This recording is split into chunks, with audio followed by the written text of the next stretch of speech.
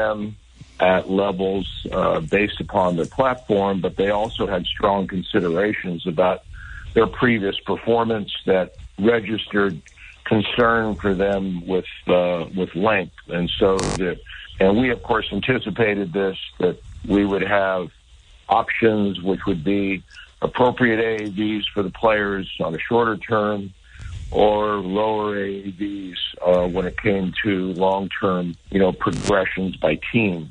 So I think the aspect of what Montgomery was in this market was he was the player that had 3 quality years. He finished really strong.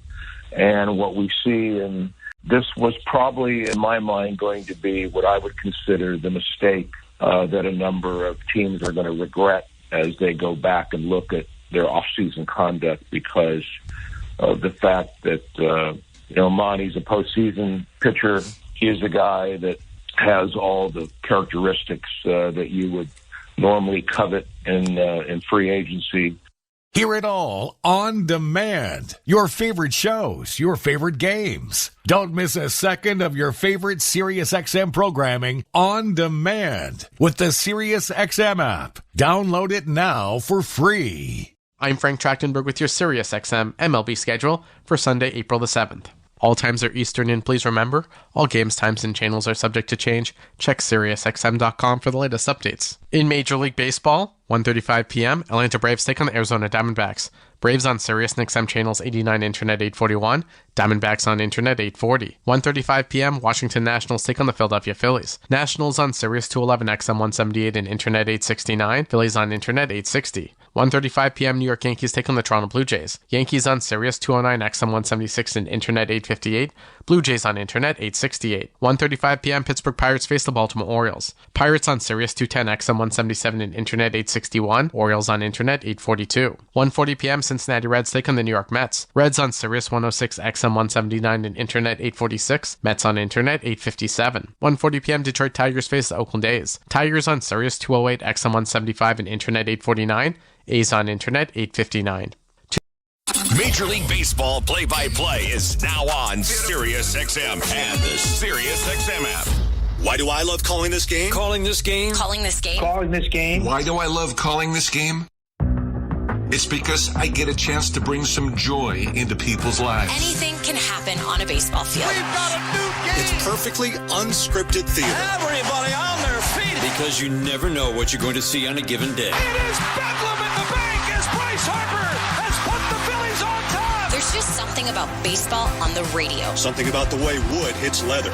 A swing and a drive to deep left center. The way leather hits dirt. And he made the play. Oh, my. The way a deep fly ball sounds like it's about to change history. High fly ball to center field. It's hit pretty well toward the wall. Until the cleats hit the grass, hit the crushed brick, and then nothing but sky and a silent crowd. That goes high. Until leather hits leather and 40,000 fans lose their collective minds. In a perfect symphony of chaos. He jumped up on top of the wall, balanced himself, and caught it. The way nothing triumphs a perfectly honest call. I don't believe what I just saw. And the way the right voice can make a moment live forever. Touch 'em all, Joe. You'll never hit a bigger home run in your life. Outsiders may think this is just two teams. The ball, a bat, and a microphone. But no. For over 100 years, this has been the soundtrack of the American pastime. He struck it out looking. It's over. It's over. The Rangers have won the World Series. The soundtrack of summer. This is Major League Baseball on the radio. Right now on SiriusXM. All rise. Coming in 5. Get ready to play. 4. Get up. Get up. 3. Can you believe it? Put your seatbelt on. Wow. My goodness. Major League Baseball play-by-play is now on SiriusXM and the SiriusXM app. The NASCAR Cup Series is on SiriusXM. Let's go, man! We're back on the track Sunday, 2 p.m. Eastern. It's the Cookout 400 from Martinsville Speedway. Checker flag, baby. Yeah. On SiriusXM NASCAR Radio Channel 90 in the car and on the all-new SiriusXM app. Yeah. Get closer to everything that moves you wherever you are with the SiriusXM app. Let's make some smoke and drink some beer. Yes. You love listening to baseball. You love talking about baseball, and so do we. That's why SiriusXM has the only channel on the radio dedicated to baseball 24/7. It's MLB Network Radio, SiriusXM Channel 89. News, opinions, passionate baseball talk from former players and GMs, plus interviews with players, managers, and executives, original specials, and much, much, much more. All baseball, every day, on your radio. If you can hear me right now, you've got MLB Network Radio, SiriusXM Channel 89, and on the SiriusXM app. You love listening to baseball. You love talking about baseball. You love yelling at your buddies about baseball because they love baseball, and so do we. That's why SiriusXM has the only channel on the radio dedicated to baseball 24/7. It's MLB Network Radio, SiriusXM Channel 89. News, opinions, passionate baseball talk from former players and GMs, plus interviews with players, managers, and executives, and much, much, much more. If you can hear me right now, you've got MLB Network Radio, SiriusXM Channel 89, and on the SiriusXM app. The most important person in sports is you, the fan. Let me tell you something. I'm a real fan. And your place for sports talk is Mad Dog Sports Radio, where your voice is heard all day long. I couldn't wait to get into the truck, turn on 82. Share the thrill of victory. The joy, the jubilation. I can't stop smiling. And the agony of defeat. When is this franchise going to realize people really care about this? Passionate sports fans call 888-MAD-DOG-6. You gotta love sports. Mad Dog Sports Radio, Channel 82, or anytime on the SiriusXM app. Get ready for the 2024 NFL Draft on SiriusXM NFL Radio. Touchdown, Caleb Williams. Catch exclusive interviews with the top prospects as they begin their journey to the NFL. And hear pick-by-pick coverage of the 2024 Draft from Detroit. With the first pick, the Chicago Bears select. Your home for the 2024 NFL Draft is SiriusXM NFL Radio Channel 88 in the car and on the all-new SiriusXM app. 365 coverage of all things NASCAR. All things NASCAR happens exclusively on SiriusXM NASCAR Radio, Channel 90. Slams the ball to right field. Way back. Way gone. Is Toronto Blue Jays baseball. Low rounding and heading for second to throw. In time. On the Sportsnet Radio Network. A rubber match in the Bronx. The Blue Jays were one big hit away from a 6-run comeback yesterday, but lost 9-8 to the Yankees to even up this 3-game series. Now it's a battle of young pitchers with a series win on the line. Hey, thanks so much for joining us for this Sunday matinee. I'm Ben Schulman alongside former Major Leaguer Chris LaRue. Show Ali is today's host. Nick Blackmore is our producer, and Tom Young is our technical director. Toronto Blue Jays baseball is brought to you by the local family-owned Crown Rust Control Centers in Head of St. Margaret's Bay and Hammonds Plain, Nova Scotia. Protect your vehicle from rust today. Find your local family-owned Crown at crown.com, Canada's #1 rust protection. Righty Boughton Francis searches for a bounce back from his 7 runs allowed in Houston, with Luis Heel opposing him, another starter who won his job in spring. Can the Blue Jays prevail and take a .500 record back home for the opener tomorrow? We'll find out next. You're listening to Blue Jays Baseball, streaming on the Sportsnet app, sportsnet.ca, and across the Sportsnet Radio Network.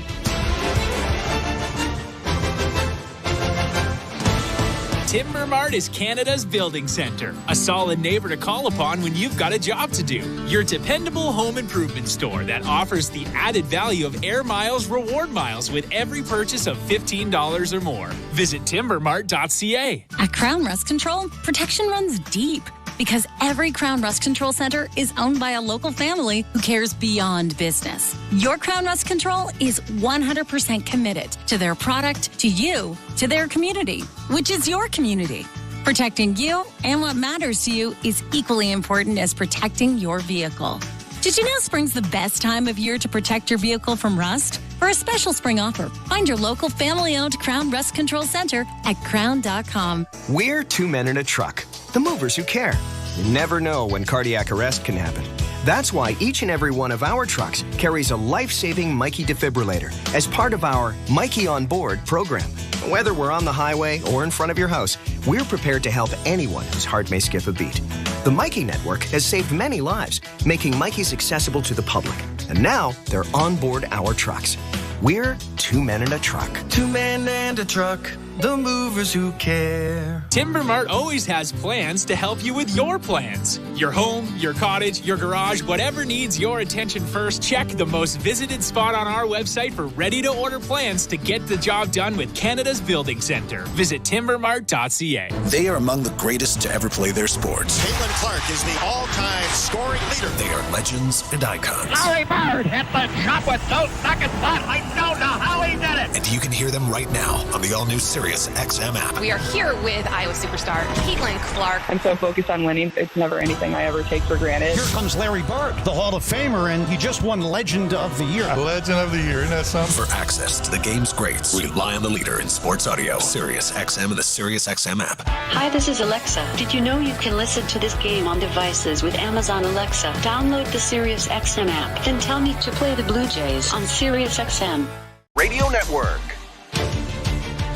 Sunnier and looking a little bit warmer in New York than it was yesterday as Bowden Francis throws his warm-up pitches in the Blue Jays bullpen. He's getting ready to take on Luis Gil. It's the Blue Jays and Yankees in Game 3 at Yankee Stadium. I'm Ben Schulman alongside Chris LaRue. Appreciate you joining us. Hope you're having a good Sunday afternoon or a Sunday morning if you're on the West Coast. Chris, Bowden Francis struggled in his first start. Tough opponent in the Houston Astros. He pitched into the 6th, but gave up 7 runs, 3 home runs.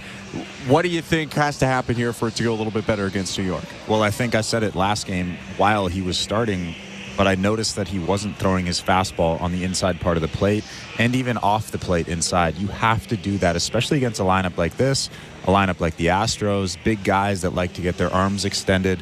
We saw last night that Giancarlo Stanton hit that home run to right center, albeit barely out of the park and probably not out of many ballparks, but he loves getting his arms extended.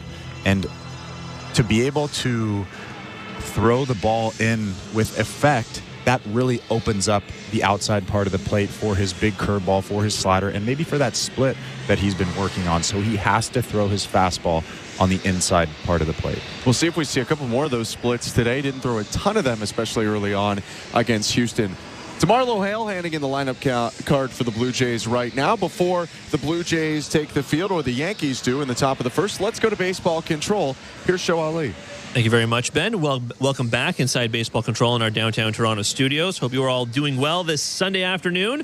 Before we check out the standings update, courtesy of Bet365, I wanted to play a piece of audio from you from Don Mattingly's Sunday chat with the media. He was asked by Hazel May, happy birthday to Hazel as well, that to describe, let's call it, the word damage. We know John Schneider likes to use the word damage. What does that mean in terms of offensive production, home runs, runs batted in, scoring plays? What does damage mean? Here's Don Mattingly.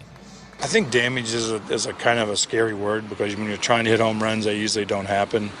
I think for us, it's you're wanting to get your best swing off, make sure you're working in your zones, trying to get your best swing off in those areas. To me, it would mean, we don't necessarily want to be trying to hit everything on the edges early in counts, let this guy make a mistake, but be willing to let it go when you get balls in your area. So I think for us, it's really just getting balls that you can hit hard, and hopefully within that there's some home runs. I don't really see us as a huge power club, but we do have the chance, I think, 4 or 5 guys hitting 20 or above, and that would be be good for us. That is Don Mattingly chatting with the media. Let's see how much they score after 8 runs yesterday. Quick check of the Bet365 standings update. Download the Bet365 app for today's baseball odds. Find out why it's never ordinary at Bet365. 19 plus, play responsibly. Ontario only. Yankees are 7-2 now to start the year. The Red Sox are 6-3. The Orioles 5-3, having played 1 fewer game. But the Rays and Blue Jays are 4-5. The Rays storming back to beat the Rockies 8-6 last night after trailing 6-1 in the 7th. And don't forget, we do have Jays Talk today. Julia Kreutz is here with me in studio. She and I have the postgame show as usual on weekends. We'll take your phone calls and texts after the final out, and you can send in your text to 590-590, name and location, and we'll throw out those numbers to call after the game is over. All right, Luis Gil on the mound throwing his warm-up tosses. Let's get you over to the game. Ben Schulman and Chris LaRue with the call. Thank you very much. So let's take a look at the Blue Jays lineup. John Schneider is the Toronto manager. We already heard Bowden Francis is the starting pitcher. It's George Springer DHing and leading off. Playing first, Vladimir Guerrero Jr. He'll bat second. Hitting third, Bo Bichette, the shortstop. The catcher, Alejandro Kirk, bats fourth. Batting fifth, the right fielder, Kevin Biggio. Ernie Clement plays third and bats sixth. Dalton Varsho in left, batting seventh. Isaiah Kiner-Falefa plays second, bats eighth. And the center fielder, Kevin Kiermaier, bats ninth. They'll go up against Luis Gil, starting for the Yankees, with Gleyber Torres leading off, playing second. Juan Soto, right field, hitting second. Batting third is the center fielder, Aaron Judge. Anthony Rizzo, the first baseman, hits cleanup. Giancarlo Stanton, the DH, bats fifth. Alex Verdugo, the left fielder, hits sixth. Anthony Volpe, the shortstop, bats seventh, with Austin Wells, the catcher, hitting eighth. And Oswaldo Cabrera batting ninth and playing third for Aaron Boone's team. Sunlight pouring into Yankee Stadium today after a cloudy, cold day yesterday. Springer stepping into the box. Gil, the right-hander, on the mound. The back of his jersey blowing a little bit in the wind. He's into the wind. The pitch is high and tight. Ball one, 95 miles an hour and up near the chin of Springer. First pitch today, 1:38 Eastern.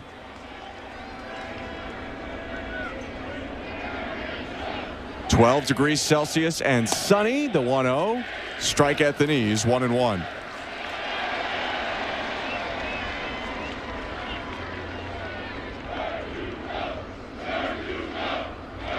Winds of about 10 kilometers today in New York. The next pitch is inside, 2-1. Gil still settling into this game as the bleacher creatures get through the roll call.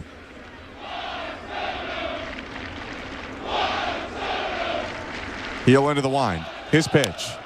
Another fastball hit on the ground, foul. 2-2. Gil has the third hardest fastball of any starter in the big leagues, but he also walks a ton of guys, so the Blue Jays need to be patient today. Averaged 98 in his first start of 2024. This only his 9th career major league start. 2-2 is hit well to left field. Actually coming in is Verdugo near the line, turns and makes the catch. 1 out. And you heard Don Mattingly before the game. It's not so much swinging at strikes. It's swinging at your pitch. Wait for a pitch on the inner part of the plate. Do damage with a pitch that you can hit. One down. Here comes Vladimir Guerrero Jr. Snapped it 0 for 11 yesterday with a home run to right center field.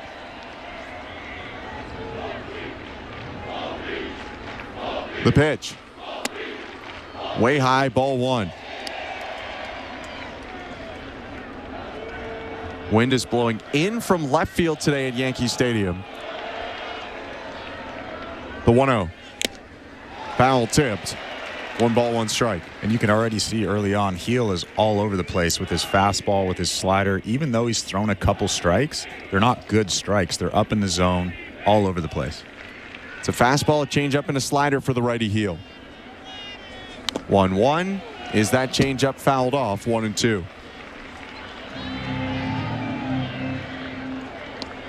Calling the balls and strikes today is Angel Hernandez. Nick Lentz at first. Emil Jimenez up second. Lance Barksdale at third. The 1-2. Down low. 2 balls, 2 strikes.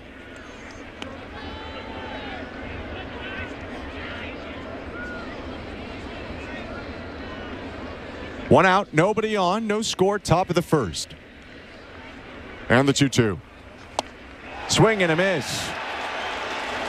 Fooled by the low changeup, Vladdy jogs around the plate and back to his dugout. There are 2 outs. That was a really, really good pitch. Not a slow changeup. That was 92 miles an hour, but a lot of downward action on it. Just sinks right under Vlad's bat. Changeup averages 91. Gil throws everything hard, pretty much. Here's Bo Bichette coming off a 2-hit day. The pitch. Outside, ball 1. Yeah, he doesn't have a feel for his fastball at all, but that changeup was really good. Threw the fastball almost 2/3 of the time in his first start, so we'll see what he does if he can't rein in the command there. The 1-0. Missed down and away with the slider. 2 balls, no strikes. This first inning is brought to you by Armstrong Bird Food. Bring nature to your backyard with Armstrong, feeding Blue Jays since 1986. Visit ArmstrongBirdFood.com. 2-0 changeup fouled off. 2 balls and 1 strike. Blue Jays without a base runner yet. Scoreless game, top of the first, 2 outs. Bo Bichette hitting .172 to start the year after batting .306 last year with 20 homers.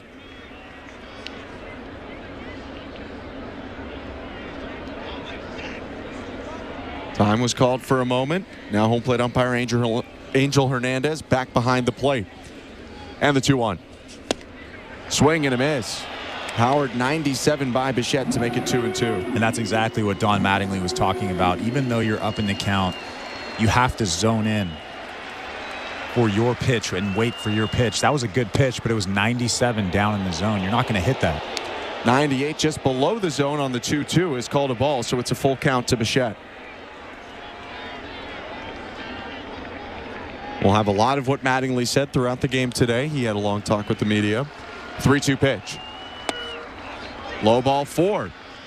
Bo laid off the changeup. He walks, and Alejandro Kirk will come up as the inning continues. Luis Gil working with Austin Wells today. Second day for the catcher behind the plate in a row. Anthony Rizzo at first, Gleyber Torres at second, Anthony Volpe at short with Oswaldo Cabrera at third, Alex Verdugo, Aaron Judge, Juan Soto left to right in the outfield. Here's Kirk, who got a partial day off yesterday. The right-on-right pitch. Change-up, strike 1. He's throwing a ton of change-ups. He only threw that thing 7% of the time before today. Maybe it's because of the fastball being a little bit spotty so far. The 0-1. Low, 1 ball, 1 strike. And also the Blue Jays have hit much better against fastballs. Mentioned yesterday they were top half of the league in average against fastballs. They were 30th going into yesterday in average against breaking balls and off-speed pitches.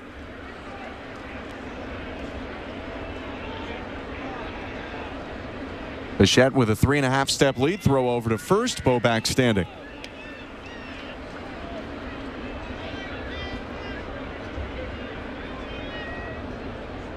Kirk at the plate, runner on first, 2 outs, 0-0 game, top of the first inning. The 1-1. Called a strike, 1-2. Yeah, Alejandro Kirk didn't like that call. That ball was an elevated fastball, but a little bit out of the zone. Angel Hernandez starts off on a good note.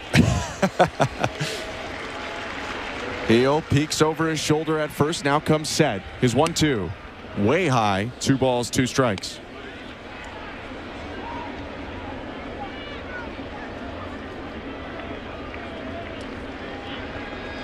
Gil, 26 years old, pitching in his 3rd season, although only his 9th career major league start. Turns and throws to first again. Bichette back safely with a dive this time. And now Bo can extend the lead a little bit, as it's unlikely Gil would chance throwing over a 3rd time and potentially giving up a balk. Gil shaking his head once, looks at Bichette, comes set.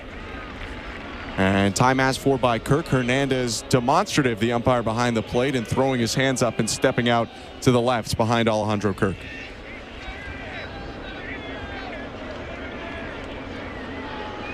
Kirk ready to go now.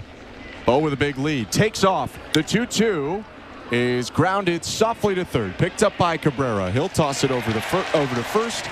And that ends the inning. Bichette's 2-out walk stranded. Blue Jays go scoreless in the top of the first. And Bowden Francis makes his 2nd start of the season when we come back. You're listening to Blue Jays Baseball, brought to you by your local family-owned Crown Rust Control Center. Streaming at sportsnet.ca and the Sportsnet Radio Network. At our core, who are we? The sum of our parts? Nah, we're more than that. There's nobody like us.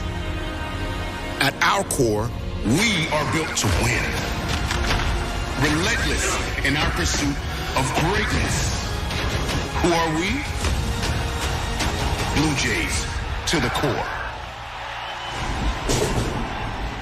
At Crown Rust Control Center, protection runs deep because every Crown Rust Control Center is owned by a local family who cares beyond business. Your Crown Rust Control Center is 100% committed to their product, to you, to their community, which is your community. Protecting you and what matters to you is equally important as protecting your vehicle. Did you know spring's the best time of year to protect your vehicle from rust? For a special spring offer, find your local family-owned Crown Rust Control Center at crown.com. At Bet365, we don't do ordinary. That's why we introduced in-game betting, because when the game starts, the action doesn't stop. With in-game betting, you can wager on game props, player props, totals, and the money line. And remember, in-game, you can track your same-day parlay with the option to cash out. Check out in-game betting and find out why. It's never ordinary at Bet365. Must be 19 years or older. Ontario only. Please play responsibly. If you or someone you know has concerns about gambling, visit connexontario.ca. This is Toronto Blue Jays baseball. He delivers a 3-2. Swing and a miss, strike 3. On Sportsnet 590 The Fan and the Sportsnet Radio Network.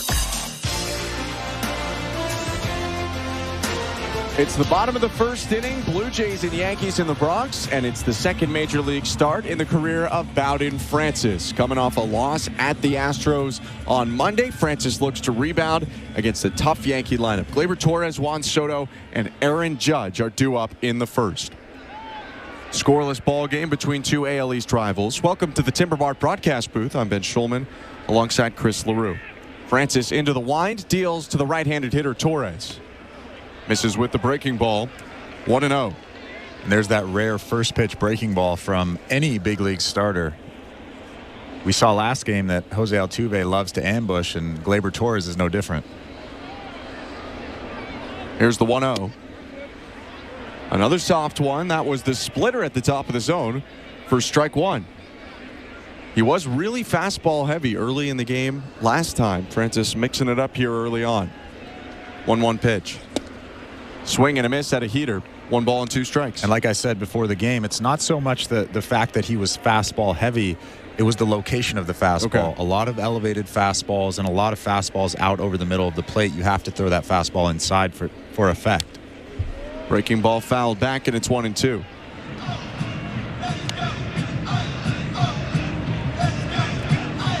Francis has the four-seamer. He's got a slider and a curve and the splitter as well.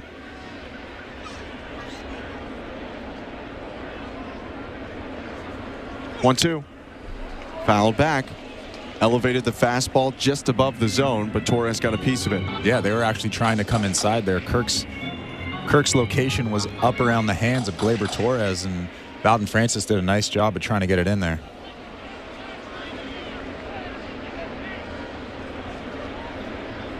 He's into the wind. His pitch a little bit too high there. 2 balls, 2 strikes. Sometimes when pitchers are uncomfortable throwing inside, they try to do too much with that fastball inside. You don't need to throw harder. You just need to throw to that location, and Bowden tried to overthrow that pitch there. They look to go inside again. Breaking ball popped up. Foul territory, first base side into the seats. And this has been a 7-pitch battle so far between Gleyber Torres and Bowden Francis to start the bottom of the first. Francis is 6'5" right-hander, 220 pounds, from Florida's capital, Tallahassee. 2-2. Back up breaking ball. Torres ducks out of the way. 3-2.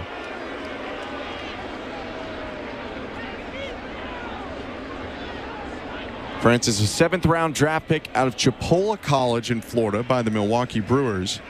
Traded over to the Blue Jays in 2021.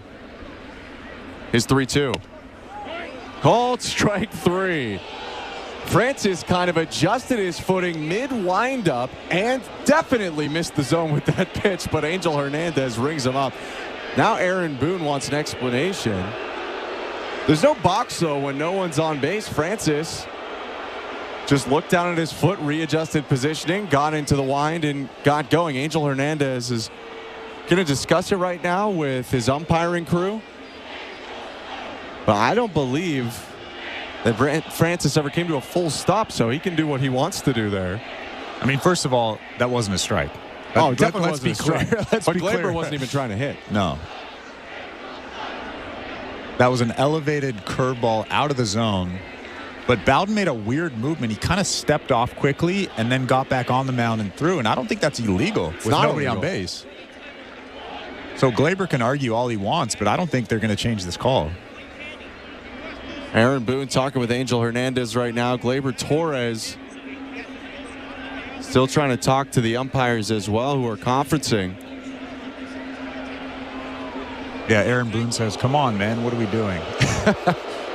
You can't balk if there's no runner to deceive. No, you can't. I think it's more of a disappointment from Gleyber that he didn't get an opportunity, or maybe he's just upset that wasn't a strike to begin with.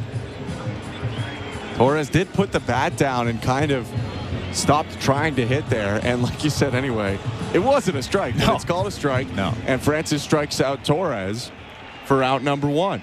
Here's Juan Soto. 1 out and the base is empty. No score, bottom of the first. Francis smoother into the wind this time. His pitch is a fastball high, 1-0. And is this game starting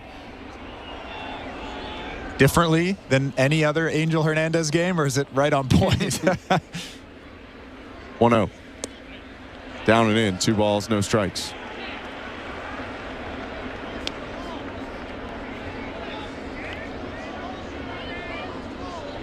Francis setting up the splitter grip before he puts the ball in his glove. We saw him do that last start. He'd rather adjust to another grip if needed.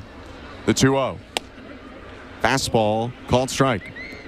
Yeah, and if he's actually going to throw a split finger, he'll kind of just shake his hand like he's changing to another pitch. Keeps you from tipping your pitches. Here's the 2-1. Just a little bit low. Good splitter there, but Soto lays off. 3 balls, 1 strike. Yeah, that was actually a good take from Juan Soto. A good pitch from Bowden Francis. First good splitter I've seen from him. Here's the offering. It's hit foul. It's a full count. I think it was Ryan Dempster, the great Canadian pitcher who pitched for the Cubs for a while. He used to kind of shake his glove every time he got into the set, because at one point early in his career he was tipping pitches, so he just moved it around regardless of what he was doing. 3-2, swing and a miss. Got Soto on that new splitter, and there are 2 down. Back-to-back strikeouts. Yeah, that thing was nasty. Started in the zone and broke down out of the zone. That was a great 3-2 pitch. You have to have confidence in that thing to throw it 3-2, and Bowden just throws a nasty one right there. That is the pitch he worked on for a lot of the spring. Wanted something to move to the arm side to take on left-handed hitters like, hey, maybe Juan Soto. And now Aaron Judge comes up with 2 outs and the base is empty. The pitch. Outside, ball 1. 16 offered so far for Bowden Francis. He struck out a pair. There's no score in the bottom of the first. His 1-0. Fastball called strike.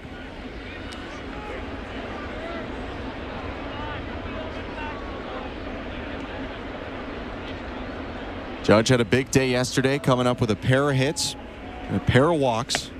1-1, swing and a miss. 93 over the heart of the plate. It's 1-2. Alejandro again sets up on the inside part of the plate. I love what they're doing, how they're attacking hitters already. Coming in at least once an at-bat. You have to. 1-2 pitch. Breaking ball, missed a little bit low. Got to be careful with Judge, though. He's only hitting .212 on the year, but he's starting to heat up. 4 for 9 in his last 3 games with 2 homers and 5 walks in that time as well. The 2-2. Breaking ball, called strike 3. Francis strikes out this side, and we'll go to the second. No score, Blue Jays and Yankees. You're listening to Blue Jays Baseball, brought to you by your local family-owned Crown Rust Control Center, streaming at sportsnet.ca and the Sportsnet Radio Network.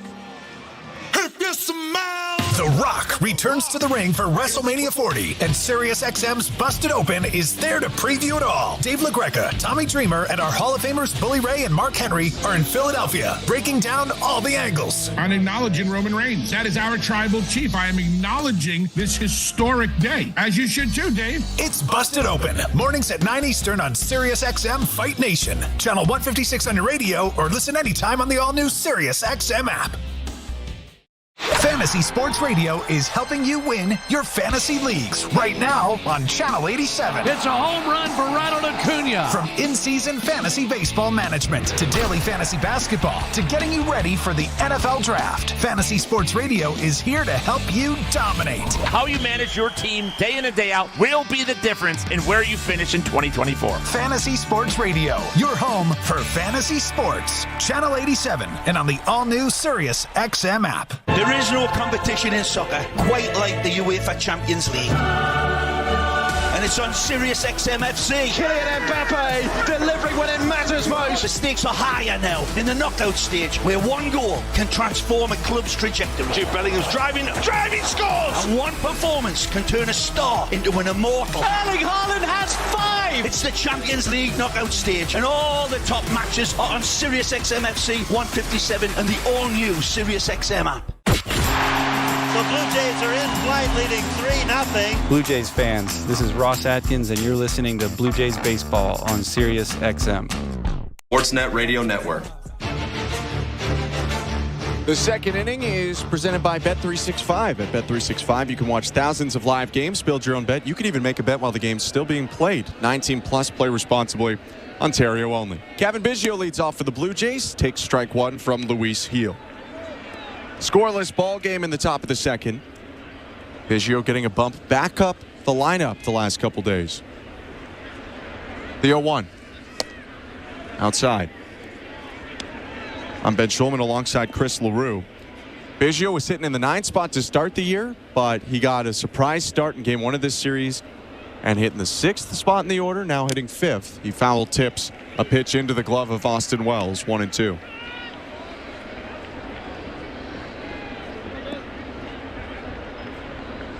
Biggio batting .250 on the year, .375 on base. The 1-2. Inside, 2 balls, 2 strikes.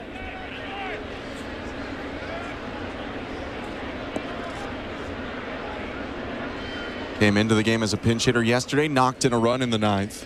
2-2 is spiked.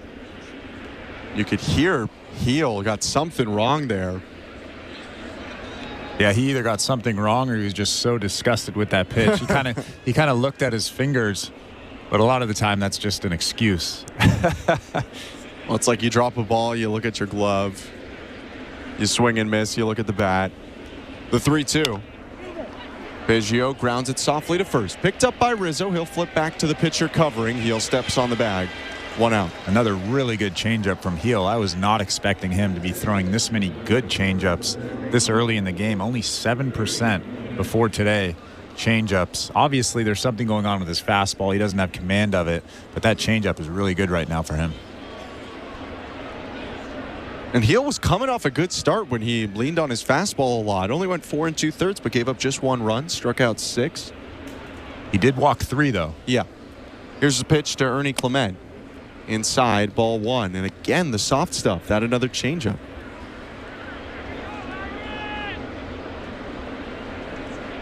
The 1-0.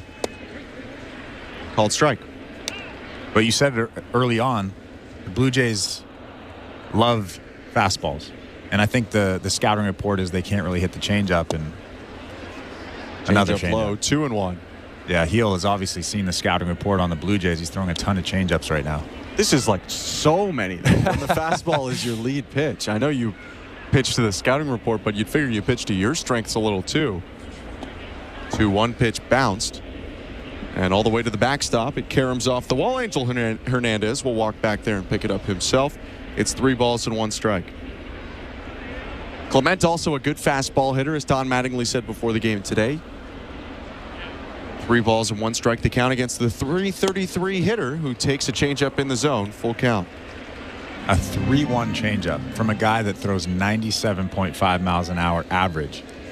Apparently, we haven't even seen it. 3-2. Swing and a miss. Strike 3. Spun the slider on the inside part of the plate to strike out Clement. And there are 2 down. I'm confused right now. I can't tell if he's leaning so hard into this game plan or if, like you said, too, his fastball was kind of all over the place to start the game, and maybe it's just a combination of both. Maybe a combination, but I've also seen him look at his fingers a few times. Maybe the fastball is affecting a blister that he has. Who knows? First pitch to Dalton Varsho is that fastball, strike 1.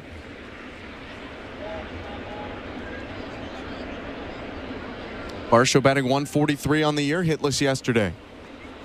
The 0-1. Outside, 1 ball, 1 strike. Base is empty for the Blue Jays. 2 down, top of the second inning at Yankee Stadium. Varsho grips his dark bat with blue batting gloves and then swings and misses at the 1-1. It's 1-2. Yeah, that's exactly what Don Mattingly was talking about. You can't swing at pitches like that early on in counts. That ball is nowhere near the zone, and Dalton Varsho just swings right through it.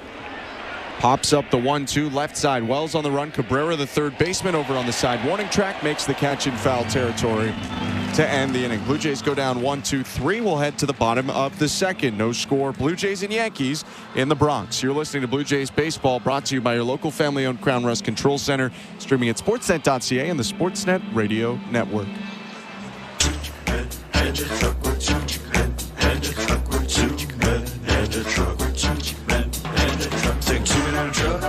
Truck.ca.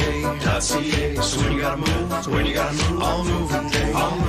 Think 2-minute truck.ca. Cause all of us movers are not the same. So that's our company name, 2-minute truck.ca. We're lots of men with lots of trucks, so give us a call today. At Crown Rust Control, protection runs deep. Because every Crown Rust Control Center is owned by a local family who cares beyond business. Your Crown Rust Control is 100% committed to their product, to you, to their community, which is your community. Protecting you and what matters to you is equally important as protecting your vehicle. Did you know spring's the best time of year to protect your vehicle from rust? For a special spring offer, find your local family-owned Crown Rust Control Center at crown.com. Which Looney Dogger are you? The fork and knifer, splatterer, condiment queen, or Big Dipper? This season at Rogers Center, every Tuesday home game is Looney Dogs Night, presented by Schneider's. You will have the opportunity to purchase $1 hot dogs from various concession stands around the stadium. Then show the world you're a Looney Dog style. Because whether you're the mustard maven or ketchup king, no Blue Jays game is complete without hot dogs. So don't miss out on this deal. Looney Dogs Night, presented by Schneider's, every Tuesday home game. This is Toronto Blue Jays baseball. The 0-2 pitch. Fastball, strike 3 looking. On Sportsnet 590 The Fan and the Sportsnet Radio Network. Bottom of the second, Bowden Francis on the bump. Anthony Rizzo, Giancarlo Stanton, Alex Verdugo, 2 up for the Yankees. No score between New York and Toronto. I'm Ben Schulman. To my left, Chris LaRue. Francis, the long blonde-haired righty, into the wind, deals to the left-handed hitting Rizzo, who swings and misses at a fastball. Strike 1. Francis struck out the side. Torres, Soto, and Judge went down in that first inning. 0-1 pitch fouled off. That's the 4th splitter thrown by Francis already. He threw only 3 in his first start in Houston. Clearly, Chris, he's making a concerted effort to throw it more here. Yeah, and I love the action on it. It has that good downward, kind of fading action to it, away from lefties, into righties. It looks good so far, and I'm happy that he's added that 4th pitch. 2-strike pitch. Fastball outside. Wanted to go inside, but missed away. You can just tell he's just uncomfortable. Alejandro is trying to get him in there, but he's just a tad bit uncomfortable getting in there, especially to a guy that's good on inside fastballs.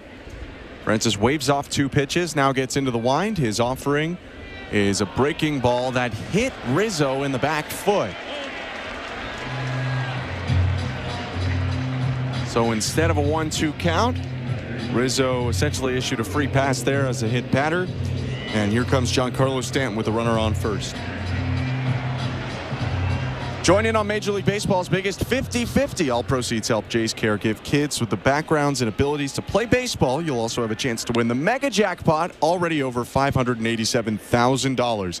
Get your tickets at bluejays.com/5050 from anywhere in Ontario or Nova Scotia. Francis into the stretch for the first time. His pitch to Stanton is a called strike on the inside edge, 0-1. You mentioned this yesterday, Chris. You have to go inside on Stanton, whether you're comfortable with it or not. Well, you have to. I know it's probably a little bit scary to get in there, especially a guy that has 400 career homers. But you have to get in there. They'll probably go in there again. 0-1. Check swing on a pitch inside. Appeal down to first. No swing, says Nick Lentz. 1 ball, 1 strike. And because they came in twice, you got Stanton thinking, is that what they're going to continue to do all day? And then you just sneak that curveball on the outside part of the plate, and Stanton will hopefully just swing right through it or take it. 1-1. Breaking ball low. 2 balls, 1 strike. You mentioned the 400 homers. Stanton, Major League Baseball's active leader in home runs. Of course, Miguel Cabrera and Albert Pujols retiring recently has kind of opened Stanton up as the leader now. Rizzo on first, no outs, and Francis is going to step off. He crushed that one last night, 345 feet. It was a line shot, I will say. It wasn't like a Stanton moonshot. I think he broke his bat on it, actually. He'll hit those liner home runs, though. The 2-1. Swing and a miss.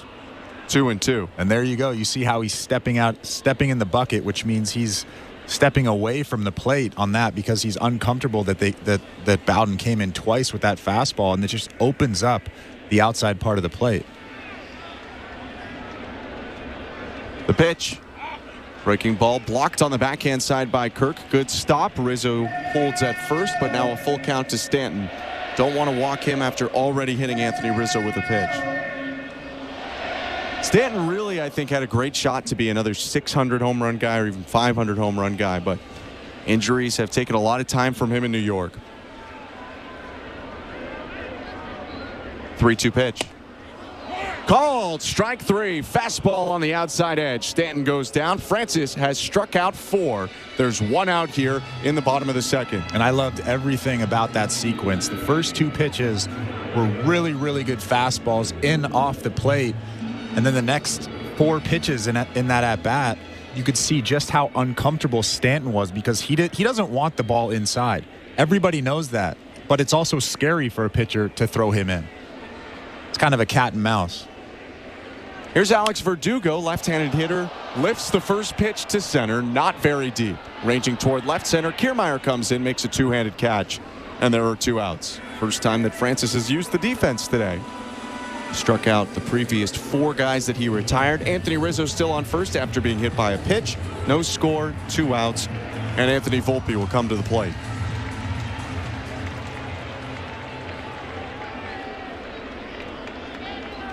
Volpe batting .379 this season after a .209 campaign last year. Right on right pitch. Called strike 1 with the breaking ball. And you can tell with every single pitch he throws, he's just getting a little bit more comfortable. I was going to say it's early, but his command looks so much better than it was in game 1. Kirk sets up outside. A little bit high, and the 0-1. Is a fastball in, swing and a miss, strike 2. Yeah, he missed his spot there, but again, a fastball in is very effective. Even though Alejandro was set up on the outside part of the plate, it came back over the inside part of the plate, and Volpe just swung right through it. Volpe doesn't know he missed his spot. Rizzo leads off first. Kirk inside this time. 0-2 is another fastball in, and Volpe fouls it off. And I wouldn't be surprised if he throws that curveball, tries to bounce it here after throwing that fastball inside. But no, this sequencing, this inning has just been perfection.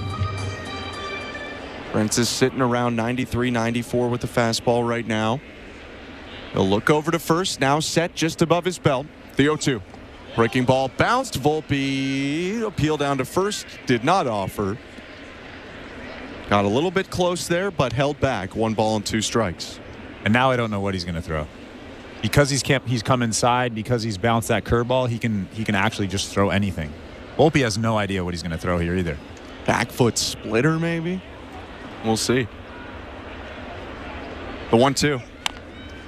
Breaking ball, bounce back to the mound. Francis picks it up, sidearms to first. Guerrero makes the catch and ends the inning. Another strong one for Francis, who bounces back from the leadoff hit batter with a strikeout, a flyout, and a groundout. Scoreless ball game headed to the 3rd. You're listening to Blue Jays Baseball, brought to you by your local family-owned Crown Rust Control Center, streaming at sportsnet.ca and the Sportsnet Radio Network. The Blue Jays are inviting you to work from Dome. Put it in your calendar. 307 weekday starts this season. You can work from home with friends or coworkers at Rogers Center. It's a game changer.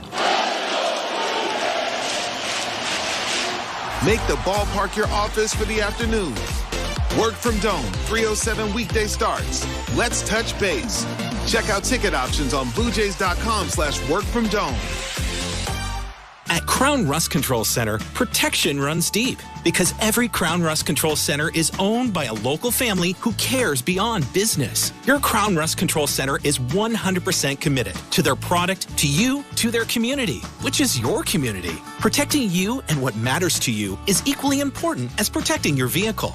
Did you know spring's the best time of year to protect your vehicle from rust? For a special spring offer, find your local family-owned Crown Rust Control Center at crown.com. At Bet365, we don't do ordinary. That's why we introduced in-game betting, because when the game starts, the action doesn't stop. With in-game betting, you can wager on game props, player props, totals, and the money line. And remember, in-game, you can track your same-day parlay with the option to cash out. Check out in-game betting and find out why. It's never ordinary at Bet365. Must be 19 years or older. Ontario only. Please play responsibly. If you or someone you know has concerns about gambling, visit connexontario.ca. This is Toronto Blue Jays baseball. He dived, and he made the catch. On Sportsnet 590 The Fan and the Sportsnet Radio Network. The third inning is brought to you by the local family-owned Crown Rust Control Centers in Head of St. Margaret's Bay and Hammonds Plains, Nova Scotia. Protect your vehicle from rust today. Find your local family-owned Crown at crown.com, Canada's #1 rust protection. Isaiah Kiner-Falefa takes strike one to start the top of the third inning. Scoreless between the Blue Jays and Yankees in Game 3 of this series. 0-1. Luis Gil paints a fastball at the top of the zone. 0-2. I'm Ben Schulman. He's Chris LaRue. Rubber match between the Bronx Bombers and the Blue Jays. The 0-2 is swung on and missed. Strike three. Good change up there to retire Kiner-Falefa. I mean, that was a pitch that nobody in the entire ballpark was expecting. An 0-2 changeup right down the middle, and obviously Kiner-Falefa wasn't expecting it either. After elevating the two fastballs, two really looked like the fastball to start. Gil has struck out 3 in 2 1/3 scoreless so far. His pitch to Kevin Kiermaier. Bounced 1-0. Kiermaier came up with a hit in 3 at-bats yesterday. Also had an RBI fielder's choice. The right on left offering. Swing and a miss. Dead red fastball down the middle. Kiermaier couldn't catch up to 95.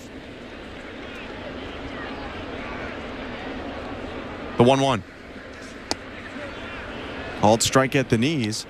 1 ball and 2 strikes. And when he's locating his fastball, it has a ton of life through the zone. It's just the fact that he's leaving it elevated so often.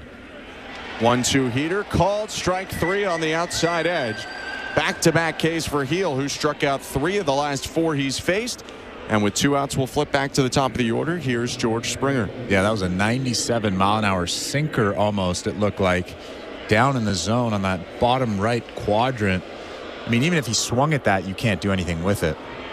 Tough pitch for Kevin Kiermaier. The pitch to Springer. Inside, ball 1. They might not like Springer here, but he's enjoyed the series so far. Coming into today, he was 3 for 8 in this series, 2 doubles, 3 walks. 1-0 pitch. Line drive to right field. That'll be another base hit for George. It's fielded on the backhand side by Soto. Gets up off his knee, throws it back in. Springer with a single. That's the first Blue Jay hit today. Yeah, he's clearly seeing the ball a lot better now. 97 down in the zone on the outside part of the plate. He just sticks the bat out and lines it into right field. Good piece of hitting from George. Don Mattingly did say before today's game that he's liked George's at-bats the whole time. Springer was the one guy who got on base during the no-hitter. First pitch to Guerrero. Called a ball, 1-0. And the walks and power have been high for Springer. Now it looks like the average is starting to get back where they want it. Runner on first, 2 down, no score, top of 3. The pitch to Vlad is fouled off, 1-1. And the thing that I noticed most about George is he's starting to use the big part of the field. He's starting to use the right field part of the line. He's starting to drive the ball the other way. Even Vlad last night, he drove that home run the other way, and that's a good sign for a hitter that's been struggling. 2 home runs on the season for Vlad. The 1-1. High and tight, 2 balls, 1 strike.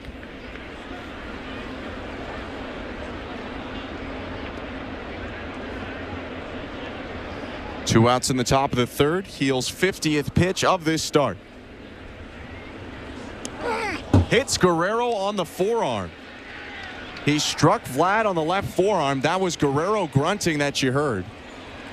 He's walking now behind the plate, taking off his batting glove and his arm protection. Jose Ministral, the head athletic trainer, and John Schneider walking with Vlad down to first, but Guerrero never really for a moment looked like he wanted to come out of this game. Pointing to just below the elbow on his forearm. Looks like it at least got him in a meaty part of the arm. Yeah, he has that big blue elbow guard on. I'm not sure where it got him. If it got him actually in the elbow guard, it still hurts when you get hit in that. No, it didn't. It got him in the forearm, right on the meat. Yep. Just kind of above that. But not like a clear bony area of the body, at least. Yeah, no, he'll be fine. That's just an area that really stings. Probably be sore tomorrow. He'll get a nice massage from Jose Ministro. 2 on, 2 out. Guerrero shaking out his left arm at first, and now Bo Bichette to the plate. No score, top of the third. The pitch. Yanked down and away, 1-0.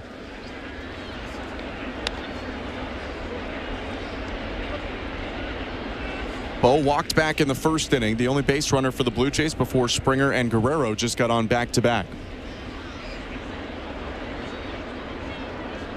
And Matt Blake's going to come out with that big miss on the first pitch. Heel definitely looking like his command is spotty once again as he tried to return to the fastball more this inning. Yeah, we knew coming into this game that he's a guy that doesn't necessarily have command of his pitches. He walked 3 in his first start.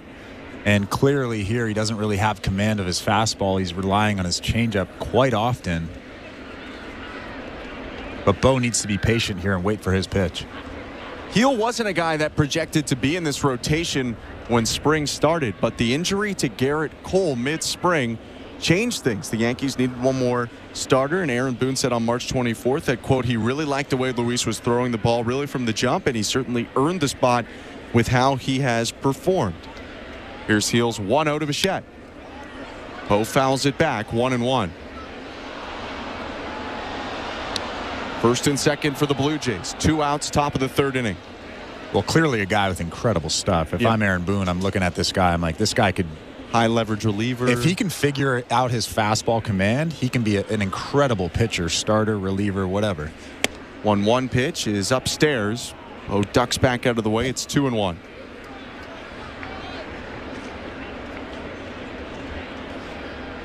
Bichette drove in 73 in 135 games last year. The 2-1. Down low, called strike by Hernandez. It's 2-2. And Bo didn't like that call. He stretches his back out, just letting Angel Hernandez know that ball was down. That changes this at bat. Instead of 3-1, it's 2 balls and 2 strikes. A single could score Springer from second. Guerrero's on first. Bichette taps the plate twice, pinwheels his bat, puts it above his right shoulder, and looks at Heel, who kicks, delivers, and misses outside. Full count. Crowd doesn't like that call, but that was although that was a good pitch, that was not a strike. That was about a ball off the plate at 98 miles an hour. Good take from Bo.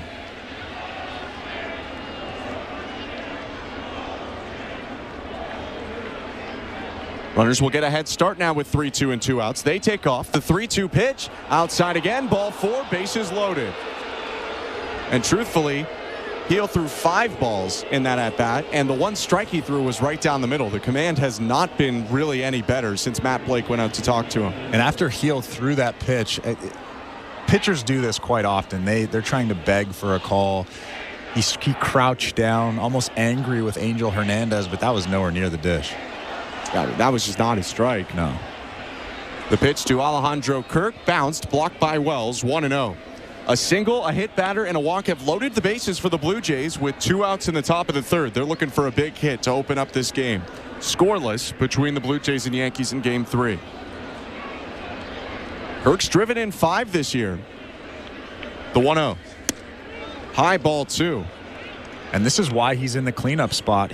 They put him in the lineup for these situations. Bases loaded, 2-0 count. Don't try to do too much. He usually just drives that ball up the middle. He hits a lot of line drives over the second baseman, over the shortstop. That's all he needs to do now. He's not a home run hitter. We know that. Do not try to do too much. Another mound visit, not from a pitcher, but Anthony Rizzo coming in to talk to Heel. Also had Oswaldo Cabrera and Austin Wells, the catcher, talking to Heel on the mound. It's funny, the changeup was so good for him. He's kind of gone away from that a lot this inning. A lot of fastballs. Yeah, I wouldn't be surprised if he throws one here. He hasn't really thrown a fastball for a strike in a while.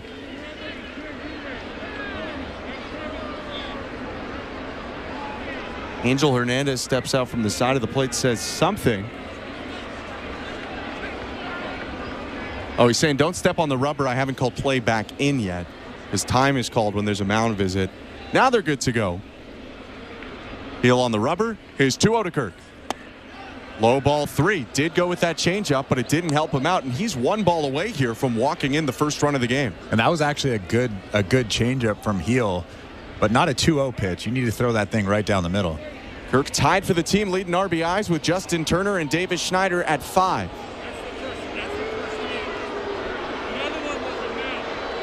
I think he's actually warning Heel right now not to lick his hand. Oh, you're right. The 3-0. Outside, ball 4, RBI walk for Kirk. It's 1-0 Blue Jays as Springer will come home. And the Blue Jays will take that all day long, especially against a guy that throws as hard as Heel. Bases loaded, just let him walk you guys around the bases. And Hernandez is getting it as he usually does in Yankee Stadium. If anything, more balls have been called strikes than the other way around. First pitch is outside to Kevin Biggio, 1-0. Just to circle back on the licking the fingers thing, correct me if I'm wrong. You can lick them, but you have to wipe them on your pants before you apply it to a baseball. Because you see Yusei Kikuchi do it a lot. The 1-0 pitch. High and inside, 2-0. Biggio ahead of the count here. 1-0 Blue Jays. Bases loaded, 2 down, top of the 3rd. I also believe that you have to be off the dirt. You have to be on the grass when you lick your finger. I could be wrong as well, but I've also gotten in trouble for that in the past. The 2-0. Called strike.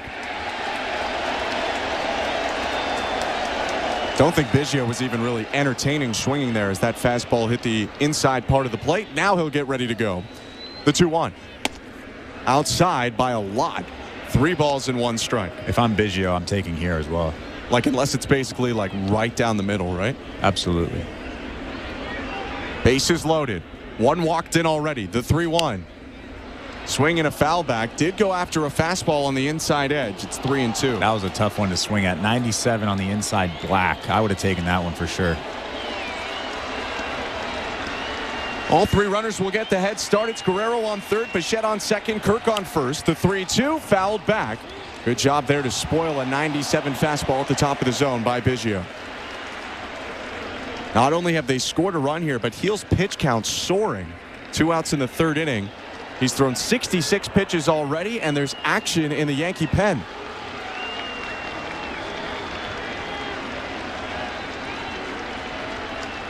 The 3-2 to Biggio. Called strike 3. Good fastball on the inside part of the plate. Strikes out Cabin. 3 strikeouts in the inning for Luis Heel, but he also gives up a hit, hits a batter, walks 2, and the Blue Jays take a 1-0 lead. Middle of the 3rd in the Bronx. You're listening to Blue Jays Baseball, brought to you by your local family-owned Crown Rust Control Center, streaming at sportsnet.ca and the Sportsnet Radio Network. The NASCAR Cup Series is on Sirius XM. Let's go, We're back on the track Sunday, 2 p.m. Eastern. It's the Cookout 400 from Martinsville Speedway. Checker flag, baby. Yeah. On Sirius XM NASCAR Radio Channel 90 in the car and on the all-new Sirius XM app. Yeah. Get closer to everything that moves you wherever you are with the Sirius XM app. Let's make some smoke and drink some beer. Yeah. Are you regretting eating that gas station hot dog? Yeah, we know. We've been there too.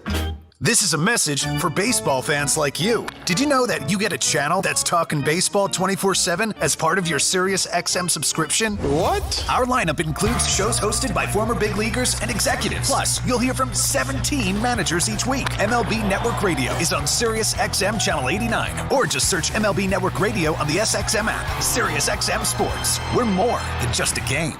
The Busted Open podcast is now available on YouTube. This is Dave LaGreca, host of Busted Open, the #1 pro wrestling show on the planet. You can now watch and listen to the award-winning Busted Open podcast every single day on YouTube. Our best interviews, behind-the-scenes access, and some of our best content from the past. All available right now when you go to youtube.com/@BustedOpenPodcast. Subscribe right now. In season or out of season, the #1 place for college sports is SiriusXM College Sports Radio, Channel 84. Bottom of the third inning, Blue Jays with a 1-run lead. 1-0 Toronto. Bowden Francis on the mound. Austin Wells, the 8-hitter, a left-handed swinging catcher, leads off. Wells stands tall, open in his stance. The pitch. Swing and a miss. Strike one. I'm Ben Schulman alongside Chris LaRue. Strong start to this game for Bowden Francis, who's hit a batter, that's all, through the first 2 innings. The 0-1. Fouled back, 0-2.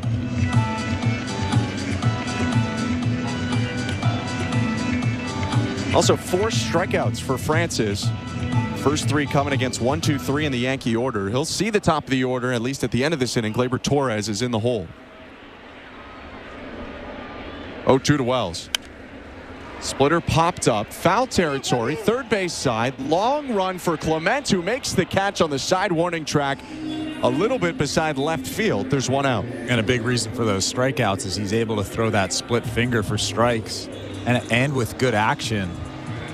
It has to be a positive thing for Bowden today, being able to just throw that thing in any count. And he throws that split finger there, 0-2. And he didn't throw it a ton last start, only threw it 3 times in his last start. Has already surpassed that here in the third inning. The pitch to Oswaldo Cabrera. Fastball high, ball 1.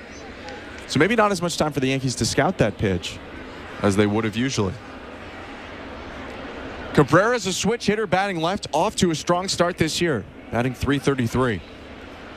The 1-0. Splitter misses outside. Yeah, I guess the Yankees scouting report was he doesn't throw inside and he doesn't really throw his split finger, and it couldn't be more opposite today. Here's the 2-0. Missed inside with the breaking ball. 3-0.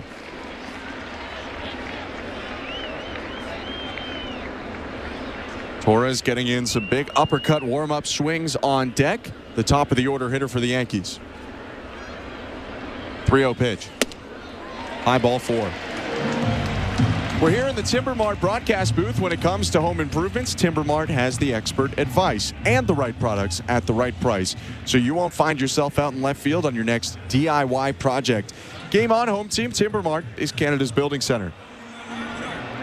1 out, runner on first, bottom of the third. Torres will take a second chance at Bowden Francis after striking out looking back in the first on a really awkward pitch. Francis had stepped off the rubber, stepped back on it in about a second, and then gotten into the wind and struck out Torres. Here's his pitch coming from the stretch. Fastball, strike one. And he can't do that again, even if he wanted to, because Oswaldo Cabrera is standing on first base. Essentially, with nobody on, you can kind of do whatever you want. The 0-1. Swing and a miss. Strike 2.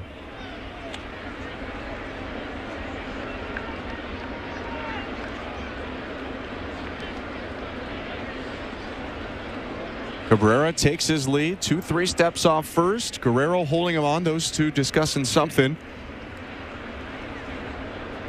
0-2 to Torres. Is a slider just outside. 1 ball, 2 strikes.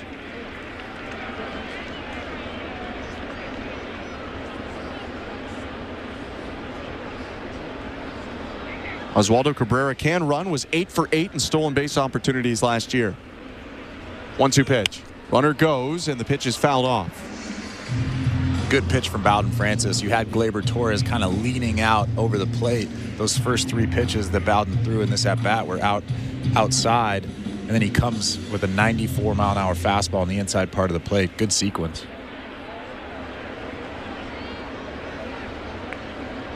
Looking for his 5th strikeout of the day. The 1-2. Breaking ball. Got him. Strike 3. Another curveball that looked like it landed high in the zone. That's the second time Torres has been struck out on that pitch. And there are 2 down. And Gleyber Torres, I'm actually surprised that he didn't argue more than he did. He didn't really, I mean, his face is disgusted. But that wasn't anywhere near the zone, really. Solid frame job by Kirk, but still, that pitch is high.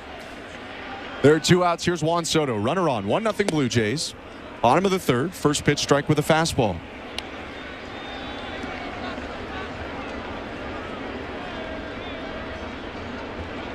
Juan Soto had a big game yesterday. 2 hits, 2 walks. Had been 1 for 16 in 4 games before that game yesterday.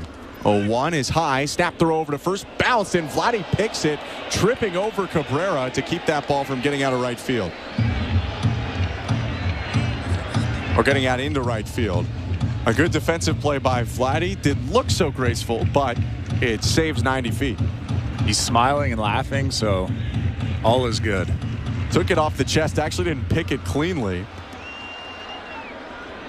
When he rolled over, he was sitting on top of the ball. But he picks it up, gets it back to the pitcher, Francis, who has a 1-ball, 1-strike count on Juan Soto. 51st pitch for the right-hander, Francis. Inside with a splitter, 2-1.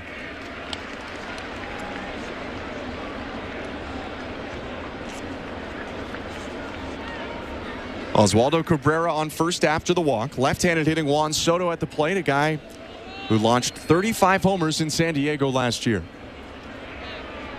The pitch. Splitter fouled off, 2-2. And that is a good pitch. Splitter with good action on it. I mean, if you could throw that thing down in the count, 2-1, to in essentially a fastball count, you have very good command. And Juan Soto is showing you one of the best hitters in the big leagues. If he's uncomfortable with it, that's got to be a good pitch. Struck out Soto on a splitter back in the 1st. Has a 2-2 count now against the left-handed hitting slugger here in the bottom of the 3rd. Soto with a wide stance, takes a half swing, gets ready to go. Francis checks on the runner on first. The 2-2. Rope to right field. On the run, Biggio has to take it on a hop. Chugging around second, headed to third, Cabrera. It's a long single for Juan Soto, and runners on the corners with 2 down for Aaron Judge. Yeah, that was just a splitter that he left up. If that ball was down, Juan Soto might have grounded out or even swung through it, but that was just a poorly located split finger, almost middle. Bowden's lucky that Juan Soto didn't hit that thing in the stands, but good play by Biggio, keeping Juan Soto first base. First base hit of the day for the Yankees. Now a dangerous situation. 2 on for Aaron Judge. Struck out looking in the 1st, only hitting .206 to start the year, but 2 homers in his last 3 games. They set up inside. Here's the pitch. It's way in, ball 1.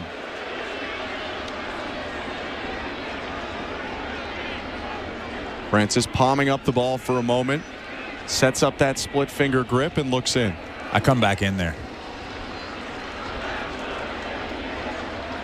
The 1-0. They go outside and miss. Strike 2. Or pardon me, ball 2. 2-0. Yankee Stadium starting to get into this one. It's 1-0 Blue Jays. 2 on, 2 out. 2-0 count to Aaron Judge, bottom of the 3rd. The pitch. Breaking ball misses, 3-0. It almost looks like they're comfortable here pitching around Judge and potentially going after Anthony Rizzo, who's on deck. Yeah, I wouldn't mind that, especially now that it's a 3-0 count. You definitely don't want to groove him anything down the middle of the plate. The pitch. Outside, ball 4. After missing on the 1-0, didn't give Judge much of a chance. He'll head down to first. Soto up to second. The bases are loaded with 2 outs for Anthony Rizzo. Pete Walker's going to come out to the mound, give Francis a bit of a rest here. It's been a long inning, and the pitch count is up to 57 for Bowden Francis. Yeah, he doesn't have as good of command of his pitches as he did early on in this ball game, but that's also because these pitches are all high-stress pitches, right? Like bases loaded, runners on first and third. You're trying to make the perfect pitch against Aaron Judge. This is a big at-bat here. He needs to start this bat. He needs to start Rizzo off with a strike and then go to work after that. 22 pitches this inning for Bowden Francis, who had thrown 35 combined in the previous two. Lost a long battle with Juan Soto, a 6-pitch at-bat. A pair of walks, one to Judge, one to Oswaldo Cabrera. It's Cabrera on third, Soto on second, Judge on first, 2 outs, left-handed hitting Anthony Rizzo at the plate. First pitch is low, ball 1. Francis got ahead of Rizzo in the second, 1 ball and 2 strikes, and then plunked him. Plunked him in the shoelace. Yeah, hit him in the back foot with a breaking ball. 1-0. Curveball, called strike. Really good pitch right there. Can't mess around with Rizzo. He hit his first home run of the season yesterday.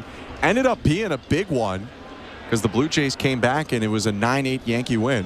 1-1, foul tipped into the glove. A fastball powered by him to make it 1-2. Now you can do anything you want here. I'm throwing a back foot curveball if I'm Bowden Francis, but you can elevate a fastball. You can throw that splitter down. Alejandro just has to block this baseball. Infield playing back. The 1-2. Just inside at 95. Rizzo started to offer, but held up about a third of the way through the swing. 2 balls, 2 strikes.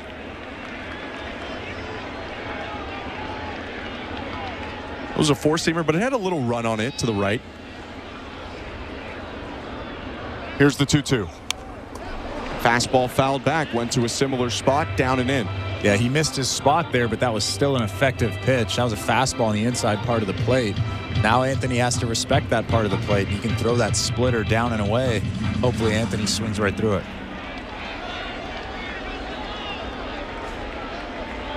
Francis, glove above the belt, kicks, delivers a 2-2. It's a breaking ball hit down the right field line, hooking, foul. Good catch on the backhand side by a Yankee fan. He's about the only one celebrating right now, as the entire Bronx thought that Rizzo had just hit a bases clearing double. Instead, it's a foul ball. Well, I think the only one that knew that ball was foul was Rizzo. Yeah. Didn't even move out of the batter's box. And he hit a pole-hugging home run yesterday, so he knows the minimum you need to keep it fair. That was well beyond that. That ball was fouled by about 20 feet.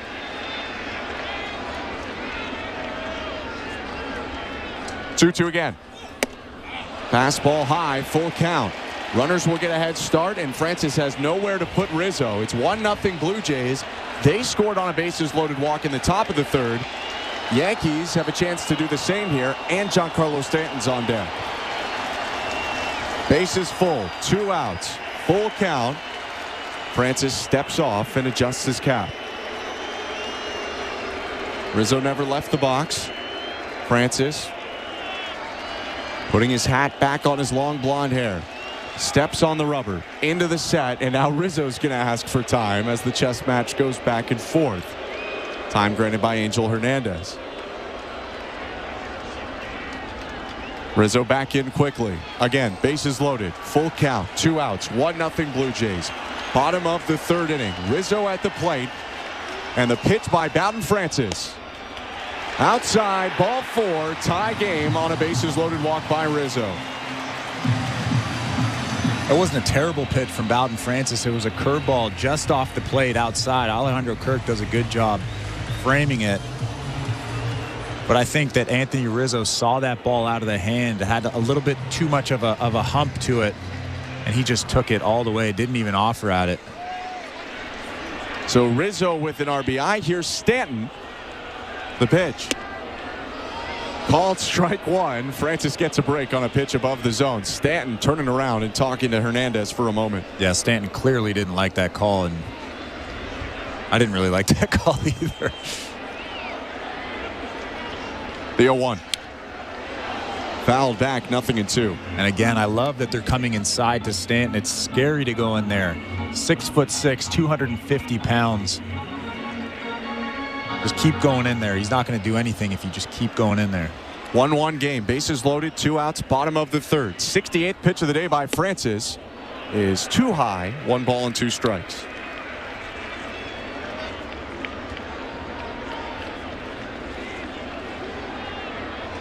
Francis struck out Stanton on a fastball back in the second inning, trying to get him here to retire the side in the third. The 1-2. Breaking ball down and away. Stanton lays off. 2-2.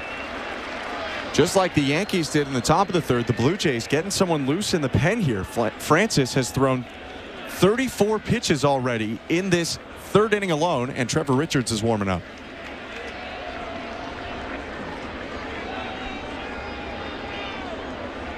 The 2-2 offering. Popped up right side, foul territory. Guerrero right near the netting. Watches that one go into the seats. Few rows back behind the camera well, down the first base line. Still 2-2. Yeah, Bowden missed his spot there. That was supposed to be a fastball down and away, but it was still an effective fastball because it ran back to the inside part of the plate and kind of tied up Giancarlo Stanton. He does not like that ball in.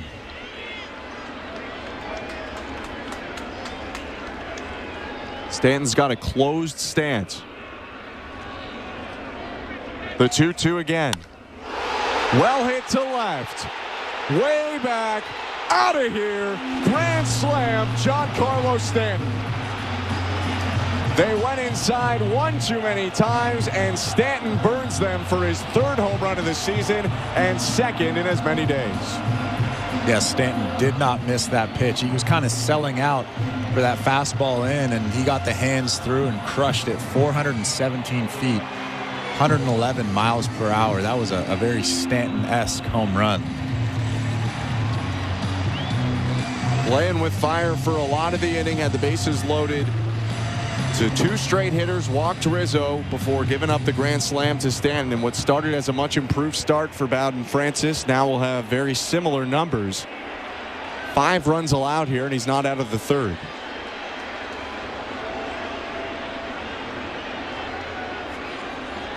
First pitch to Alex Verdugo, popped up out of play, 0-1. 5-1 Yankees, bottom of the third inning in the Bronx.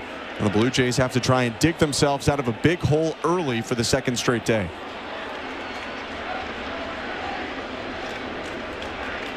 The 0-1, low with the splitter, 1 ball, 1 strike. Well, even though Bowden's box score is not great now, you look at kind of the body of work and what he did in those first 2 innings. There were a lot of positives, a lot of good takeaways from this start. 1-1, swing and a miss. 1-2. But you're right, though. He was playing with fire that whole inning. Eventually, you're going to get burned, especially against a lineup like this. Just too many powerful guys in this lineup. Walked 3 in the inning, gave up 2 hits. 1 being the Stanton grand slam. Verdugo asks for time, steps back in. He's 0 for 1 today. The 1-2. Breaking ball. Down and inside, 2 balls, 2 strikes. Base is empty, 2 outs, bottom of the third. 5-1 Yankees based on the 12th grand slam of Giancarlo Stanton's career. The pitch. Verdugo fouls it off.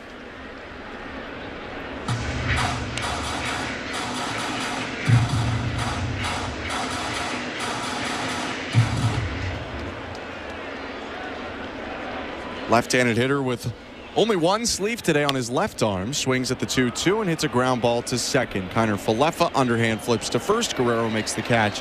And that's the inning. 5 runs for the Yankees, capped off by Stanton's grand slam. It is 5-1 through 3. You're listening to Blue Jays Baseball, brought to you by your local family-owned Crown Rust Control Center, streaming at sportsnet.ca and the Sportsnet Radio Network. The 2024 NBA postseason starts in just over a week, and SiriusXM NBA Radio brings you all the action. Slam dunk! Our experts break down every game. This is what playoff basketball is all about. Cover every storyline. Prove me wrong. Prove the people wrong. And bring you every can't-miss moment on the court every single night. He's going to fire up a 3 for the win! Your 24/7 home for hoops throughout the playoffs is SiriusXM NBA Radio Channel 86 in the car and on the all-new SiriusXM app. This is CJ Nikowski. Join me, Ryan Spilborghs, and Brad Lidge every weekday at 2 p.m. Eastern as we give you the player's perspective of what's happening in baseball. He is possessed every time he goes out there right now. This is crazy. There's this energy that certain players bring. It's Loud Outs every weekday at 2 p.m. Eastern on MLB Network Radio, SiriusXM, Channel 89, and the all-new SiriusXM app.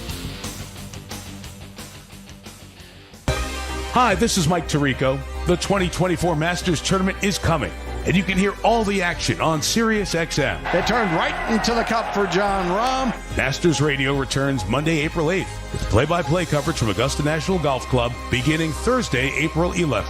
Rory McIlroy, 8 under par, 64. He's thinking Grand Slam. Hear the 2024 Masters on Channel 92 when you're in the car and on the all-new SiriusXM app. Tune to SiriusXM NFL Radio Channel 88 all year long to hear expert opinions and analysis from former players, coaches, and executives. Radio Network. The fourth inning is presented by Bet365. At Bet365, you can bet live in-game on game props, totals, and the money line. Download the app and find out why it's never ordinary at Bet365. 19 plus. Play responsibly. Ontario only. 5-1 Yankees, top of the fourth inning. Ernie Clement leads off for Toronto. Luis Gil into the wind. New York's pitcher deals, and Clement fouls it back. 0-1.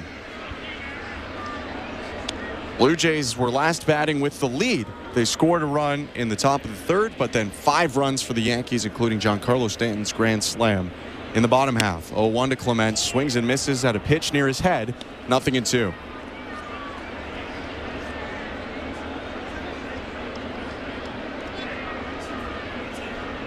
Gil waves off a pitch, delivers his 70th of the day. Called strike 3. Clement down on 3 pitches. He struck out twice today. There's 1 out. Let's look at the out-of-town scores. Brought to you by St. Louis Bar and Grill. Devilishly good since Toronto first raised the trophy in '92. Join them for wings, ribs, beer, cocktails, and catch every play at your local St. Louis Bar and Grill. Download the app or visit stlouiswings.com for more details. Always devilishly good. 1 out, Dalton Varsho takes strike 1. Baltimore visiting Pittsburgh. A rubber match today between the Orioles and the Pirates. The 0-1 pitch outside. Varsho now has a 1-ball, 1-strike count on him. It's 2-1 in that game. Orioles took an early 2-0 lead. 1-1 pitch. Called strike, a fastball over the heart of the plate. Ryan Mountcastle doubled in a run. Anthony Santander singled in Mountcastle to go up 2-0 in the fourth, but Henry Davis, the former first overall pick, hit a sacrifice fly in the fifth. Varsho swings and fouls off the 1-2 to stay alive. Orioles now batting in the top of the 6th inning, and it's 2-1 for Baltimore.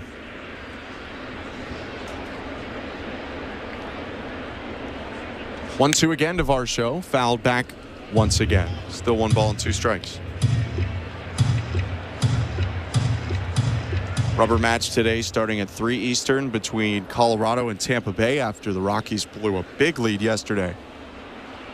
The 1-2 to Varsho, high ball 2. Ryan Pepio is going to take on Dakota Hudson. Pepio for the Rays, Hudson for Colorado. The Red Sox and Angels will square off later today. Next pitch to Varsho was way high again, 3-2. Chase Silseth, the right-hander on the mound for the Angels. Tanner Houck, the right-hander for the Red Sox.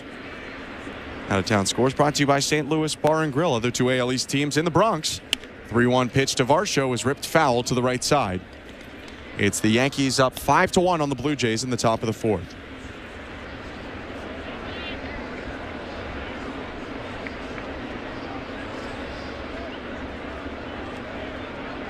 Hill waves off twice. Now delivers his 79th of the day. Inside, ball 4. 4th walk today for Luis Gil, who's also hit a batter. And we'll see if the Blue Jays can try and mount a rally off his lack of control once again. Isaiah Kiner-Falefa coming up with Varsho on first and 1 out. Yeah, this game is not over. 4 runs is not insurmountable, especially with Luis Gil, his lack of control. Yankees bullpen, their long guy was used last night, Luke Weaver, like you mentioned. First pitch to Isaiah Kiner-Falefa, called strike one. We talked about it a bit at the break. They have Jake Cousins, who will go for length out of the pen as well. We'll see if he's a guy who gets up soon. The 0-1. Swing and a miss. Ugly there from Kiner-Falefa as he swung over top of a changeup.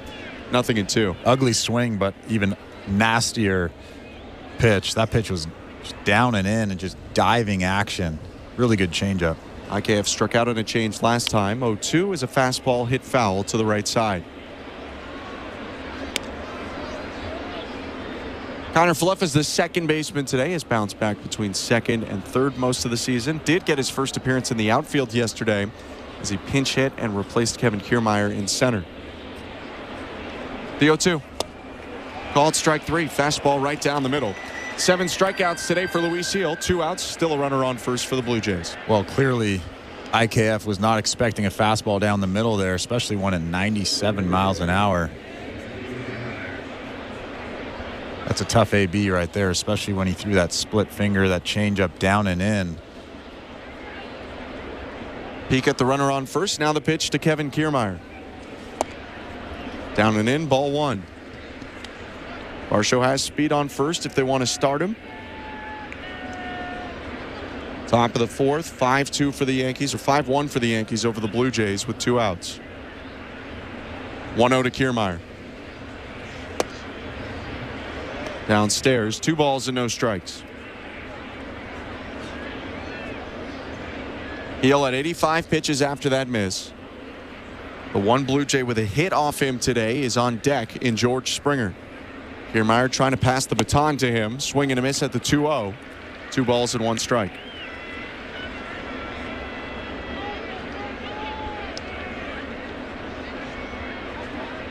Blue Jays look like they'll go to their long man coming up in the bottom of the fourth. Paulo Espino is getting loose for Toronto. Next pitch to Kiermaier is low ball 3.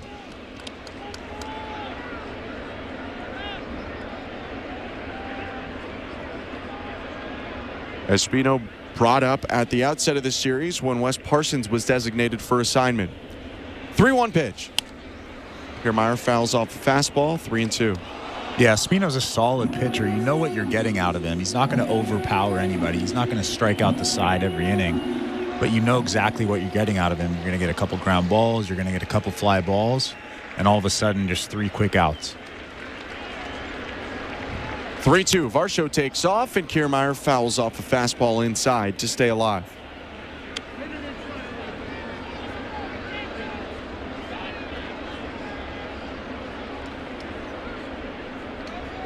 Kiermaier's hit yesterday was his first since the opener. Looking to get going after he got off to a huge start last year, a slower start out of the gates in 2024. 3-2. Varsho leaves again, and it's a swing and a miss. Strike 3. Heel strikes out 3 more this inning to get up to 8 on the day. And the Blue Jays set down with just 1 getting aboard, the walk from Varsho. Middle of the fourth, it's 5-1 Yankees in the Bronx. You're listening to Blue Jays Baseball, brought to you by your local family-owned Crown Rust Control Center, streaming at sportsnet.ca and the Sportsnet Radio Network. Everyone dreams of owning their own personal slice of heaven. Now you can, thanks to Fixed Rate Pizza by Pizza Pizza. Until the end of 2024, lock into an extra-large 4-topping pizza at a fixed price of $17.99. No matter how bad food prices get this year, your pizza price stays. So why not say no to surge pricing and yes to fixed-rate pizza? Order now from Pizza Pizza. Order pizzapizza.ca. And your truck with 2 men. And your truck with 2 men. And your truck with 2 men. And your truck. Think 2 men and a truck. 2 men and a truck.ca. So when you gotta move, all moving day. Think 2 men and a truck. 2 men and a truck.ca. Cause all of us movers are not the same. So that's our company name. 2 men and a truck.ca. We're lots of men with lots of trucks. So give us a call today. At Bet365, we don't do ordinary. That's why we introduced in-game betting. Because when the game starts, the action doesn't stop. With in-game betting, you can wager on game props, player props, totals, and the money line. And remember, in-game, you can track your same-day parlay with the option to cash out. Check out in-game betting and find out why. It's never ordinary at Bet365. Must be 19 years or older. Ontario only. Please play responsibly. If you or someone you know has concerns about gambling, visit connexontario.ca. This is Toronto Blue Jays baseball. Vladdy with a huge stretch for the double play. On Sportsnet 590 The Fan and the Sportsnet Radio Network. Bottom of the fourth inning, the home side with a big lead. 5-1 for the Yankees over the Blue Jays. New Blue Jays pitcher into the game, Panamanian right-hander Paulo Espino makes his season debut. Espino signing with the Blue Jays on a minor league deal. Pitched very well in spring training. And then a couple days ago, Wes Parsons designated for assignment.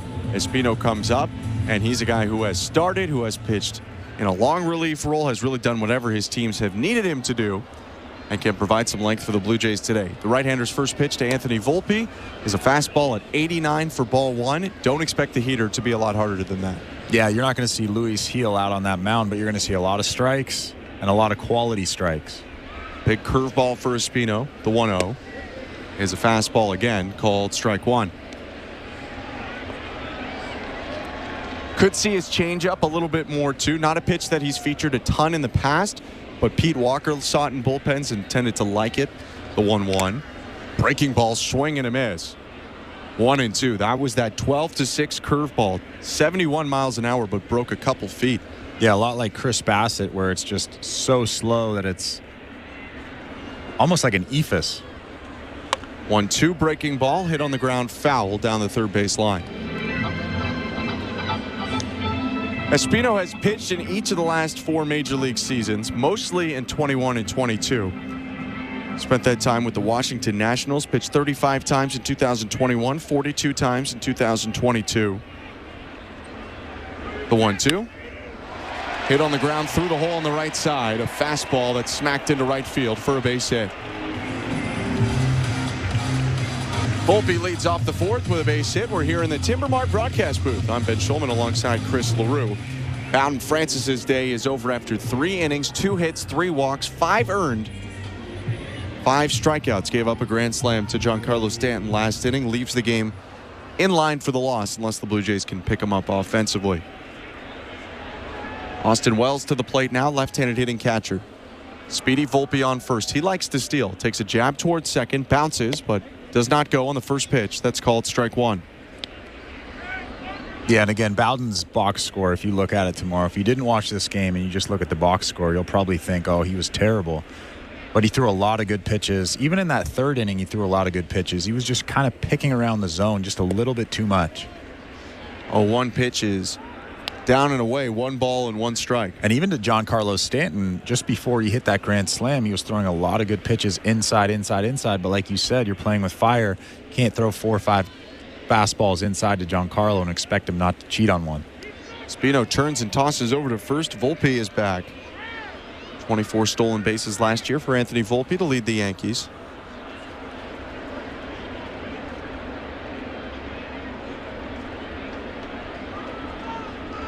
One to Wells. No, instead of turning to throw over again. And when you throw over twice, you give the guy a lot of extra room now because you can't really throw over a third time. So I would be less than surprised if Volpe takes off on this pitch.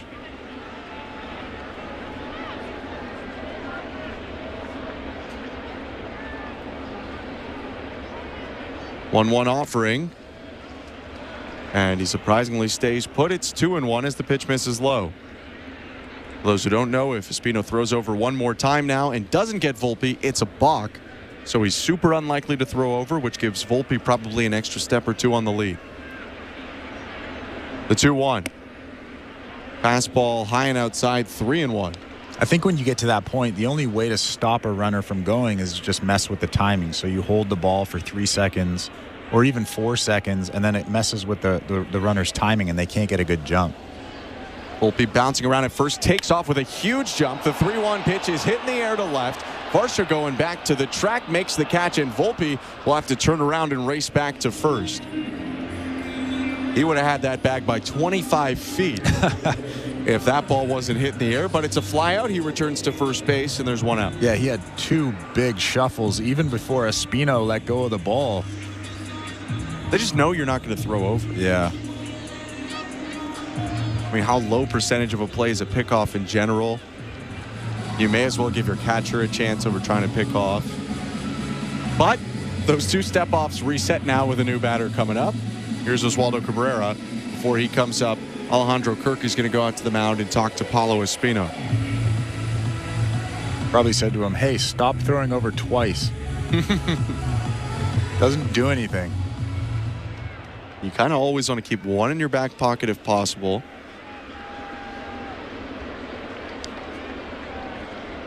Espino, the 37-year-old, back on the rubber. His pitch to Cabrera is hit on the ground to second.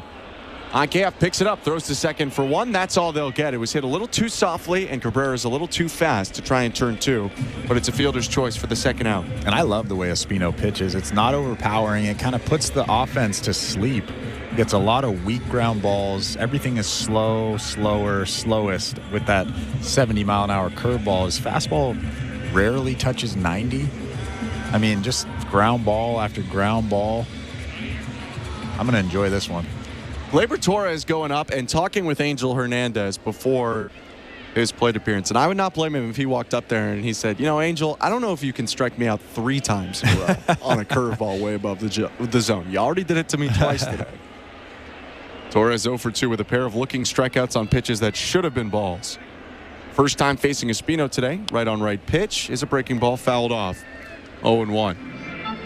That's the sweeper that he just threw. A little bit harder than the curveball and breaks a little bit more across the plate horizontally.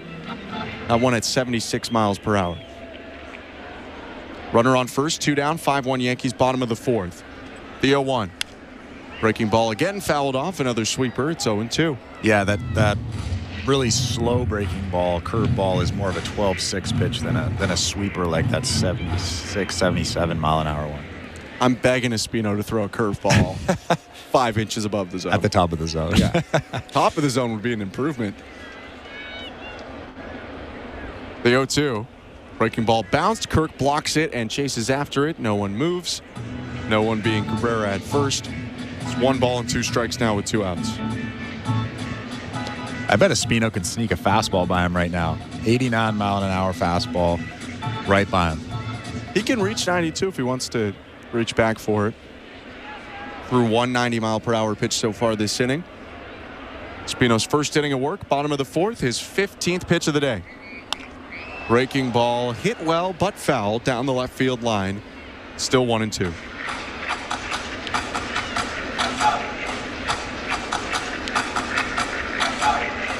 Espino called up on Friday, and it's good timing. Probably cool for him. Come back to Toronto with the Blue Jays. Get to be on the line as they announce the team at the home opener tomorrow. The 1-2 pitch. Breaking ball bounced. Kirk blocks it again. This one bounces off Kirk into fair territory, but Alejandro scampers after it. 2 balls, 2 strikes.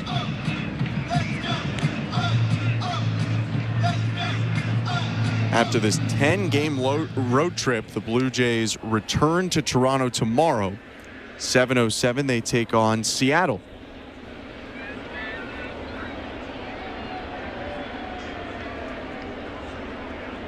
Espino sets with his glove beside his right cheek. The 2-2.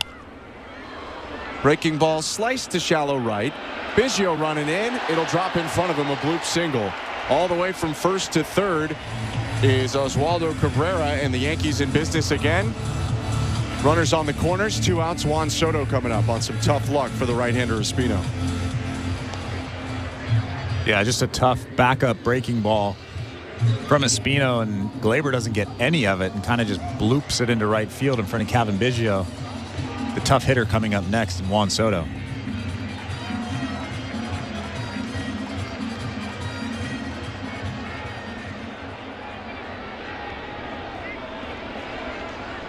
It's 2 former teammates now in Paulo Espino and Juan Soto. Both guys who spent the majority of their careers with the Nationals. First pitch to Soto is topped to second. Kiner Falefa charging in, throws over to first, and makes the play to end the inning. Scoreless frame for Espino in the fourth. He strands 2 after 2 hits and keeps it 5-1 New York going to the fifth. You're listening to Blue Jays Baseball, brought to you by your local family-owned Crown Rust Control Center, streaming at sportsnet.ca and the Sportsnet Radio Network. Hey, it's Taylor.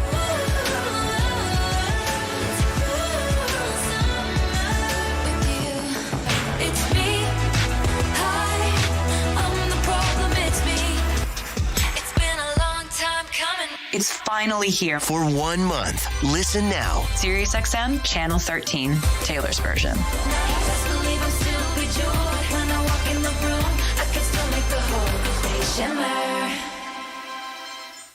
Fantasy Sports Radio is helping you win your fantasy leagues right now on Channel 87. It's a home run for Ronald Acuna. From in-season fantasy baseball management to daily fantasy basketball to getting you ready for the NFL Draft, Fantasy Sports Radio is here to help you dominate. How you manage your team day in and day out will be the difference in where you finish in 2024. Fantasy Sports Radio, your home for fantasy sports. Channel 87 and on the all-new Sirius XM app.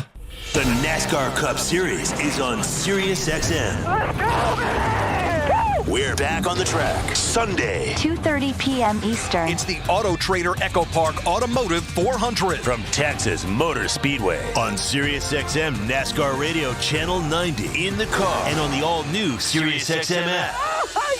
Get closer to everything that moves you wherever you are with the SiriusXM app. Let's make some smoke and drink some beer. Yes!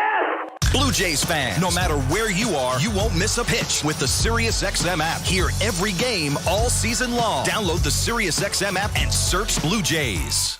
The fifth inning is brought to you by Desjardins Insurance, helping Canadians through it all. Desjardins Insurance, insurance with a heart so big it shows. Visit Desjardins.com/heart today. George Springer leads off for the Blue Jays, 5-1 Yankees, top of the fifth.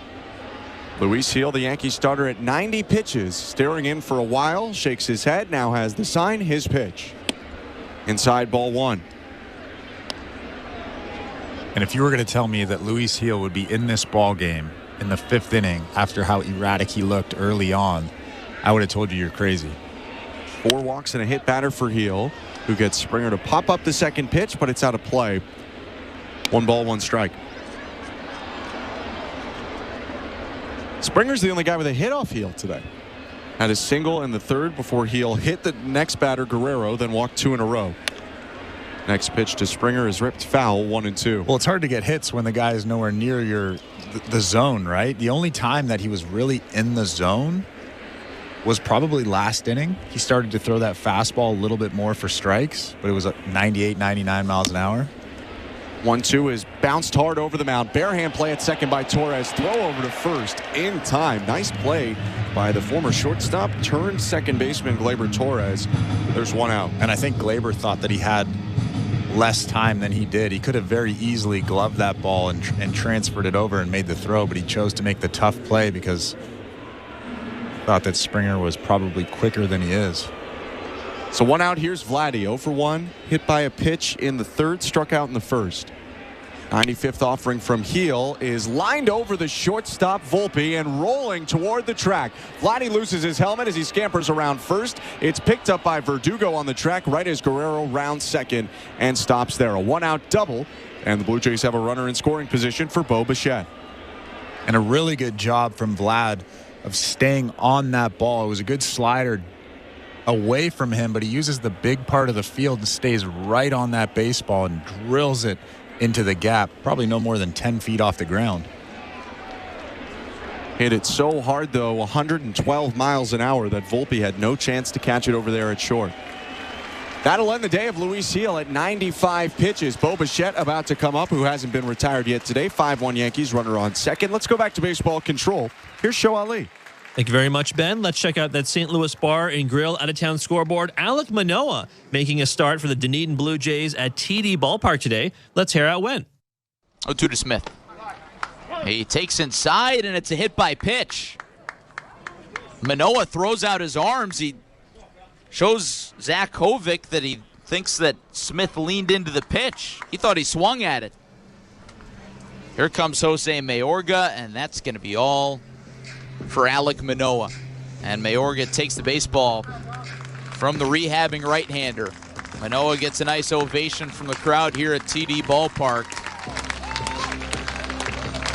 as he heads back to the dugout after an inning and 2/3. He allows 7 earned runs as it stands right now. The reliever who came in did finish off the inning, so the final line was 5 hits, 7 earned runs, 4 walks, 1 hit by pitch, 2 strikeouts on 58 pitches thrown over those 1 2/3. 26 of those 58 pitches were strikes, so more work to be done for Manoah. In the NHL, 9 games on the go, 1 final already. The Red Wings up right now, I should say, 3-1. Patrick Kane and Dylan Larkin both tallying goals so far for Detroit. About 10 minutes to go in that one. Don't want to shortchange the Sabres. Senators at Capitals goes at 6 p.m. Eastern, 3 Pacific. Canadians at Rangers goes tonight as well, 7 Eastern, 4 Pacific. That'll be at Madison Square Garden. Predators at Devils will be at 7 Eastern, 4 Pacific. That'll be on Sportsnet and Sportsnet Plus. And in the NBA, Raptors, they snapped a 15-game losing streak with a win over the Bucks. They'll take on the Wizards. Tip off that game at 6 Eastern, 3 Pacific, right here on Sportsnet 590 The Fan. Blue Jays baseball is brought to you by Crown Rust Protection. Back to the action. Here's Ben Schulman and Chris LaRue. Thank you very much, Joe. Jake Cousins is into the game for the Yankees. Runner on second, 1 out, top of the 5th, 5-1 New York. The pitch to Bo Bichette. Breaking ball, called strike 1. Cousins started warming up in that 3rd inning where Luis Gil had walked a good handful of batters. Now comes into the game, his 2nd appearance of the year. The 0-1. Bichette with a line drive to right field. Soto going back. It's over his head and it one hops into the wall. Guerrero around 3rd. He'll jog in home. Bichette into 2nd with an RBI double. It's 5-2. And again, they're using the big part of the field. They're not trying to do too much. If that ball is away, you go with it and get the barrel out and just drive it into the gap. And Bo does such a good job of driving that ball to right field. Bichette now with 2 walks and a double today. He had 2 hits and a walk yesterday. He is starting to get back to himself right now early in the season. The Blue Jays still with a chance to score more. Bo on second, Kirk at the plate. First pitch is outside, ball 1. 5-2 now, the Yankees over the Blue Jays with 1 out in the top of the 5th. I have to tell you that the Dunedin Blue Jays came back and won that game. They did. We'll keep looking at the St. Louis Bar and Grill out of town scoreboard. Show talks about it before. Kirk takes a called strike to make it 1-2.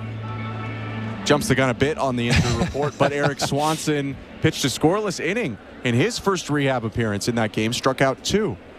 1-2 pitch. Kirk checks his swing pitch outside. 2 balls, 2 strikes.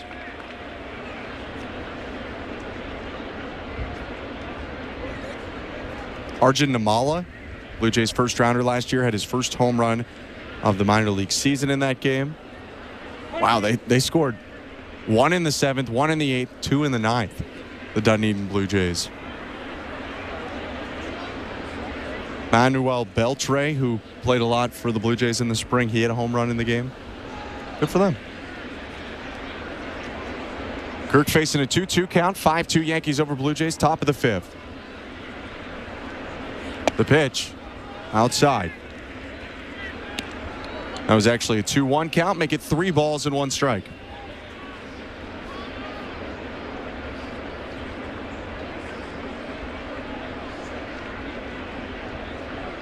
Here's the offering. Called strike 2, full count. That was actually a good take from Alejandro Kirk. It was clearly a strike, but it was a good take. Fastball that was up and in. You can't really do anything with that, and that's what Don Mattingly was talking about. Don't swing at pitches that you can't do anything with. Pitch outside, check swing by Kirk, appeal down to first. No swing, says Nick Lentz. So a walk there for Kirk, his 2nd base on balls today. And the Blue Jays have 2 on with just 1 out. Here comes Cavan Biggio. And this game is not even close to being over. The Blue Jays just need to string together a couple of hits. Cavan Biggio coming up with 2 guys on right now. Just needs to put together a good at-bat and keep moving that line. Jake Cousins making his 2nd appearance as a Yankee, was traded to the Yankees 3 days into this season, March 31st, 2024, for cash considerations. The pitch to Cavan Biggio. high, and it scoots away from the catcher, Wells, who goes after it. Keeps the runners at bay, 1-0. This crowd is all of a sudden very quiet.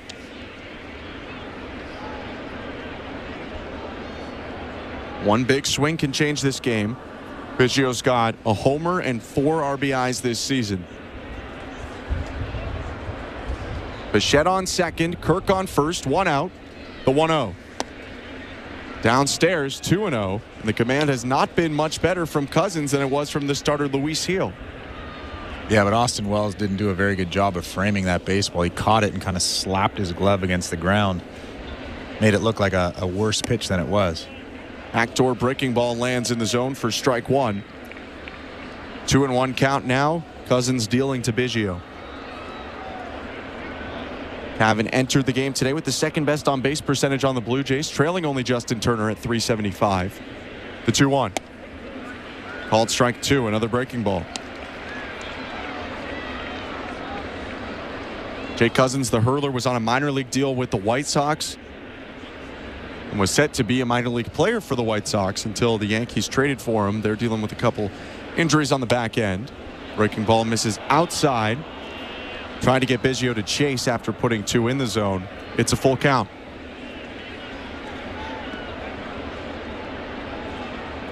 Ernie Clement is on deck.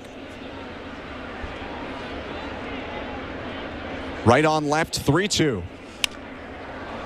Biggio with a lazy pop-up just behind second. The shortstop, Volpe, makes the catch on the infield fly. 2 outs now. Good pitch from Cousins. That was a good sinker down and away. Kind of off the end of the bat by Cavan Biggio. That was a tough pitch, a lot of sink, almost like Marcus Stroman there, but 94 miles an hour. Now the Blue Jays turn to Ernie Clement. Austin Wells was out from behind the plate for a moment. Yankee catcher crouches back down, and Clement looks to put a ball in play for the first time today, which is not something you often say about him. He's 0 for 2 with 2 strikeouts. The pitch. Swing and a miss, strike 1. First and second for the Blue Jays, 5-2 Yankees, top of the 5th. Guerrero and Bichette with back-to-back doubles in this 5th inning to play to run. Kirk with a walk. He's the other guy on base right now. 0-1 offering. Downstairs, 1 ball, 1 strike.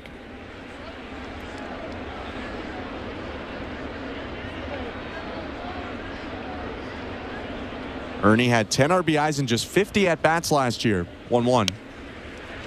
Slices a breaking ball out of play to make it 1-2.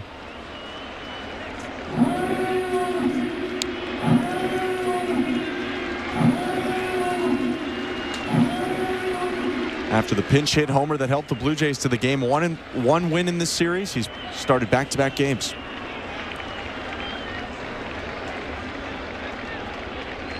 The 1-2. Down and away. Wells pumping his glove out to the pitcher Cousins. He liked the location of that breaking ball. Clement was just wise to lay off it. White batting gloves for Clement. 1 practice swing, and now the 2-2. Hopped up behind the plate, playable for Wells, shielding his eyes from the sun. He dropped it. It bounced off the palm of his glove and lands behind him. He tracked the ball, but didn't hit the squeeze button in time. And they'll have to do it again as Ernie Clement is granted an extra life. And that ball actually popped out of his glove, and he gave up on it. If he actually went back to try to catch it, he probably could have caught it on the rebound after it hit his glove. He kind of just gave up on it. Oh, he should just catch it the first time. Well, yeah, of course. But I think he could have caught it the second time. It hit off the heel of his glove. 2-2. Clement hits a ground ball, hard but foul, down the right field line, 2-2. But I get your point. It popped like 5-6 feet back up in the air behind him.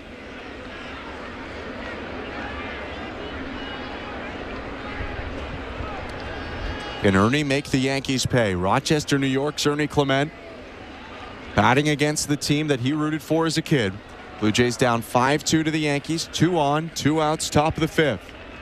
2-2 pitch again. Clement lifts a fly ball to shallow center. Judge coming in, makes the catch, ends the inning.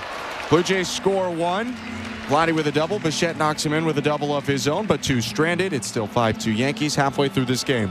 You're listening to Blue Jays Baseball, brought to you by your local family-owned Crown Rust Control Center, streaming at sportsnet.ca and the Sportsnet Radio Network. SiriusXM's 2024 NFL Draft Preview Show. Experts from NFL Radio, college sports radio, and fantasy sports radio analyze the top prospects in the NFL Draft, covering each player's time in college and how they'll transition to the National Football League. Touchdown, Washington! The SiriusXM Sports 2024 NFL Draft Preview Show. Wednesday night at 7 Eastern on College Sports Radio Channel 84 and NFL Radio Channel 88. The Women's NCAA Tournament is on SiriusXM. It is going to be fun. It is going to be interesting. For the best guests. Dawn Staley. I just want us to be who we've been. And coverage of March Madness. Tune in to SiriusXM SEC Radio. From the biggest stars. The Reese putback is good. Nobody wants any part. No part of it. Of Angel Reese right now. To the top teams. We've got you covered through the National Championship in Cleveland. It's all on SiriusXM SEC Radio, Channel 374. And the all-new SiriusXM app. Wake up! Wake up, everybody! This is Steve Phillips from the leadoff spot on MLB Network Radio. Join me and former Major League Baseball players Eduardo Perez and Xavier Scruggs as we react to all the latest news and scores across baseball and have plenty of fun along the way. Steve, you were so right about that. I don't know if anybody else thinks we're funny, but I think we're funny. Why are you putting us or we into this? The leadoff spot, weekdays at 7 a.m. Eastern on MLB Network Radio, Channel 89, and on the SiriusXM app. 24/7, 365 coverage of all things NASCAR. All things NASCAR happens exclusively on SiriusXM NASCAR Radio, Channel 90. That radio network. Blue Jays baseball is brought to you by Crown Rust Protection. Bottom of the 5th inning, 5-2 for the Yankees over the Blue Jays. Paulo Espino in his 2nd inning of work. Leadoff hitter is Aaron Judge, and the first pitch is hit well to center field. Kiermaier racing in, now goes back, makes the catch. 1 out. That'll bring up Anthony Rizzo.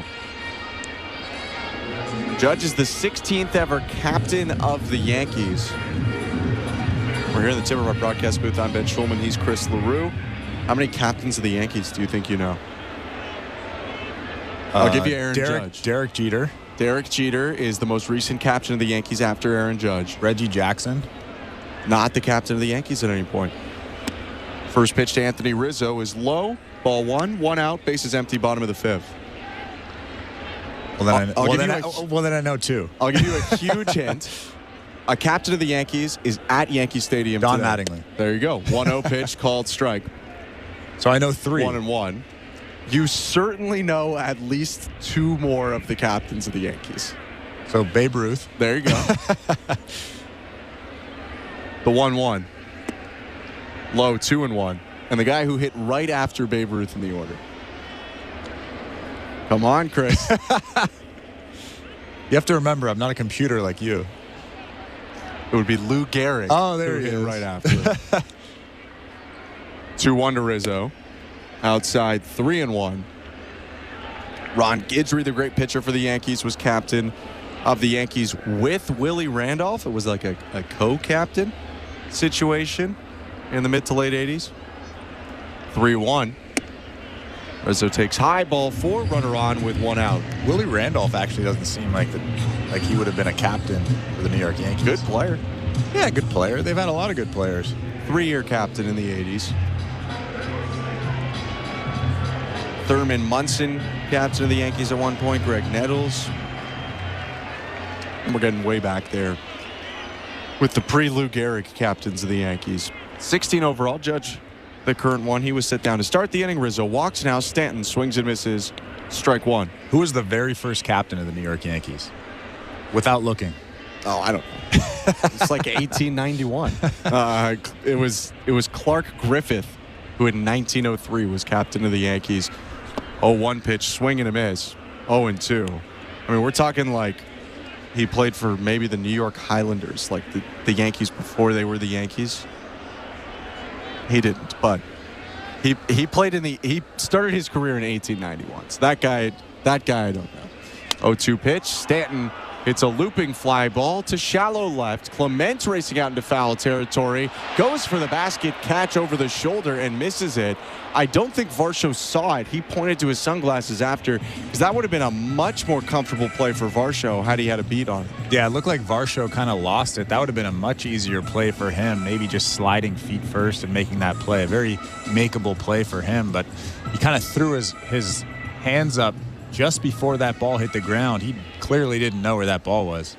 Almost an impossible play for Ernie Clement going out to left field.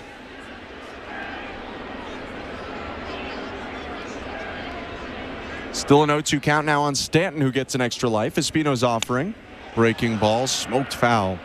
By the way, Clark Griffith, the first captain of the Yankees, was the captain of the New York Highlanders. So that's so long ago they weren't even the Yankees. So I don't feel the need to dive into Highlander history at this moment in time. You should, though. Don't we know enough about the Yankees already? Stanton in his 7th season in New York has a grand slam today. The big difference in the 5-2 lead for New York. 0-2, down and away, 1 ball and 2 strikes. Take a look at the injury report brought to you by Bergmanis Prera Personal Injury Lawyers. Coming up after this Stanton AB.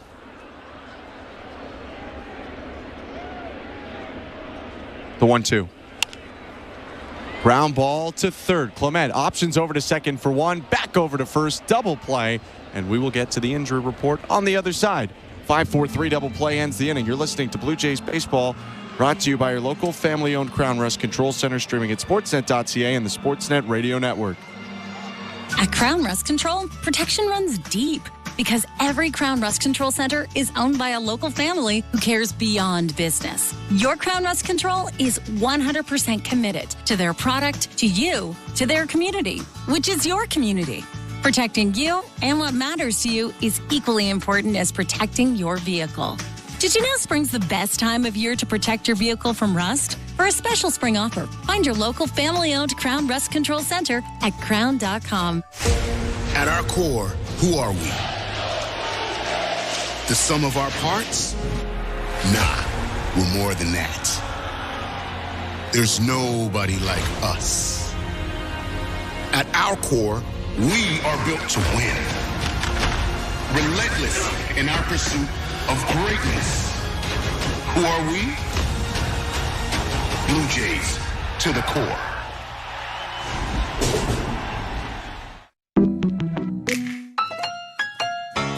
I am by your side. Got a heart so big. On this you can rely. No mountains too tall for the strong boots to climb.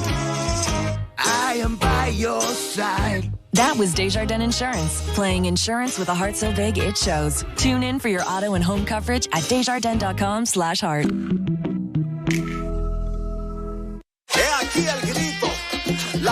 This is Jose Berrios, and you're listening to Toronto Blue Jays Baseball on the Sportsnet Radio Network.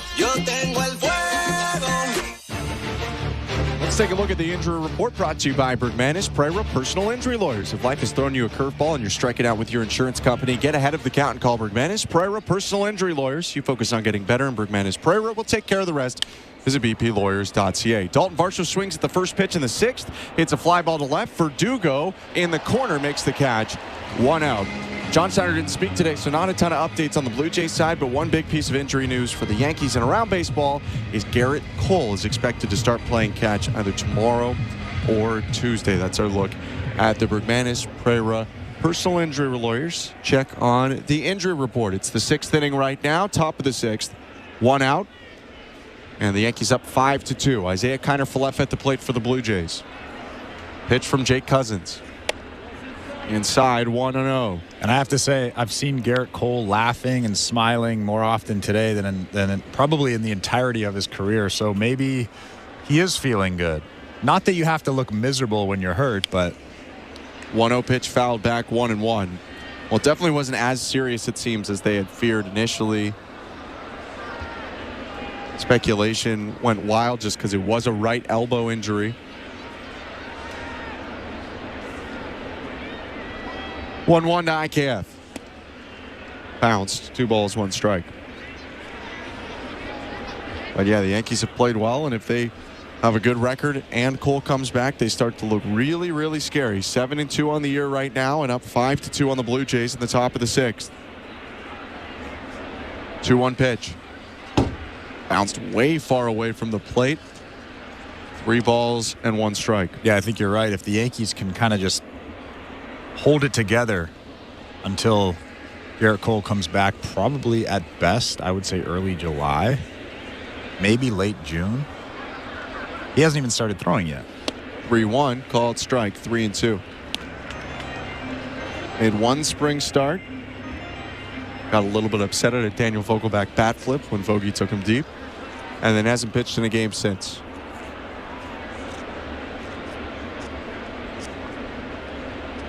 Cousins goes to the back of the mound, grabs some dirt, wipes it on the back of his pants. Now shakes his head as he's hearing the sign on the pitch column. Now he's set. 3-2 to IKF. Served into shallow center. Judge coming in. We'll just have to watch it bounce in front of him. His former teammate IKF with a 1-out single. And the Blue Jays have a base runner here in the 6th. This 6th inning is brought to you by Desjardins Insurance, helping Canadians through it all. Desjardins Insurance. Insurance with a heart so big it shows. Visit Desjardins.com/heart today. Not the hardest hit single of all time, but it'll work for IKF.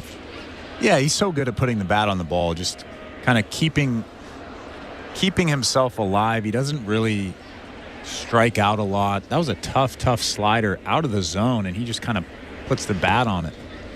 First pitch is downstairs to Kevin Kiermaier, 1-0. And you could see just how frustrated Cousins was. Obviously, you don't expect a hitter to get a base hit on that pitch, and Cousins kind of slaps his leg in frustration. Right-hander in his 2nd inning of work gave up an inherited run that went on the line of Luis Gil last inning. 1-0 was outside, 2-0. Came in with a runner on 2nd and 1 out in the 5th. Gave up a double right away to Bo Bichette that scored Guerrero. Walked Alejandro Kirk, but then back-to-back outs. And his time could be running out as a right-hander's getting loose for the Yankees. Pitch is outside. It's 3-0. It's Nick Birdy warming up for New York, who had a really rough outing against Toronto in Game 1 of this series. Cousins' 33rd pitch. Inside, ball 4. 4-pitch walk to Kiermaier. 1st and 2nd for the Blue Jays, who in the 6th inning now have the tying run at the plate in George Springer. 5-2 Yankees. And this game is not over. This Blue Jays lineup is starting to show signs of life, making good decisions, having a plan up there, and George Springer is kind of the catalyst for that. He's been hot lately. Springer 1 for 3 today. Singled and scored in the 3rd inning. A fly out and a ground out around that. A mound visit right now for the Yankees.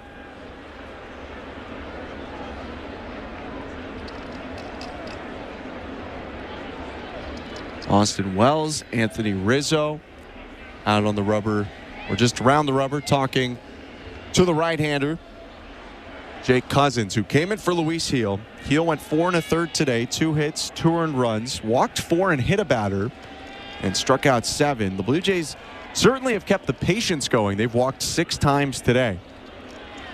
And a lot of time being bought right now for Nick Birdy. Angel Hernandez finally comes out to the mound to break this mound visit up. Well, if Nick Birdy comes in this game, they're going to have to be patient with him as well. He's kind of like Luis Gil, where big stuff, high velocity guy, but his fastball is all over the place, and he showed that the other day.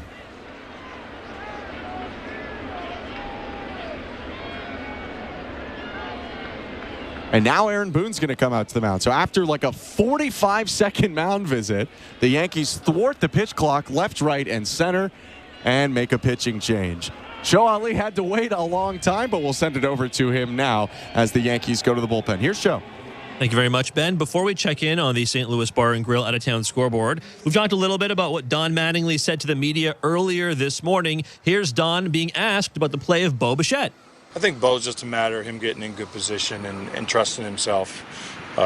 Usually if Bo's struggling, he's probably not feeling as quick like a lot of guys. When you're not feeling fast or you're not trusting your stuff, then you tend to want to go get the ball instead of letting it come to you a little bit.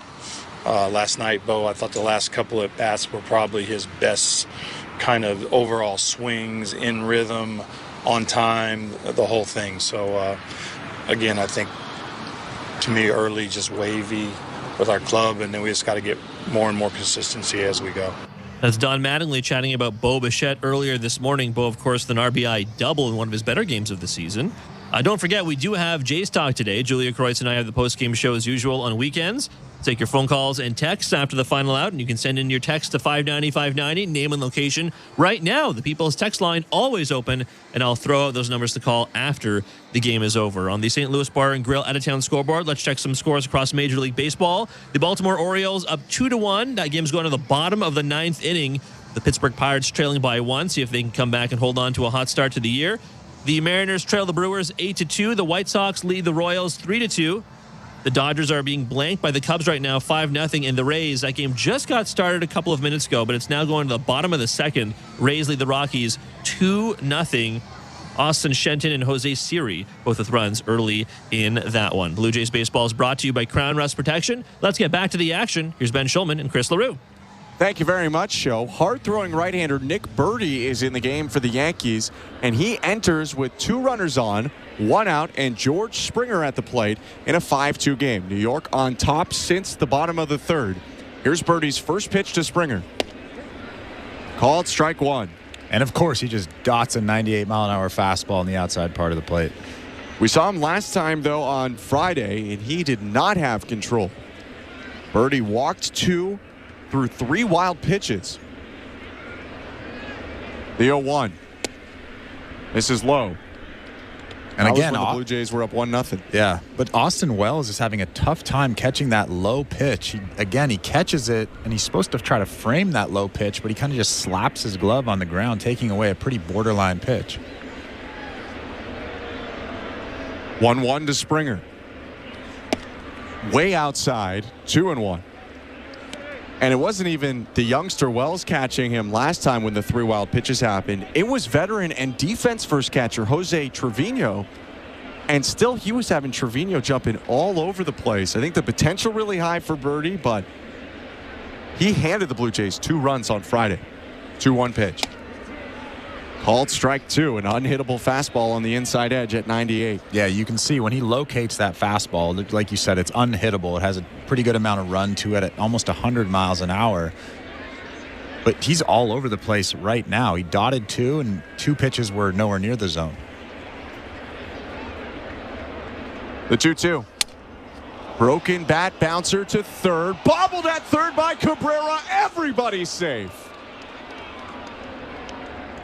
That was at least 1 out, maybe 2. And Cabrera rushed the pickup. So this time, Birdie being let down by the guys behind him so far. That'll be an error on Oswaldo Cabrera. And the Blue Jays have the bases loaded with Vladimir Guerrero Jr. coming up. Well, IKF kind of crossed over his path in front of him. That might have messed with Oswaldo Cabrera just a little bit.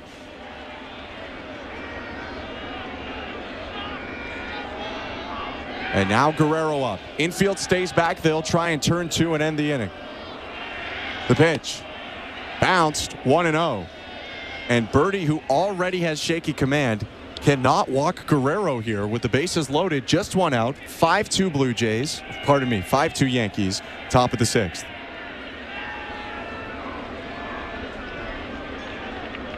The 1-0. Guerrero with a cue shot roller to short. Picked up by Volpe. Flips to second for 1. That's all he'll get. A fielder's choice ground out. A run comes in. Isaiah Kiner-Falefa scores. Kiermaier moving up to third. It's Springer who's retired. And it's 5-3 on Guerrero's RBI fielder's choice. And again, a really good pitch from Birdie. That was 100 miles an hour in on Guerrero's hands. But you have to remember that Guerrero's ahead in the count, 1-0. It's early on. He has no strikes, and he's swinging at that pitch. That's exactly what Don Mattingly was talking about earlier today. You have to wait for your pitch. Don't swing at the pitcher's pitch early in counts. Bichette swings at a fastball inside and fouls it off, 0-1. And he just hits a dribbler to shortstop, ahead in the count. Yes, it was a good pitch, but don't swing at it. First and third for the Blue Jays. Now a 2-run game. 5-3 Yankees over Toronto. Top of the 6th. 2 outs. The 0-1 to Bo Bichette. Hit him right on the elbow. 99 inside. And Bo is hunched over right now. Slowly taking off his elbow guard. He has not stood up straight yet. That cannot be comfortable. Bo is still leaning over. Even though they have those big elbow guards on, it still hurts. It still rattles that elbow, stings a little bit. I mean, that ball was almost 100 miles an hour. Regardless of that big elbow guard being there, that's going to hurt. And he can't even straighten his elbow. He's walking to first base right now. Jose Ministral, the head athletic trainer, holding his left arm. It did look like it got the elbow guard, but like you said, there's only so much a thin piece of plastic does against 100 miles an hour.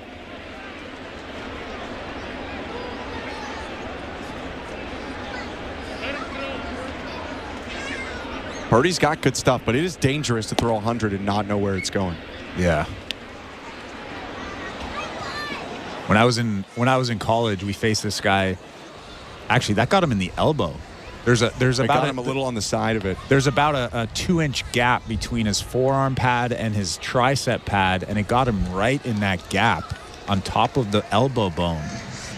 That's tough luck for Bo. He's flexing his arm back and forth, straightening his elbow, bending it in again, and he'll stay at first. Purdy taking warm-up pitches after plunking Bichette. Bo still grimacing, rubbing that elbow. He'll take his lead. Bases loaded. Alejandro Kirk is up. 2 outs. 5-3 Yankees over Blue Jays. The pitch. Called strike 1. You faced that guy in college?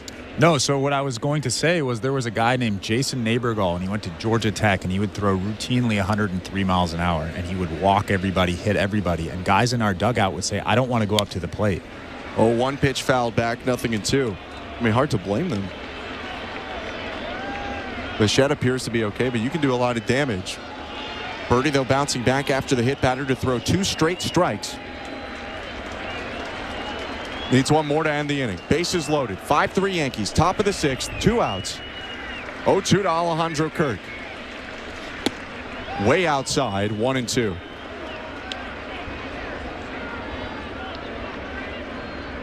And anything to the outfield ties this ball game. If anything drops in the outfield, this ball game is tied.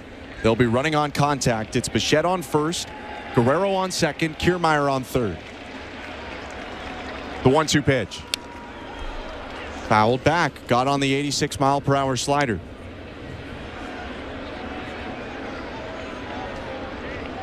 Kirk is 0 for 1 today. A ground out and 2 walks. Does have an RBI because he walked with the bases loaded in the third. 1-2 pitch. Popped up behind the plate. Wells going back there. Drops his mask and makes the catch, sliding to his knees to make sure he secures it. Blue Jays score 1, but strand the bases loaded for the second time today after 1 hit, a walk, and a hit batter. It's 5-3 for the Yankees. Home half of the 6th coming up. You're listening to Blue Jays Baseball, brought to you by your local family-owned Crown Rust Control Center, streaming at sportsnet.ca and the Sportsnet Radio Network.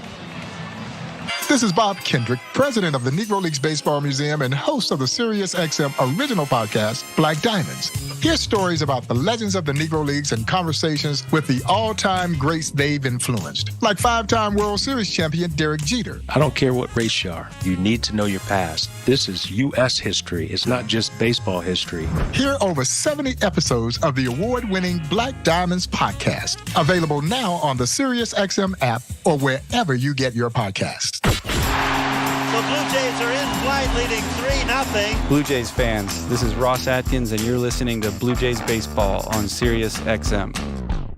Blue Jays fans, your manager, John Schneider, joins MLB Network Radio's Power Alley every other Wednesday at 11 a.m. Eastern. I got all the confidence in the world in Joe Romano. I've known him for a long time. I know his demeanor. And I always say, when you're talking about a closer giving up a couple runs in the 9th inning, it's just so much more magnified than a starting pitcher giving up a 2-run homer in Managers at the Mic on MLB Network Radio, Sirius XM 89 and the SXM app. Hey, baseball fans, NBA Radio is your home for the best 24/7 hoops talk. LeBron, 3 for the tie. It's good! Hear nonstop talk from our experts every day and the best games every night as we get you ready for the playoffs and the quest to raise the Larry O'Brien Trophy. After 47 years, the Denver Nuggets are finally NBA champions. Don't miss a moment on SiriusXM NBA Radio, Channel 86, in the car, and on the brand new SiriusXM app. Net Radio Network. Bottom of the 6th inning, the Blue Jays have inched a little bit closer. It's 5-3 for the Yankees over Toronto in the final game of 3 in the Bronx.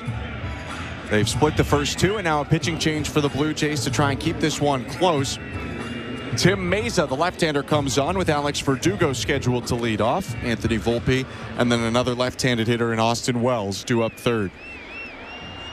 Bo Bichette, after being hit in the elbow by a pitch, by the way, has stayed in the game. It was his catching elbow, not his throwing elbow. First pitch from Meza misses down and away to the left-handed hitting Verdugo. 1-0. And I think an unsung hero in this ballgame is going to be Espino. He came in and threw 2 shutout innings against a very good Yankees lineup holding this ballgame. 1-0 on one hop. Caught on the backhand side, sliding by Kiner Falefa, who throws over to first. Nice play at second, 1 out.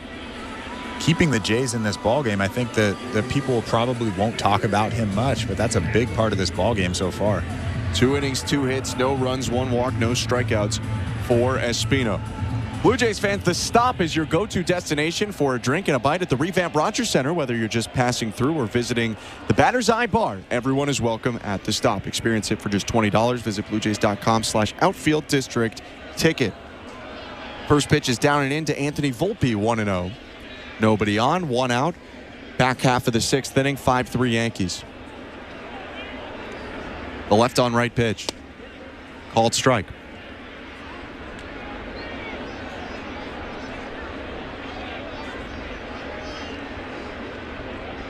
Volpe's 1 for 2. 1-1. Pounded into the ground. Charging in at third. Clement throws over to first. Pulled Guerrero off the bag. He swiped back for the tag. They'll say safe. That one was wide to the left side of the bag for Guerrero. Looked like he got off and got a tag on, but haven't seen a second look at that play just yet. Yeah, you can see Gil Kim in the Blue Jays dugout on the phone right away. He's checking to see if Vlad actually clipped Volpe with his glove. It didn't look like it from up here. Oh, yeah, I don't think so. Yeah, no, he's safe. That was actually a pretty athletic play from Vlad. Good attempt, but about 2-3 inches off. First pitch is down and away to Austin Wells, 1-0.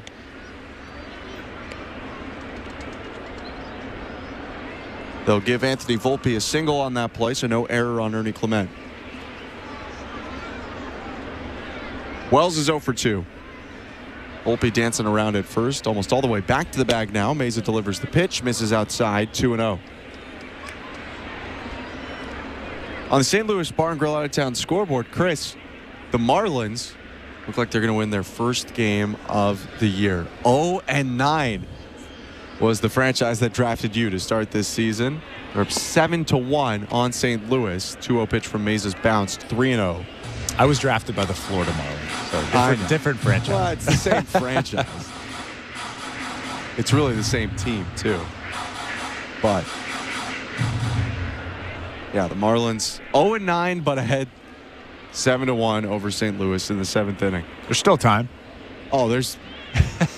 Check out what the Rockies did yesterday. 3-0 pitch. Wells takes strike 1.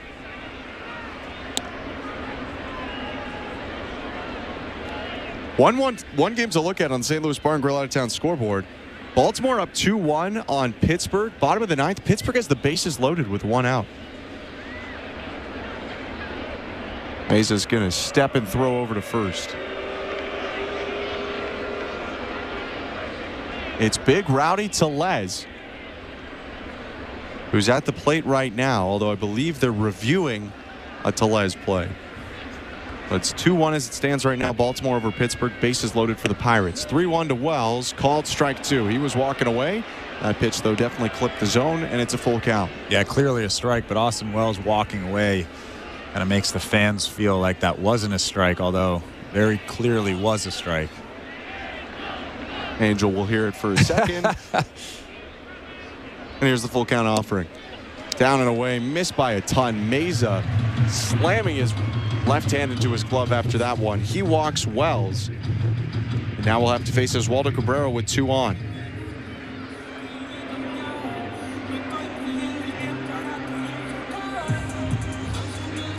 (5-3) Yankees over Blue Jays. The Blue Jays have scored the last 2 runs in this game. They really would like to keep it at this 2-run score where you're a bloop and a blast away from tying it up.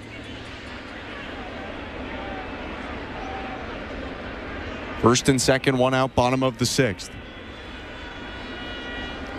The pitch. Inside to Cabrera. 1-0. Switch hitter is turned around now, batting from the right side.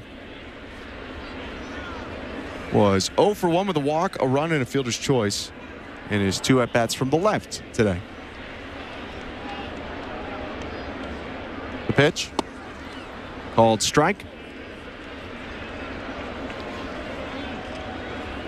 Yeah, as a reliever. Oh, no. Wait, he did not call that a strike. That was right down the middle. I mean, right down the middle.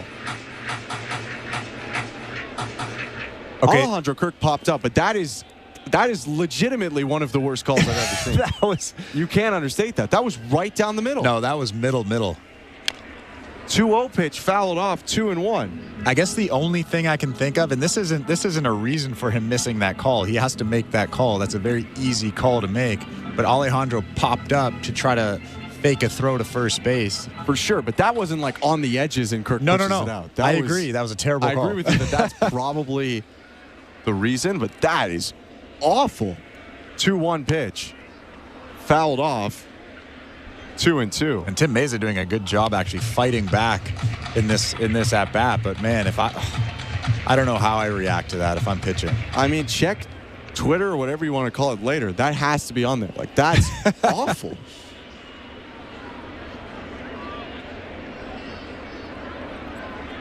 (2-2). Fly ball hit to right field. Biggio racing toward the line, slides, and he made the catch. Beautiful play by Biggio. Volpe tags from second, goes to third. But just scooping that up before it hit the dirt was Kevin Biggio in the left field corner. There are 2 down. And again, playing the outfield is not easy, especially for a guy that rarely plays the outfield. He's normally at second base. He's normally in the infield. Kevin Biggio just made an incredible game-saving, potentially, play, and he's not a right fielder. Sliding just into the line. That would have been a fair ball, too, had it dropped. Instead, Biggio makes a great play. Runners on first and third, and John Schneider coming out to the mound. Tim Meza is going to come out of this ballgame after recording 2 outs and allowing 2 batters to reach. Kevin Biggio getting a high five from Kevin Kiermaier, too. Let's go over to baseball control in this 5-3 game. Here's Show Ali. Thank you very much, Ben. Let's check out that St. Louis Bar and Grill out-of-town scoreboard. 9 games on the schedule in the NHL today. 1 final now. The Red Wings did hold on to beat the Sabres 3-1. Patrick Kane and Dylan Larkin both tallying goals in the win for Detroit. Senators at Capitals goes at 6 Eastern, 3 Pacific. That's in about 2 hours. Canadians at Rangers goes tonight as well. 7 Eastern, 4 Pacific in New York as well. Madison Square Garden, the venue of that game. Predators at Devils. That game goes at 7 Eastern, 4 Pacific as well. That'll be on Sportsnet and Sportsnet Plus. In the NBA, we'll also get the Raptors. They snapped a 15-game losing streak with a win over the Bucks the last time out. They'll take on the Wizards at Scotiabank Arena. Tip-off of that game will be at 6 p.m. Eastern, 3 Pacific. You can watch it on Sportsnet. Listen to it on Sportsnet 590 The Fan in Toronto. Eric Smith, Paul Jones have the call. Raptors reaction with Will Liu follow after the final buzzer. On the women's side of the March Madness tournament, the final on right now, Iowa leading 41-37. Will Dawn Staley complete South Carolina's undefeated season? Will Caitlin Clark wrap up her college career with a title? 41-37 right now, 3 minutes to go in the first half. In the men's tournament, Purdue thumping NC State 63-50. Canada's Zach Edey 20 points, 12 rebounds, 4 assists, 8 straight double-doubles dating back to the regular season for Edey. On the other side, Connecticut beat Alabama 86-72. So Purdue, UConn will go tomorrow night at 9:20 Eastern. Blue Jays baseball is brought to you by Crown Rust Protection. Back to the action. Here's Ben Schulman, Chris LaRue.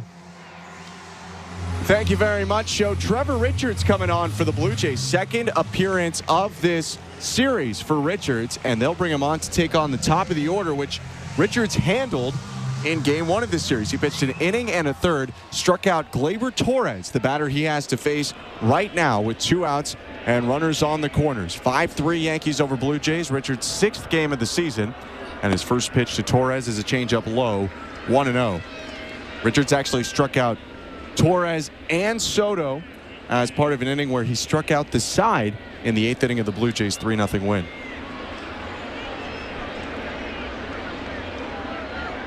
Torres 1 for 3 today. The 1-0. Fouled off. 1 ball, 1 strike. Yeah, Trevor Richards has looked very, very solid through the first 8 games of this season. And he's the changeup has just so much depth to it. We didn't see that the second half of last year, probably because he was tired, but he looks very fresh right now. The 1-1. Bounce, and it gets away from Kirk. Runner coming to the plate, and he will score. Change up in the dirt, hit Kirk on the side, bounced over to the right, and the run comes in. It's 6-3 for the Yankees over the Blue Jays on that wild pitch. Volpe in to score, Wells up to second.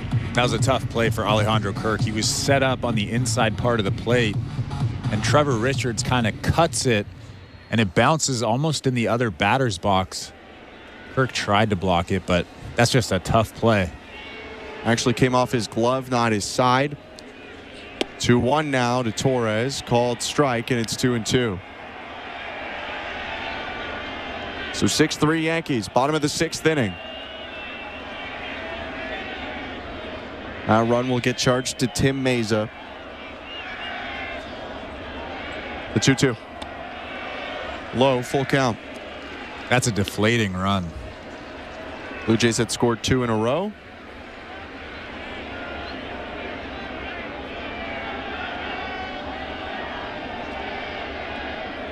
Runner on second, 2 outs, bottom of the 6th. And the payoff pitch to Torres. Fastball hit foul again.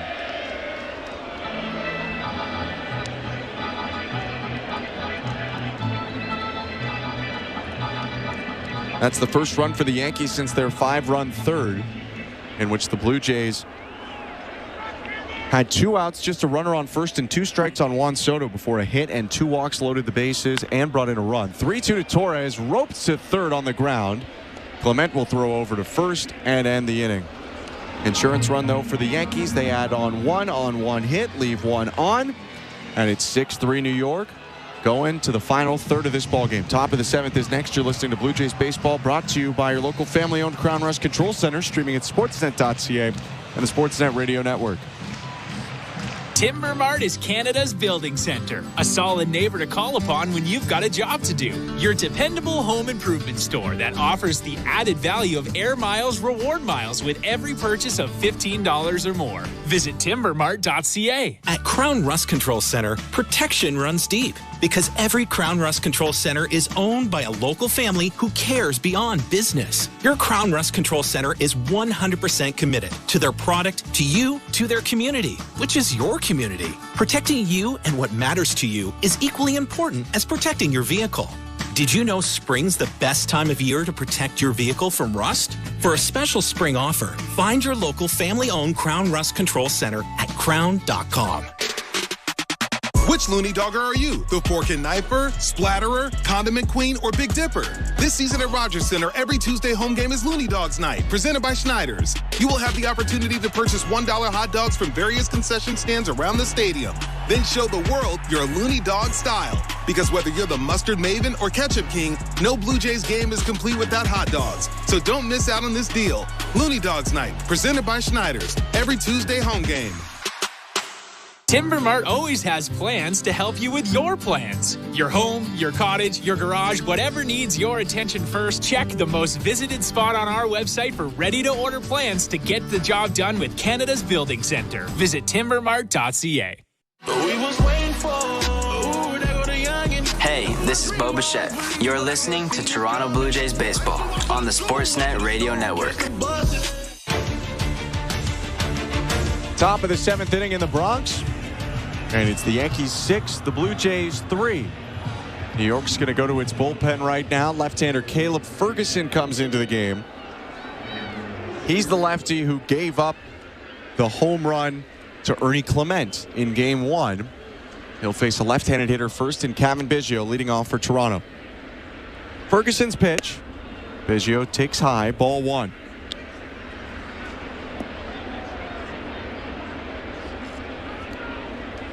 Cavan's actually hit lefties for a higher average in his career than righties, although for less power. 1-0. Biggio with a loop into right center field, and that's down for a base hit. So the stat script plays out here as Biggio doesn't hit one with a lot of juice, but gets on base for the Blue Jays to lead off the top of the 7th. Yeah, tough pitch from Caleb Ferguson, a 94-mile-an-hour fastball in on the hands, and Biggio kind of just dumps it in center field, muscles it out there. Good job by Biggio. Here comes Ernie Clement, homered off Ferguson in the 7th inning of Game 1. The left on right pitch. Way inside, ball 1. Take some looks at the St. Louis Bar and Grill out-of-town scoreboard as this inning goes on. Davis Schneider is standing on deck for the Blue Jays, potentially going to hit in the place of Dalton Varsho. Ferguson's 1-0. Clement takes. It's called strike 1. Well, the Pirates, they had that shot, bases loaded, 1 out. They were down 2-1 to the Orioles. Well, they ended up walking off the game. 2 runs came to score on a ground ball. Here's the 1-1 to Clement. He hits a little cue shot to third, picked up by Cabrera, goes to second for 1, over to first, not in time, fielder's choice, 5-4. The Pirates end up walking it off. Edward Olivares grounds into what should be a double play ball, but Gunnar Henderson threw the ball away. 2 runs came in to score. Jack Sawinski and Connor Joe for a 3-2 win, and the Pirates beat the Orioles in the series. Baltimore now just 1 game above 500. The Pirates go to 8-2 on the year. Blue Jays trying to get back to 500. They're 4-5, and Davis Schneider's up right now in a 6-3 game. Top of the 7th, pinch hitting for Varsho with Clement on first and 1 out. Ferguson's offering. Schneider with a pop-up.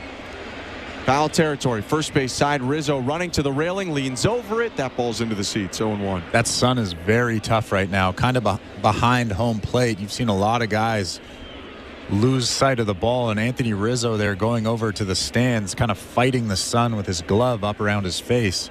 Didn't have a chance at that play, but you could still tell the sun is very, very tough right now. Sun is shining in most of the field. There is some shade behind home plate. Here's the 0-1. Great pitch, but called a ball. That was right on the outside corner. Ferguson does not get the benefit of a call there, though. It's 1-1. I mean, that wasn't as obvious as that other one, but that was still a good pitch.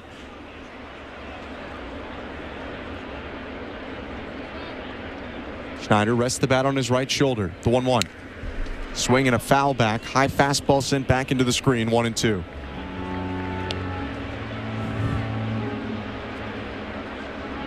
Blue Jays trailing 6-3. Davis Schneider with 2 home runs this year. Brought in Clement in the opening series in that 9-2 series finale win. Also hit a 2-run shot for the Blue Jays to win at Houston in the dying moments of the 9th. 1-2. Schneider with a fly ball to left, not very deep. Verdugo charging in, puts his hand up, makes the catch off to his right. And Clement will jog back to the bag. There are 2 down. You can see Ferguson and Austin Wells were trying to exploit that elevated fastball. The target from Wells was well out of the strike zone, and Ferguson throws that fastball up in the zone, and Davis Schneider just pops it up to left field. So here comes Isaiah Kiner-Falefa, 1 for 3. Singled and scored last inning. 6-3 Yankees over Blue Jays. Just on the edge of the 7th inning stretch. The pitch. Called strike 1. One more thing to look at on the St. Louis Bar and Grill Out of Town scoreboard. Seattle with big expectations coming into this year. Kind of like the Blue Jays. More than likely to enter tomorrow's home opener 4-6. They're down 10-2 in the bottom of the 6th to the Brewers. Swing and a miss by Kiner-Falefa. 0-2. If both scores hold, both the one in Milwaukee and the one in the Bronx, both teams would be 4-6 entering game 11 of the season tomorrow. Runner on first, 2 down. 0-2 to IKF. Checks his swing. No, he went around, says Angel Hernandez. IKF strikes out, and that will do it for the top of the 7th inning. Leadoff single by Biggio is stranded, and the Blue Jays still trail 6-3 at the 7th inning stretch. You're listening to Blue Jays Baseball, brought to you by your local family-owned Crown Rust Control Center, streaming at sportsnet.ca and the Sportsnet Radio Network. At Crown Rust Control, protection runs deep because every Crown Rust Control Center is owned by a local family who cares beyond business. Your Crown Rust Control is 100% committed to their product, to you, to their community, which is your community. Protecting you and what matters to you is equally important as protecting your vehicle. Did you know spring's the best time of year to protect your vehicle from rust? For a special spring offer, find your local family-owned Crown Rust Control Center at crown.com. We're 2 men and a truck. And we've got lots of men and lots of trucks. Whether you're planning a move to a new home or to a new office down the hall, big or small, we move them all. We even sell packing and moving supplies. But no matter what you need, we'll do it with a smile. With a 96% referral rating and the professionalism you can trust, the choice is simple. So when you're planning your next move, call 2 men and a truck. 2 men and a truck, the movers who care. I am by your side. Got a heart so big, on this you can rely. No mountains too tall for the strong boots to climb. I am by your side. That was Desjardins Insurance, playing insurance with a heart so big it shows. Tune in for your auto and home coverage at desjardins.com/heart. This is Toronto Blue Jays baseball. A drive to deep center field. Trout at the wall and watches it sail. On Sportsnet 590 The Fan and the Sportsnet Radio Network. Welcome back to Blue Jays Baseball. Show Ali with you at Baseball Control here in our downtown Toronto studios. Jays trail the Yankees 6-3 as we head to the bottom of the 7th inning. A reminder that we do have Jays Talk today. Julia Kreutz is here with me in studio. She and I have the postgame show as usual on weekends. We'll take your phone calls, your texts after the final out. You can send in your text right now, 590-590, name and location. The People's Text Line open all the time. I will throw out those numbers to call after the game is over. Let's check the St. Louis Bar and Grill out-of-town scoreboard. Here's some baseball scores with Ben. On the women's side of the March Madness NCAA basketball bracket, South Carolina in the final, up 49-46 at the half on Iowa. Don Staley looking to complete the team's undefeated season with a title. After Jays Talk, we'll also get you over to Raptors Wizards. Tip-off of that game will be at 6 Eastern, 3 Pacific. Watch it on Sportsnet. Listen to it on Sportsnet 590 The Fan in Toronto. Eric Smith, Paul Jones with the call. Raptors reaction with Will Liu will follow after the final buzzer. Blue Jays Baseball is brought to you by Crown Rust Protection. Jays trail the Yankees 6-3, bottom 7. Here's Ben Schulman and Chris LaRue. Thank you very much, Joe. We're here in the Timber Mart broadcast booth. Davis Schneider stays into the game after flying out in a pinch hit appearance for Dalton Varsho. He'll play left field. And the Blue Jays proceed with Trevor Richards on the mound. Tough task for Richards. Keep the Blue Jays in this 6-3 ball game with Juan Soto, Aaron Judge, and Anthony Rizzo due up for the Yankees. Well, 2 lefties coming up. And Trevor Richards, as we all know, is kind of that righty-lefty with that changeup that's so effective to both righties and lefties. So he has a good chance against them, especially the way that changeup's been dropping off the table early on in the season. Richards came in to get the final out of the 6th inning. Threw a wild pitch, which helped score Anthony Volpe, but then got Gleyber Torres to ground out. Soto 1 for 3 today. It was his single that started that 5-run rally really in the third inning. There was already a walk and a runner on first, but with 2 outs, he kept the inning alive. Blue Jays would kind of intentionally walk Judge, at least pitch around him, walked Rizzo. Stanton hit a grand slam. Other than that, a strikeout and a ground out for Juan Soto. The pitch. Fastball down and away. Ball 1.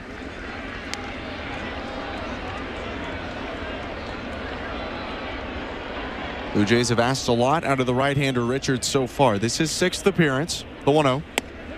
Change-up. Called strike.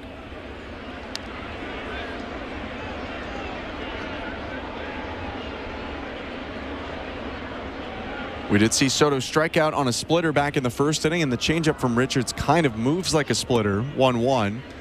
This is down and away with that off-speed pitch. 2-1.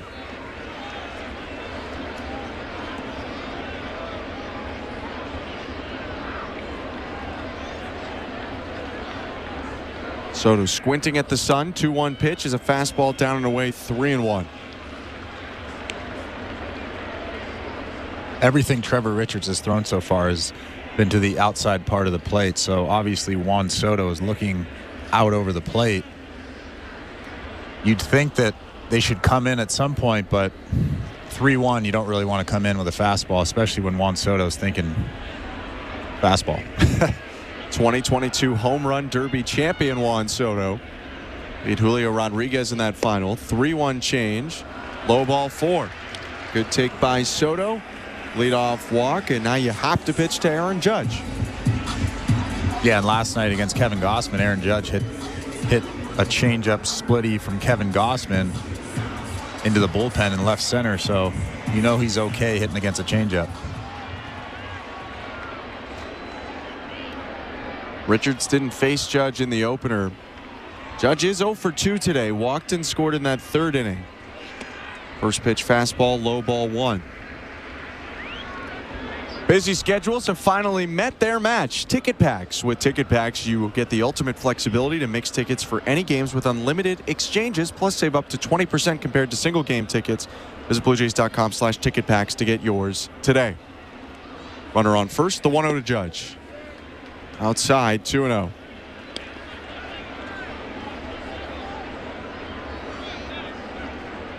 (6-3) Yankees.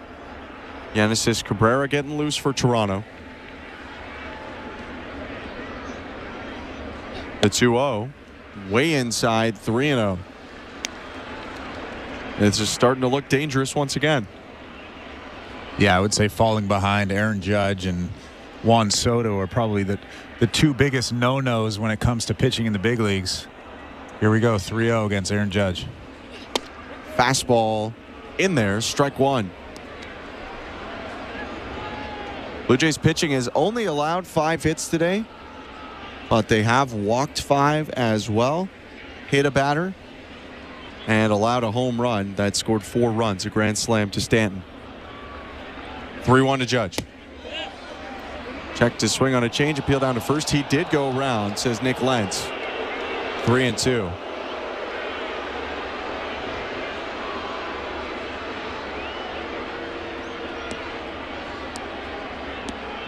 Kind of looked like he went around, to be honest, to the naked eye. Hard to see from a straight on angle. That was pretty close. He didn't like it. Crowd didn't like it. But it was close. 3-2. Way high, ball 4, doesn't matter anyway. Back-to-back walks. Richards' time might be running thin here. Left-handed hitter Anthony Rizzo coming up.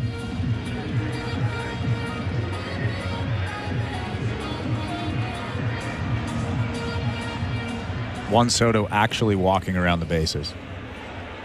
He just walked. Juan Soto, you can do that. He just walked from first base to second base the whole time. Here comes Rizzo, who the Blue Jays have not made hit yet today. He's been walked twice and hit by a pitch once. With that, has an RBI and a run scored. The pitch. Called strike on the outside edge.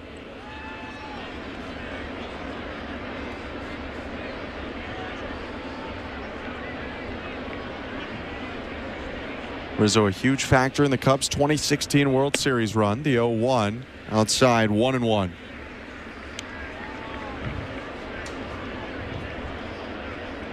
Hit .360 for the Cubs in that series. And it's going to go down as one of the most popular, maybe one of the best Cubs of all time.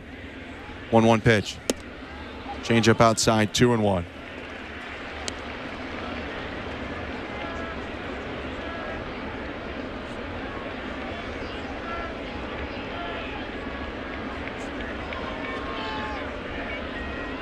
Here's the offering.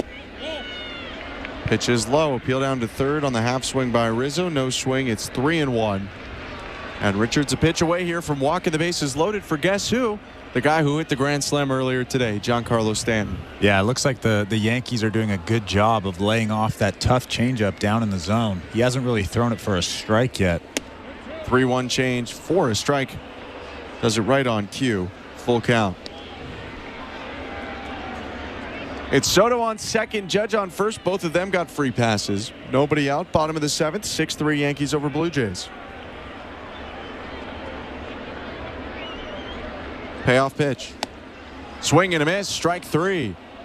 Went with the fastball and Rizzo swung right through it. He's retired for the first time today. Good fastball from Richards. Just powered that 92-mile-an-hour fastball right past Anthony Rizzo. Clearly he was thinking off speed there and wasn't really close to it. Good pitch by Richards.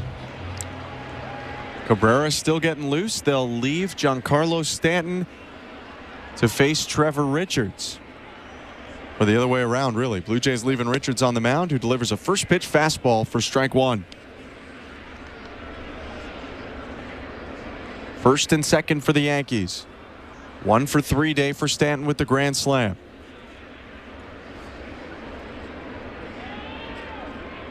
The 0-1. Called strike, and it's 0-2. Stanton may not be having his most productive years, but man, does he have a penchant for hitting against the Blue Jays. That home run that he hit, the second of the series, his 21st all-time against Toronto. He swings and misses, though, at an 0-2 change. He's down, back-to-back strikeouts. And Richards has a chance here to strand the pair of runners with Alex Verdugo coming up. Yeah, but you're right, though. Stanton is so good at hitting that big home run, but then he's also really good at striking out on 3 pitches, just like he did there. His 21 homers, though, against the Blue Jays, just to wrap that up, the most he's had against any American League opponent in his career. Of course, spending the first half of his career with the Marlins, now the last 7 years with the Yankees. He has really done a number on Toronto. Trevor Richards is going to come out of the game. Lefty Yenesis Cabrera coming out of the pen with the left-handed hitting Alex Verdugo about to come up. Let's go to baseball control. Here's Show Ali. Thank you very much, Ben. Let's check out that St. Louis Bar and Grill out-of-town scoreboard. Lots of games on the go in the NHL today. One in the books, one on the in action right now. The final score certainly for the Red Wings, a 3-1 win for Detroit over Buffalo. Patrick Kane, Dylan Larkin both tallying goals in that win. The game on the go right now, Wild at Blackhawks, 0s right now in the first period intermission. In about 45 minutes, Blue Jackets at Hurricanes will get going in Carolina. An hour after that, Sens at Capitals goes, 6 Eastern, 3 Pacific. Canadians at Rangers goes tonight as well, 7 Eastern, 4 Pacific. That game's at Madison Square Garden in New York.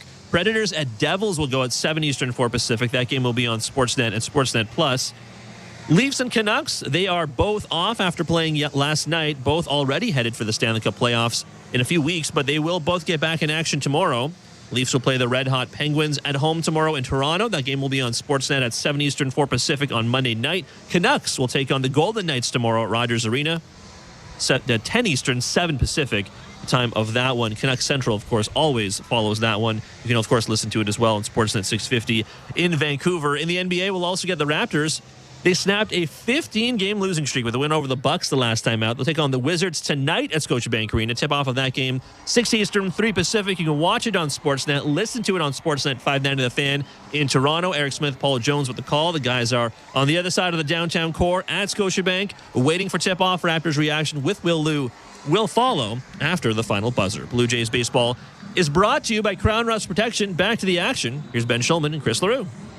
Thank you very much. So the left-hander, Yenesis Cabrera, making his second appearance coming off of that 2-game suspension he had to serve during the Houston series. Pitched already in this series against the Yankees on Friday. Went 2/3 of an inning, walked one, did not give up a run. And he'll face Alex Verdugo here with 2 on and 2 out. Verdugo was the guy he walked on Friday. But Cabrera, a tough guy for left-handed hitters to bat against with that high velocity coming from the left side. 4th appearance of the year overall. His first pitch is a fastball at 94 for strike 1 on the outside edge. The thing that makes it even tougher with this at-bat is the shadows are starting to creep out. They're about a third of the way between home plate and the pitcher's mound, and that's always tough for hitters to try to pick up that ball between the shade and the sunshine. Verdugo actually asked for time right after that first pitch. He's back in the box, pushes his bat forward twice, and now is ready to go. Pitching from the sunlight, Cabrera kicks and delivers. It's bounced, and it just squirts through the legs of Kirk, who picks it up before a runner can move anywhere. 1 ball, 1 strike. I guess for as much as it could mess with the batter, it could also mess with the catcher and Alejandro Kirk with the ball changing color partway through. Oh, yeah. It messes with everybody. It probably messes with Angel Hernandez more, though. No comment. First and second, 2 outs, bottom of the 7th. 6-3 Yankees over Blue Jays. The left on left, 1-1. Breaking ball inside, 2-1. 2 walks started this inning to Soto and Judge. Soto on second, Judge on first, and then a pair of strikeouts from Trevor Richards. He was pulled. And now Cabrera. 2-1 pitch. Fouled back, 2-2.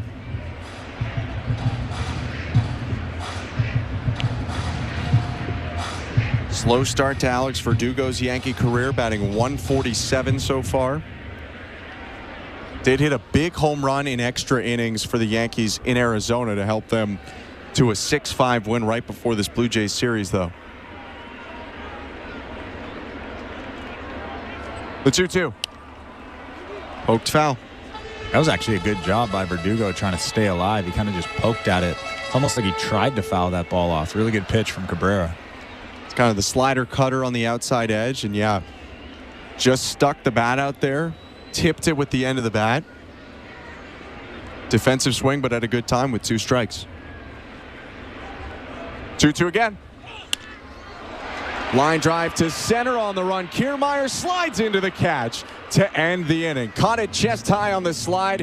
He takes a hit away from Verdugo and keeps it a 6-3 game, stranding the pair of leadoff walks. We'll head to the 8th. Yankees up by 3. You're listening to Blue Jays Baseball, brought to you by your local family-owned Crown Rush Control Center, streaming at sportsnet.ca and the Sportsnet Radio Network. Hear the Masters exclusively on SiriusXM. Hi, this is Mike Tirico, and there's nothing like the Masters. Rory McIlroy, he's thinking Grand Slam. The beauty of the azaleas, the passion of the patrons, and the best golfers in the world vying for a green jacket. They turned right into the cup for John Rahm. It all makes for one of the most iconic weekends in sports. Join me for live coverage of the Masters beginning Thursday, April 11th on Masters Radio, Channel 92, and on the all-new SiriusXM app. While you're listening to this game on SiriusXM, we're talking about the latest odds and prop bets for this and every game on Sports Grid Radio. The under's -125. Heavy juice to the under. Every home run hit and every strikeout thrown can change the line. I can't for the life of me figure out how you can favor a team that never wins, ever. If you're looking for sports talk centered around the latest odds and prop bets for games, races, tournaments, or any sporting event, Sports Grid Radio, SiriusXM, Channel 159. March Madness is finally here. For the best analysis. That team is going to be a tough out. And coverage of the ACC teams and the NCAA tournament. Tune into SiriusXM ACC Radio. From the title contenders to the Cinderella teams, we've got you covered through the national championship in Phoenix. Holy smokes, what a play by R.J. Davis. It's all on SiriusXM ACC Radio, Channel 371, and the all-new SiriusXM app. In season or out of season, the #1 place for college sports is SiriusXM College Sports Radio, Channel 84. At Radio Network.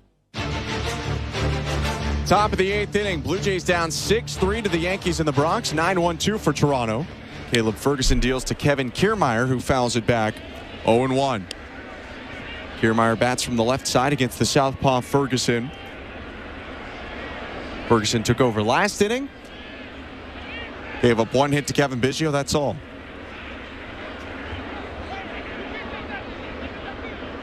The 0-1. Swing and a miss, strike 2. Kiermaier's 0 for 2 today, 2 strikeouts and a walk.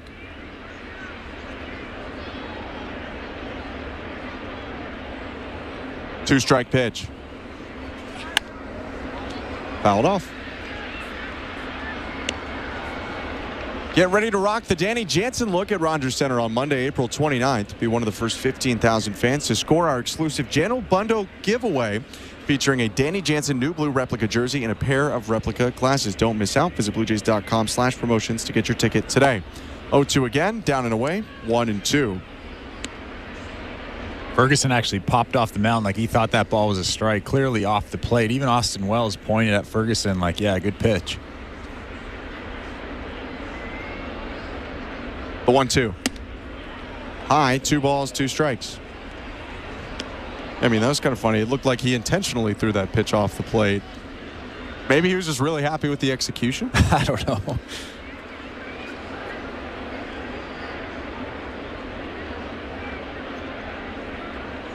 Two. Kiermaier hits it softly on the ground up the middle. Sliding stop by Volpe. Spins, throws to first. Got him. Kiermaier had his arms out like he was safe. The Blue Jays will probably at least look at it. Kiermaier not going back quickly. Heck of a play by Volpe, though, the Gold Glover last year at short. Gil Kim on the phone, and haven't seen a move from the Blue Jays yet. No, but what a play by Volpe. The strong throw. Anthony Rizzo with the easy scoop. So smooth over there. Really close play. I think it's too close to overturn. Probably would agree with you.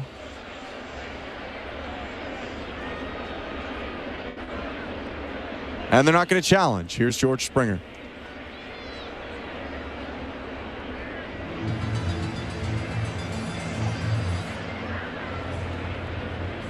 See Anthony Rizzo over there with that easy scoop. Oh, they are challenging. Pardon me.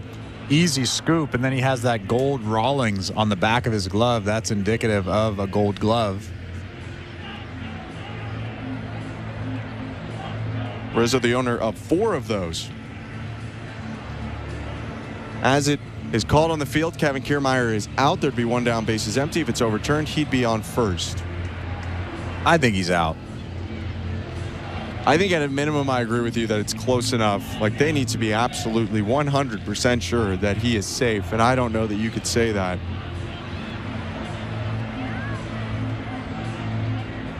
But maybe. After review, the call on the field stands. The runner is out. Toronto will lose their challenge. Stands, so they didn't have enough to change it, to confirm it, to change it. If he was called safe on the field, he would have been safe. If he was called out, he would have been out. That's just the way that play looked.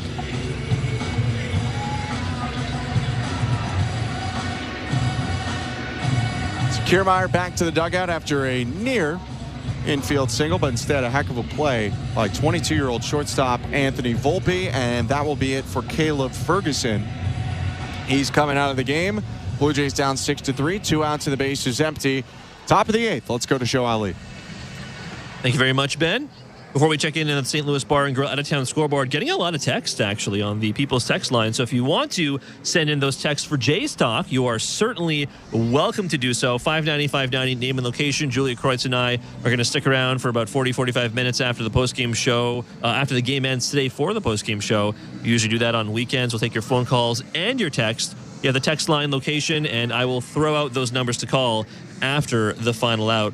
Let's check in some scores across Major League Baseball right now. The Brewers lead the Mariners 10-2, top of the 8th inning.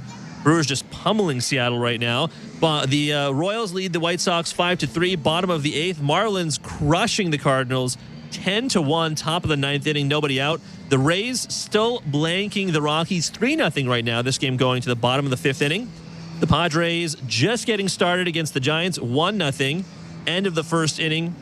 in San Francisco, and the Red Sox and Angels, that game in the top of the second inning, 0s right now between Boston and Los Angeles. Sunday Night Baseball, which you can hear on the network. Astros at Rangers. Ronel Blanco will try and make it a second no-hitter. Still no earned runs for Ronel Blanco on the season after what happened against the Blue Jays last time out. He will hit the mound for Houston, and the Rangers will send Dane Dunning. 7:10 p.m. Eastern, 4:10 p.m. Pacific is the time of first pitch for Sunday Night Baseball.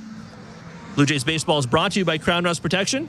Let's get you back to the action with Dennis Santana on the mound. Here's Ben Schulman and Chris LaRue.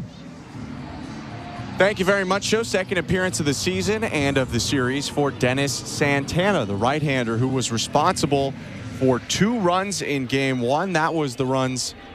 Those were the runs that Nick Birdie actually let in after Santana had come out of the game, pitched an inning and 2/3 on Friday. He comes in to protect a 3-run lead. His pitch to George Springer is hit hard on the ground to short. On the backhand side, picked up by Volpe, throws over to first.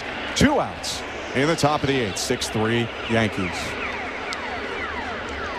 Volpe's so smooth over there. Even with that tough sun, you can see he's kind of fighting the glare off that dirt. The sun is right on him, squinting with those sunglasses on, and just makes the easy play, throws it over to first base. I think those skills are what it made it so easy for them to make him the opening day shortstop last year as a 21-year-old rookie. First pitch to Guerrero, called strike 1. And a true rookie, not even like guys like Austin Wells behind the plate who played 19 games, and this will technically be his rookie year. But Volpe had not played in the majors before getting the opening day start last year. The 0-1. Guerrero with a bouncer up the middle. This time, Gleyber Torres has it on the backhand side. He'll throw over to first. 3 groundouts and the 8th. Or the top half of it, at least. Yankees will bat in the bottom of the 8th, up 6-3 when we return. You're listening to Blue Jays Baseball, brought to you by your local family-owned Crown Rust Control Center, streaming at sportsnet.ca and the Sportsnet Radio Network. The Blue Jays are inviting you to work from Dome. Put it in your calendar. 307 weekday starts this season. You can work from Dome with friends or coworkers at Rogers Center. It's a game changer. Make the ballpark your office for the afternoon. Work from Dome, 307 weekday starts. Let's touch base. Check out ticket options on BlueJays.com/workfromdome. Everyone dreams of owning their own personal slice of heaven. Now you can, thanks to Fixed Rate Pizza by Pizza Pizza. Until the end of 2024, lock into an extra large 4-topping pizza at a fixed price of $17.99. No matter how bad food prices get this year, your pizza price stays. So why not say no to surge pricing and yes to Fixed Rate Pizza? Order now from Pizza Pizza. Order pizzapizza.ca. I am by your side. Got a heart so big, on this you can rely. No mountains too tall for the strong boots to climb. I am by your side. That was Desjardins Insurance, playing insurance with a heart so big it shows. Tune in for your auto and home coverage at Desjardins.com/heart. This is Toronto Blue Jays baseball. Bases loaded. The 0-2 swung on and missed.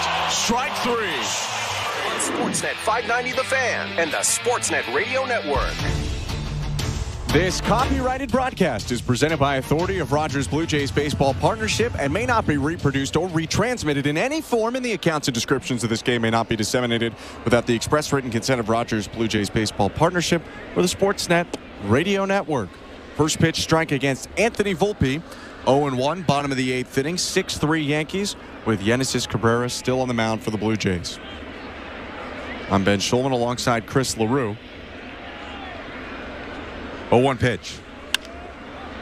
Fly ball hit foul down the right field line. 0-2. And there's actually a shadow on the mound right now of a flag waving. That has to be just another layer of invisibility from like the ball coming out of the hand of Cabrera. Cabrera mostly in the sun, Volpe in the shade. 0-2 pitch. Foul ball. Check swing there by Volpe. Kind of looked like Volpe was going for one of those interesting catcher's interference again. I don't know that he did it on purpose yesterday, but he essentially hit Brian Servin's glove after Servin had caught the ball and was awarded first base. 0-2 pitch. Outside, 1-2. I still don't know how that was overturned. The rules are a little bit vague of catcher's interference. I guess they had a loose definition of during the pitch, because I wouldn't have considered that during the pitch at the point that he contacted him. 1-2. Volpe hits a ground ball down the right field line, picked up by Biggio. Volpe will have to stop at first with a single. He's got a 3-for-4 day and a leadoff single here in the 8th. Yeah, Cabrera just missed his spot. Alejandro was set up and in for that fastball, and Cabrera just throws that thing right down the middle. Here comes Austin Wells, 0-for-2 with a walk. A left-handed hitter for Genesis Cabrera to face here. 6-3 Yankees, 1 on, nobody out. And the pitch. Hit hard, foul, up the right field line on the ground, 0-1.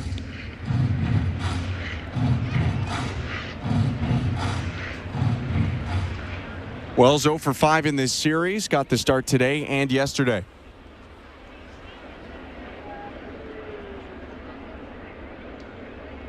Oh, 1 pitch.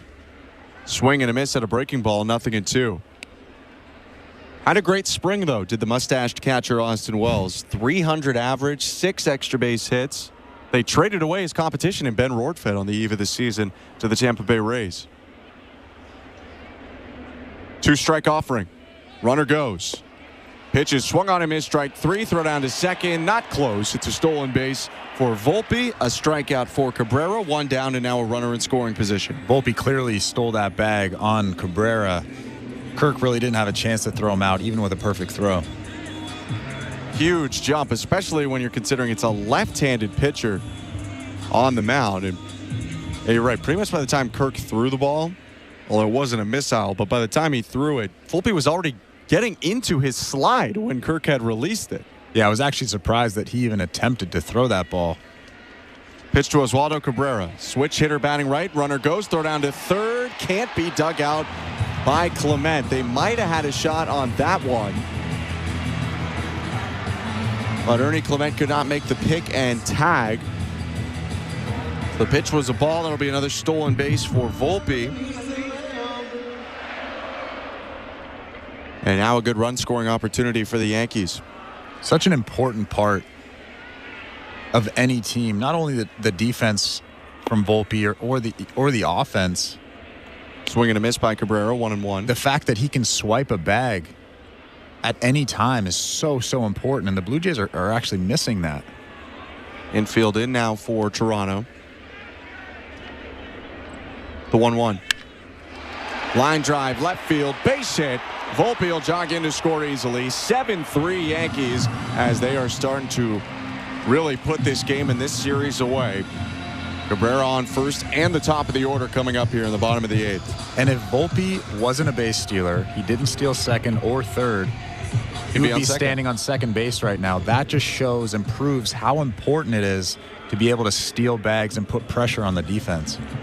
The Blue Jays do have some quick guys between Kiermaier, Biggio, Varsho. There's a difference between being quick and being a good base stealer, though. But they haven't even attempted to steal, though. Well, you have to get on base to steal bases. First pitch, runner goes. Pitch inside, throw down to second. Nailed him. Cabrera out by 10 feet. He's going to stay at second, thinking that maybe the tag didn't hit him. I mean, he was way out.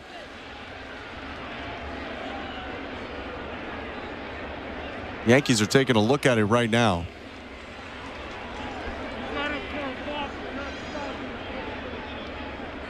They're taking a look at it, but from up here it looked...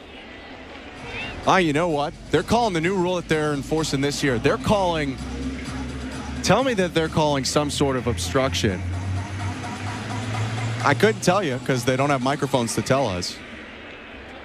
I mean, he was certainly out. Truthfully, I have no clue right now why Oswaldo Cabrera is standing on second base, but he is. Stolen base for Cabrera. Here's the 1-0 pitch. Outside, 2-0.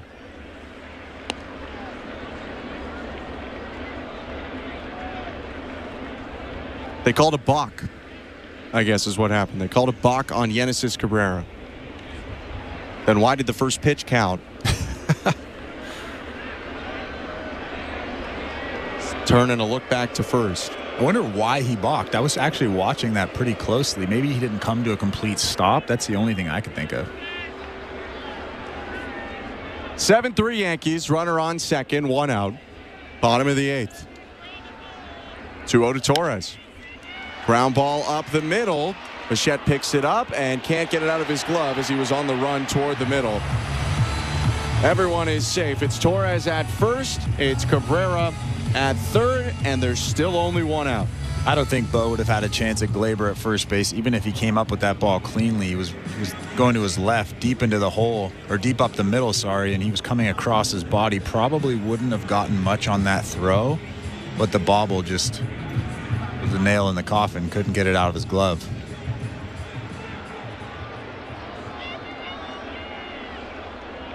So another chance here for the Yankees, already up 7-3, looking like they're going to wrap up a series win here. Juan Soto to the plate. Runners on the corners, 1 out. Left on left pitch. Soto fouls it off, 0-1.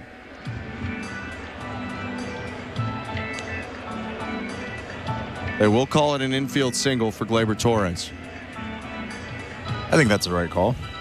Probably beats that out regardless.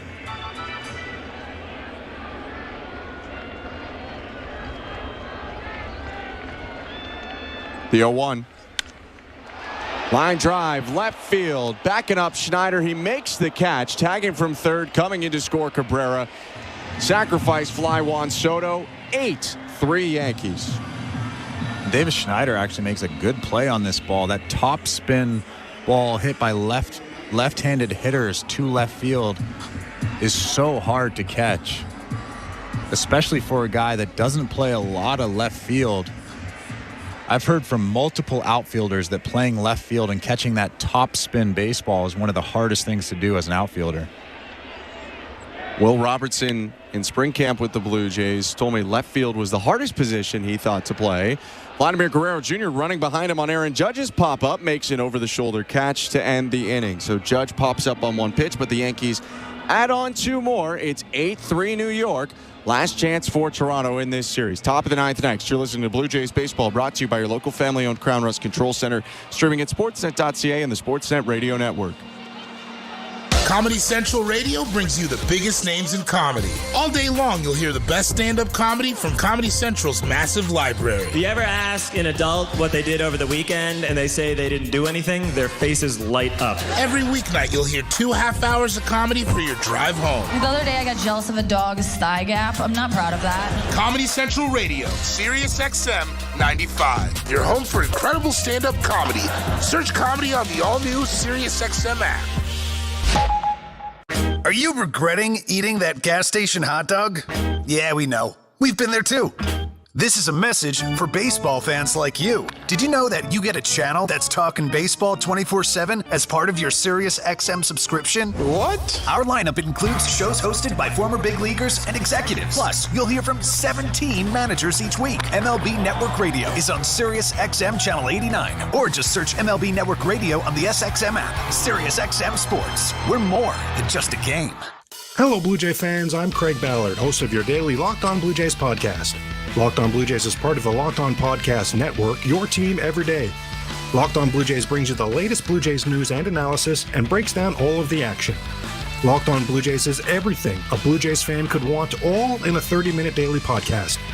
Download Locked On Blue Jays right now on the SXM app, available with all trials and popular plans, or wherever you get your podcasts.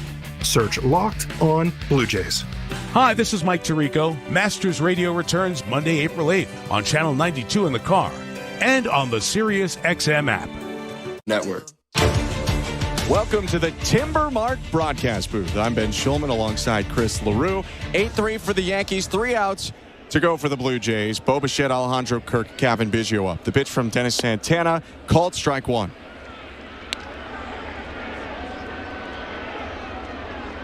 Bichette is 1 for 1 today. 2 walks and was hit by a pitch. The 0-1. Swing and a miss, strike 2. And those 2 insurance runs were important for this Yankees bullpen because they get to save Clay Holmes. He gets to sit down and take a rest. Yeah, Blue Jays had an opportunity to make Holmes unavailable for the Yankees game tomorrow. But that unlikely to be the case. The Yankees starting a 3-game series against the Miami Marlins. 0-2. Called low, 1 ball and 2 strikes. Looked like the Blue Jays had a good shot to win this series when they won Game 1 3-0. Lost yesterday 9-8, although trailed by 6 runs 2 different times and mounted a late comeback. 1-2 pitch. Called, strike 3. Fastball on the outside corner, 1 down. First time Bichette is retired today.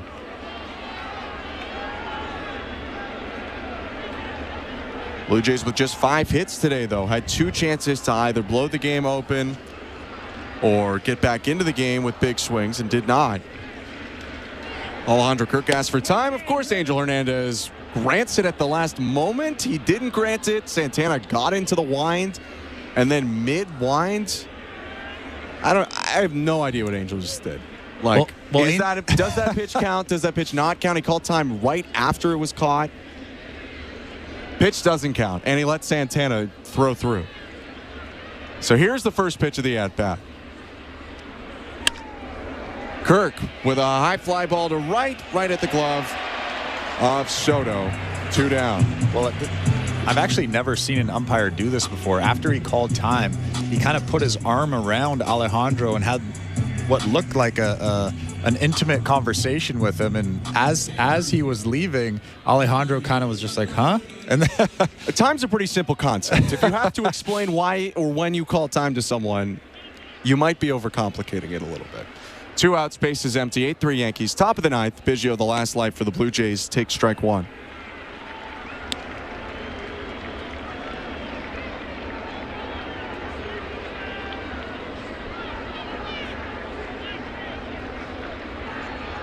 The 0-1. Outside. Difficult stretch to start the season for the Blue Jays, no doubt. Going to the Trop, then Houston, then the Bronx. Credit to the Yankees. They had a pretty difficult start to this year, too. Starting in Houston, then going to the NL pennant winners in Arizona, and then hosting the Blue Jays. They look like they're going to get out of it 8-2. Next pitch to Biggio, called a ball. 2 balls and 1 strike.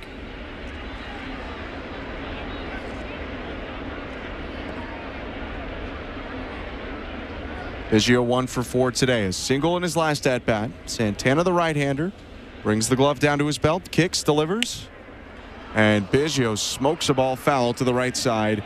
2-2. Blue Jays down to their last strike.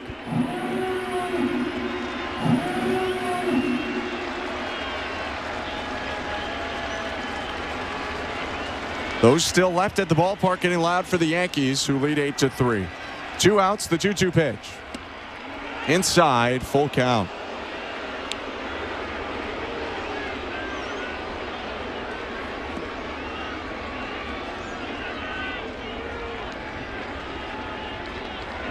Biggio twirling the bat above his left shoulder. 3-2 pitch. Called strike 3. Biggio doesn't like it. Santana sets down Kevin to end the game. The Yankees win 8-3, and they dominate the rubber match in large part due to the grand slam from Giancarlo Stanton in the 3rd. Yeah, this game was decided right after Giancarlo Stanton hit that grand slam. Bowden Francis, he did a good job of throwing inside to the intimidating Giancarlo Stanton, but he threw 3 or 4 in a row. And when you do that to a guy that is as seasoned as Giancarlo Stanton, eventually he's just going to sell out, expect that or guess that you're going to throw that fastball in, and that's exactly what he did. Bowden threw that fastball about 94 on the inside part of the plate, and Giancarlo just brought those big hands through, and it was kind of game over from then on. So the Yankees win 8-3. They go to 8-2. Blue Jays lose and go to 4-6. Home opener coming up tomorrow. We're not done with this one, though. We'll wrap it up on the other side, then send you over to Jays Talk. You're listening to Blue Jays Baseball, brought to you by your local family-owned Crown Rust Control Center, streaming at sportsnet.ca and the Sportsnet Radio Network. At Crown Rust Control Center, protection runs deep because every Crown Rust Control Center is owned by a local family who cares beyond business. Your Crown Rust Control Center is 100% committed to their product, to you, to their community, which is your community. Protecting you and what matters to you is equally important as protecting your vehicle. Did you know spring's the best time of year to protect your vehicle from rust? For a special spring offer, find your local family-owned Crown Rust Control Center at crown.com. Everyone dreams of owning their own personal slice of heaven. Now you can, thanks to Fixed Rate Pizza by Pizza Pizza. Until the end of 2024, lock into an extra-large 4-topping pizza at a fixed price of $17.99. No matter how bad food prices get this year, your pizza price stays. So why not say no to surge pricing and yes to Fixed Rate Pizza? Order now from Pizza Pizza. Order pizzapizza.ca. Everyone dreams of owning their own personal slice of heaven. Now you can, thanks to Fixed Rate Pizza by Pizza Pizza. Until the end of 2024, lock into an extra-large 4-topping pizza at a fixed price of $17.99. No matter how bad food prices get this year, your pizza price stays. So why not say no to surge pricing and yes to Fixed Rate Pizza? Order now from Pizza Pizza. Order pizzapizza.ca. At our core, who are we? The sum of our parts? Nah, we're more than that. There's nobody like us. At our core, we are built to win. Relentless in our pursuit of greatness. Who are we? Blue Jays to the core. This is Toronto Blue Jays baseball. Runner going, throw down his second. They got him. On Sportsnet 590 The Fan and the Sportsnet Radio Network. 8-3, the Yankees defeat the Blue Jays in the Bronx. They take the last 2 games of the 3-game series to win it and send the Blue Jays back home below 500 at 4-6, while the Yankees bolster their early division lead, starting 8-2. I'm Ben Schulman alongside Chris LaRue. We'll wrap this one up for a couple of minutes and then get you over to Blue Jays Talk. Show Ali and Julia Kreutz will be taking your calls and your texts. You can already start texting in 590-590 if you want to let them know what you want to talk about so they can set it up, get ready to go. But Chris, we talked about already as the game closed, Bowden Francis got into some trouble, walked a couple guys, got burned by Giancarlo Stanton. On the other side, Luis Gil really pitched himself into trouble sometimes, but the Blue Jays didn't really make him pay. With 2 outs, he gave up a single, hit Vladimir Guerrero Jr., then walked Bo Bichette, then walked Alejandro Kirk to allow the Blue Jays to score 1 run. But the bases loaded jam would end from there as they didn't punish him after that.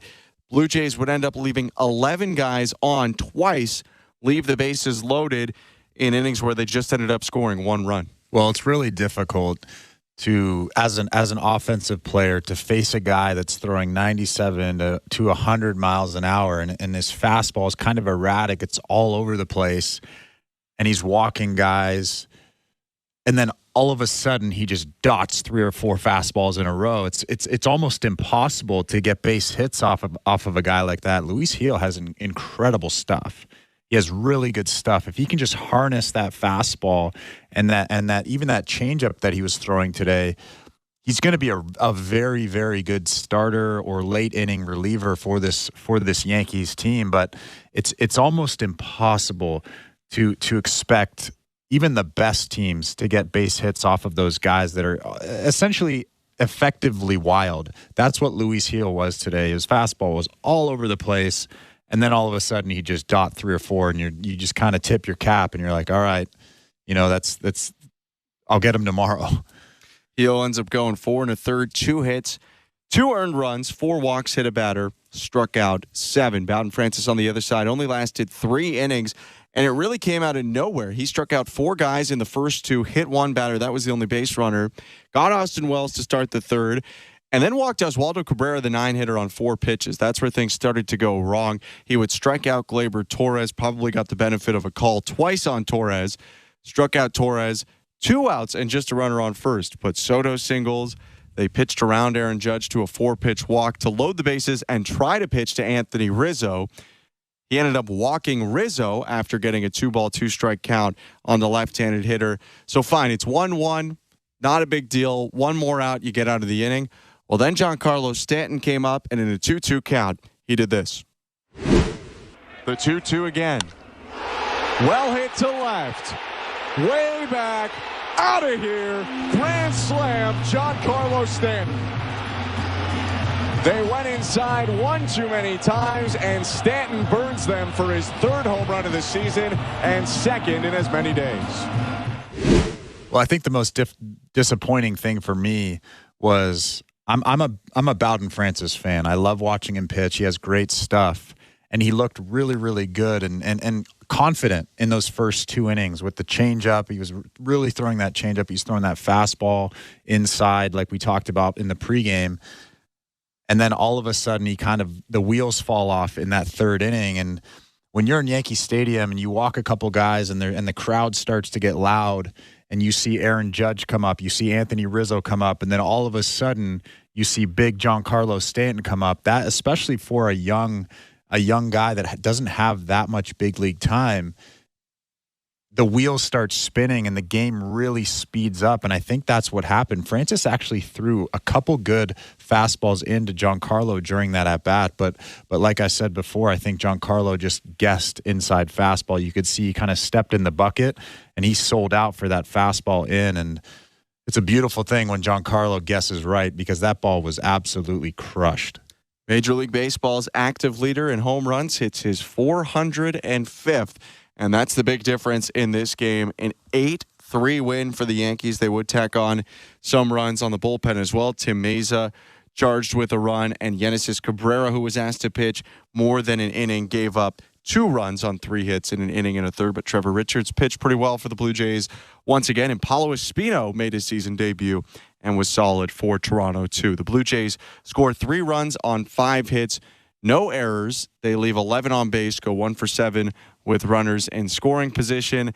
The Yankees, on the other hand, 8 runs, 8 hits, 2 errors, 7 left on. They were 3 for 9 with runners in scoring position. Jake Cousins gets the win out of the bullpen because Heel didn't go 5 innings to qualify for that victory. It's Bowden Francis moving to 0-2 with the loss. Dennis Santana picks up the save.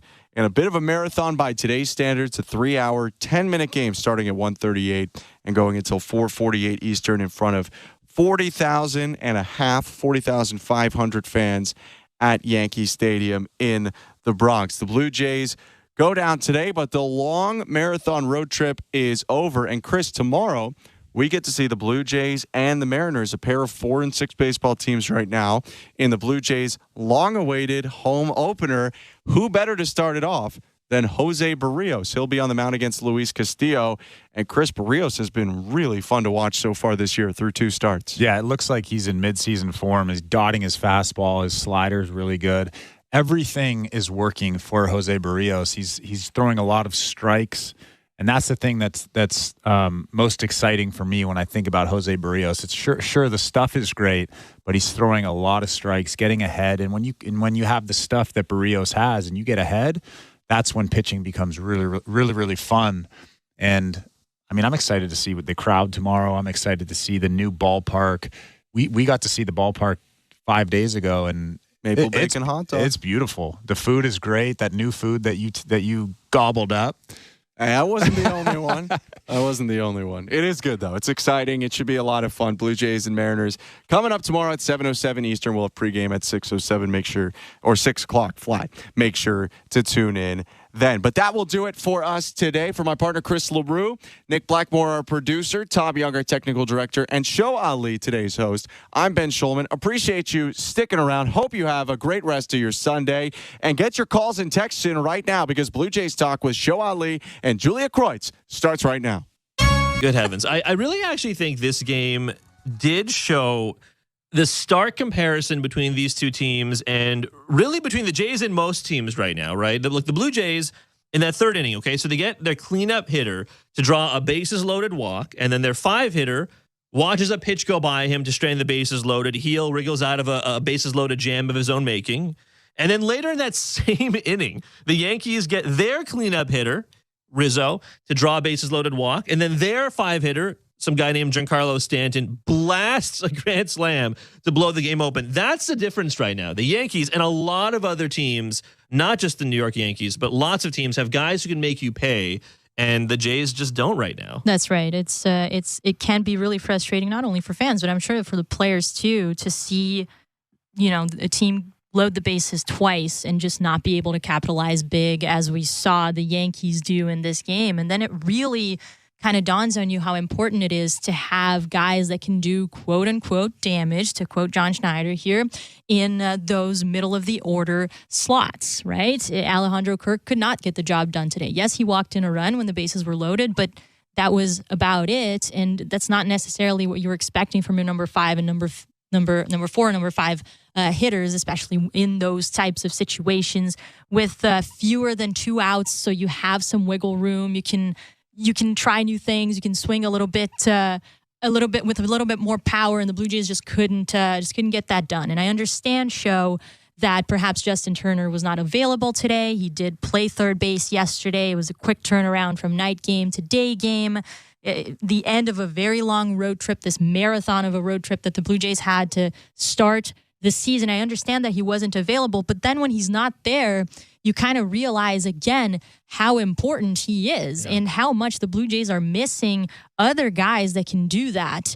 I'm sure that we're going to talk about Bo Bichette, who again, went back to looking a little bit more like himself today, driving the ball, kind of using the whole field with those line drives that are so characteristic of Bo. But the truth of the matter is that the Blue Jays are still lacking the offense that is necessary to compete, especially in the American League East. And that is something that we saw here against the Yankees. I got to say, I wasn't too convinced, about the Yankees' strong start to the season. And I still think that there are very clear question marks around their starting rotation and even the bullpen. I'm not too sure that they have enough to go the distance here, but they do look very, very good. And what an addition Juan Soto has been. They do look legit. And in stark comparison, the Blue Jays, unfortunately, often don't. It's tantalizing because you can see some of them almost being there, but then almost obviously is not good enough. That's Julia Kreutz. I'm Show Ali. You're listening to Jays Talk on the Sportsnet Radio Network, also streaming on sportsnet.ca and the Sportsnet app. Jays 8-3 losers to the Yankees in New York. They take the series. They send the Jays back to Toronto for the home opener tomorrow at 4-6. Give us a call, 416-870-0590, 1-888-660-590, star 590 on your cell. You can text us as well, 590-590, name and location. The People's Text line is always open. Yeah, I see a lot of text here about the offense, as we will have seen often this season. I really do feel like, Julia, that all the words that have been said on the offense by me or you or Blair and Barker or Blake or any of these guys or any of our colleagues, it feels like everything's been said that can be said, and you're just kind of rearranging these words to different combinations, because the truth is the offense has looked largely the same as it has for last year. And again, I totally understand for the optimists that 10 games is a small sample size, but when it's very similar to last year, and then when one of your only run producers, and you mentioned Justin Turner not available today, and he obviously wasn't, otherwise he would have pinched it at some point today, right? And he didn't. So it's just it does make you a little frustrated, and I totally understand the tenor, let's call it, of the text line. So I see here. Wait. Let me read you a couple of them. I see one here from Andre in Toronto. This team is lucky not to be 2-8. Atkins cannot be trusted to fix this mess or rebuild. How long is the leash on him? I see a mark from Thorold not having Vogelbach pinch hit for Kirk in that situation shows you he's going to be DFA'd soon. That's the situation he was brought in for.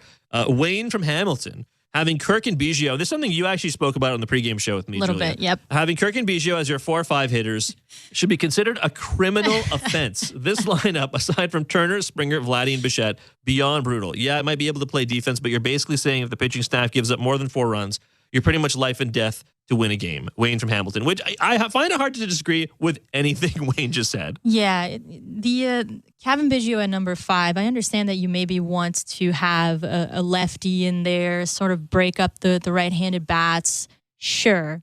But I do not understand that spot for Biggio. I really don't. When you have a guy who's as hot as Clement, who sure struck out twice today, didn't do much else, but the truth here is that he has been a better hitter, one of the best and most consistent run producers of this team. It's just not. I cannot fathom why Kevin Biggio would slide into number 5, other than. Sure, let's put a left-handed bat in there. But when you're looking at lineup construction, this is something that you and I spoke about earlier in yesterday, I believe, as well. How are you going to construct this lineup in a way that you're not stranding runners as much as the Blue Jays are right now? And this is, again, what happened today, in which you load the bases twice and there's no one there to cash in, big time, as the contending lineups in this league have found a way to do over and over again. So this is definitely, after yesterday, we yes, the Blue Jays took the loss, but we could find a lot of positives from the way that they played. This defeat today is kind of deflating. It's kind of the other way around, right? You kind of see those positives lose their strength a little bit because the Blue Jays were just back to where they once were. And it seems a little bit like we're just, rolling that boulder up the hill just to have it fall over and over and over again. Yes, the Blue Jays are walking more and they're seeing more pitches and they're creating traffic, and then nothing. And until they can find a way, either internally or looking outside, to cash in those runs and the opportunity presents itself, this is where we're going to be. And the conversations, you're right, Show, are going to be very, very similar. 1 for 7 with runners in scoring position simply isn't going to do. 11 runners left on base simply isn't good enough. Paul in Burlington says, hello, runners in scoring position, my old friend. I've come to haunt the Jays again. It's pretty funny, actually. Funny in a sad way, but I do appreciate the text, Paul. I see Mark and Elora and Stephen and Williams Lake, BC, both with the kind of getting on Kirk a little bit here. So Stephen says, Kirk can simply not ever bat fourth. What an abysmal attempt at cleaning up. I'm not impressed at all this season with our catcher position. And Mark goes a little bit further. He says, Jano can't get back soon enough. Tough to watch Kirk play this much. Hopefully when Jano returns, he stays healthy, catches 4+ games a week, limiting demand on Kirk, and hopefully that will help him reclaim some offensive value. It's a good point because, no Justin Turner essentially meant, someone has to hit cleanup, but it essentially meant Kirk with, at the time this game started, tied for the statistical lead with Schneider and Turner for RBI. I see why they put him up there from that stat alone, but it's tough. I remember in the 3rd inning where they loaded the bases for the first time against Luis Gil. So Bo takes the walk to pack the sacks, and I turned to you and I said, man, I would kill for Justin Turner to hit this position instead of Kirk. And he did work the 4-pitch walk on Gil, who was really having some command issues. So good to see from Kirk, but there were a lot of situations like that. And the previous texter's point about not seeing Vogelbach, for example, not pinch hit for Kirk, speaks to not only what Kirk is playing like, but also speaks to what Vogelbach, how Vogelbach is playing. So I don't know. That's really tough to see him in that position. I said before the season, I thought if the top 4 was Springer, Vladdy, Bo, Turner, I felt okay about having Kirk hit in a varying 5-spot, 6-spot, depending on who the opposing pitcher is, depending on how other people are hitting as well. And I definitely was also hand up someone who thought that Varsho would be a lot better offensively than he has been. So in theory, you could have had like Varsho hit 5th and Kirk hit 6th. But the truth is, neither of those guys are playing well enough. It's just, I really do think beyond hyper-focusing the criticism, Julia, on Alejandro Kirk specifically, and these guys all deserve that, I do think it's just another indictment of this entire offense, like of the way the roster construction, to your point, has been done, because it does really feel like this team has a lot of guys who would probably on most teams hit, 6th, 7th, or 8th, for example. Here's the thing about Kirk. He did walk twice. He walked in a run, as we know, and he was one of the few Blue Jays who didn't strike out today. He has value in this lineup. It's just not at that spot. And we spoke a little bit about this pregame show when we were talking about Davis Schneider and how he fits in and the fact that he is not getting regular playing time, even though he has been contributing offensively when given the chance.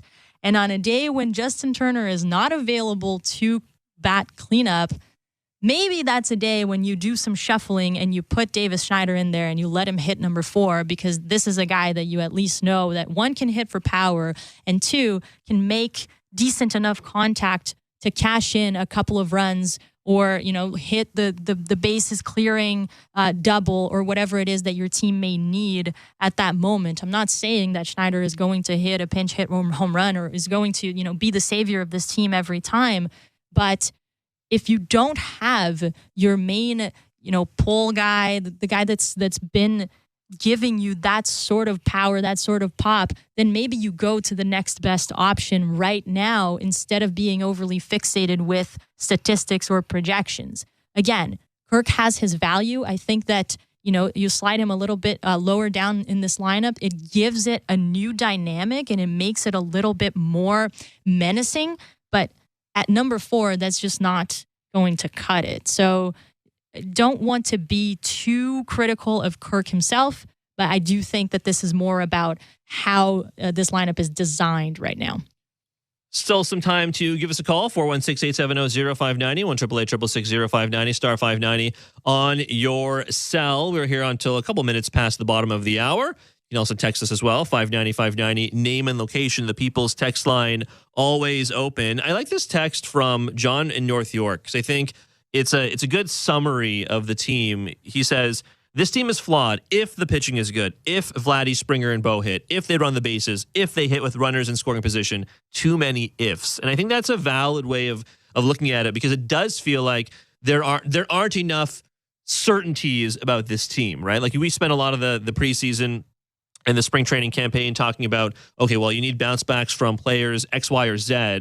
And you basically needed bounce backs from Springer, from Bo, or not from Bo, pardon me, because he was the more consistent guy. But you need bounce backs from Springer, Vladdy, Kirk, Varsho, a whole bunch of guys, essentially. Right. And I do still think it's possible, because 10 games is still the beginning of the season against some really tough competition. Having said that, it's not super inspiring to see how things have gone early enough. I see some other text here about Bowden Francis, and I did want to talk a little bit about Bowden Francis because, of course, he was starting today. There's one from Mike in Newmarket. If Bowden continues to struggle, does this make the Ricky T call-up inevitable once the service time manipulation is done? And Mike makes a good point on the service time manipulation thing, because, all teams do that. As much as it might annoy everyone, all teams do it, whether or not it's fair. But it's a good point to bring up and to acknowledge early. And on Bowden Francis, so he used the splitter a bit more than we had seen, because of course that was a pitch he worked on in the spring, and he used it to lefty batters, including on Juan Soto, who swung and missed on it the very first time he used it in the top of the first inning, and bottom of the first inning. Still a work in progress, certainly, because then the next time up, Soto clubbed it for a hit, and it wasn't located quite as well. So, so there's a little bit of good, a little bit of bad on that. He was somewhat erratic early with the four-seam fastball, and it kind of looked like he was just unwilling to bring that pitch into the zone a lot of the time. And then, of course, in that third inning, everything unraveled. He had a hard time throwing strikes just on most pitches. And then on the 2-2 count, throws the fastball inside one too many times, and Stanton bangs it for a grand slam. He just murders that baseball. And it was sounded incredible off the bat, just because Stanton absolutely obliterated that thing. But it's the same story as against the Astros, right? They went out and hunted his fastball. Right. And even with Francis being as careful as possible, as careful as he could, at least for the first couple of innings, with that fastball, it took one mistake, and it essentially turned what I thought was a solid outing through 2 innings to essentially a bad outing because of that. And then he didn't come back out after for the 4th inning. You saw Paolo Espino instead. But it's really too bad, Julia, because I thought he looked like he was going okay, and then he just could not command the fastball. And I think he might have just been a little afraid to throw the fastball in the zone, because he got banged so much for it last time, and now here we are. Here's the thing. It's difficult to throw that many gutsy pitches against a lineup like the Astros or against a lineup like the Yankees. I understand the reluctance in throwing a fastball over the plate, even if, the velocity is up a tick, even though it wasn't today. it's difficult to ask a pitcher, especially a young pitcher, to do that over and over again consistently. And so if he was trying to paint the corners a little bit more as a way to navigate the top of that Yankees lineup, which has really come to life here against the Blue Jays in this series, that is an understandable strategy, an understandable approach. However, when you're working like that with your four-seamer, walks are a risk you take. Yeah. And Bowden Francis sort of was, he was a victim of his own doing here with trying to be too fine with that four-seamer, trying to work around too many guys on that Yankees lineup, and it just it really did come back to bite him in that third inning. So tough outing for him. I think that we can still find some positives. A lot of swing and miss there. The curveball looked good once again. Ups and downs with the splitter for sure, but it's really going to be start by start with Francis moving forward. 416-870-0590, 1-888-666-0590, star 590 on your cell. Let's go to the phones. Aaron joining us from Perry Sound. Aaron, what's on your mind? Hey, guys. Thanks for taking my phone call. How you doing? Good. It could always be better after a 4-6 start to the season, Aaron, I agree. My question is kind of rhetorical, but not so much. Why is it that every time Angel Hernandez is behind the plate, I have to hear him? Like every game that guy's behind the plate, it seems like the broadcasters are mentioning something he's done, or it doesn't seem like that guy can ump a game without a mistake. Do you guys get what I mean? Hey, no, Aaron, thanks for the call, man. I honestly 100% agree. Like, Julia, find you a job where you have as much job security as Angel Hernandez has in his. It's truly, like, I think it just goes back to the conversation we have all the time. And like, we talked about this with like Joe West for a million years too, but it's just like, you don't really go to see baseball games to see the ump show. You go to watch the players. And look, he screwed everyone today. It wasn't just a Blue Jays thing. It wasn't just a Yankees thing. Like, there were a number of pitches way above the strike zone that were not strikes. And then, of course, I think it was Tim Meza on the mound, and he lets one in there. That pitch was as middle as maybe a pitch can be, and he called it a ball. Yeah. It just bring me the challenge system, the automatic challenge system from the minors as soon as humanly possible. Right. That's one. But two, that's just baseball with Angel Hernandez. It's been like that for ages, and I don't see him changing anytime soon. But Aaron's right. I mean, you constantly hear it whenever he's umping a game. Listen, this is something that I interviewed Jen Powell, one of the umps who is in AAA this year and umpired some spring training games as well. And she was pretty clear in sort of conveying that if no one is talking about you, if no one is seeing you, that means that you are doing your job as an umpire. And so there are certain guys and certain names that we are so used to hearing in the broadcast, and that really tells you everything that you need to know. Umpires are better when they're kind of invisible. Yeah, I think that goes doubly so, I think, for Angel Hernandez, based on essentially his entire career. 416-870-0590, 1-888-666-0590, star 590. Before we take a quick break, let's go back to the phones. Russ joining us from New Jersey. Russ, what's on your mind today? It's getting late early. That's all I'm going to say. We're only 10 games into the season, but this team is just this offense is pitiful. 5 hits today again. Obviously the pitching hasn't been there, but when we got down 5-1, and it's funny because the 10th game last season, I remember vividly, Blue Jays were down 6-0 to the Angels, and they came back. That was against Chapman, hit a grand slam out in California before they came home to play Detroit. But you look at it, they go down 5-1, and I look and I say, okay, who's coming? 5-1's it's a big hole to come back from, but it's early in the game.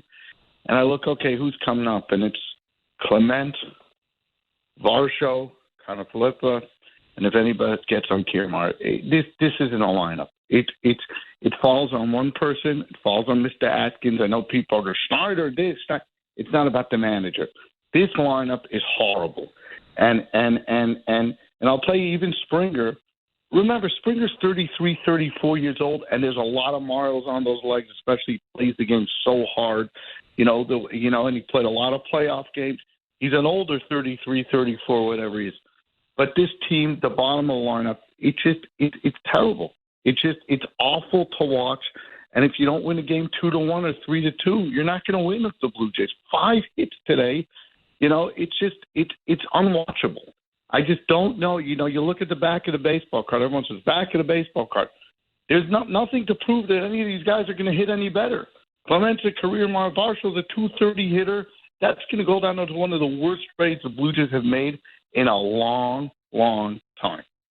Hey, Russ, appreciate the call, man. Thanks for joining us here on Jays Talk. Yeah, I see the offense play like this so often, Julia, and I think the more I see it, and again, we saw it the entirety of last year, but the more it continues this year, certainly there's less of a willingness for fans, and I don't blame them, to accept this state of the offense, and like Russ eloquently put, but I remember when Stanton hit the grand slam, right? And I thought to myself, I don't even remember the last time the Jays hit like a real grand slam. Because there was a grand slam I think Vladdy hit off a position player in Tampa. I think that was last year. But an actual in-game off a real pitcher grand slam, I can't remember. I don't remember when the last time it happened. Yeah. It just seems like the Jays always get the short end, right? Like no grand slams, no big moments. They get slammed. No hitters, and they get no instead. I know no hitters are a rare event, but still, I mean, there hasn't been one in my adult life, essentially, right? It just, for me,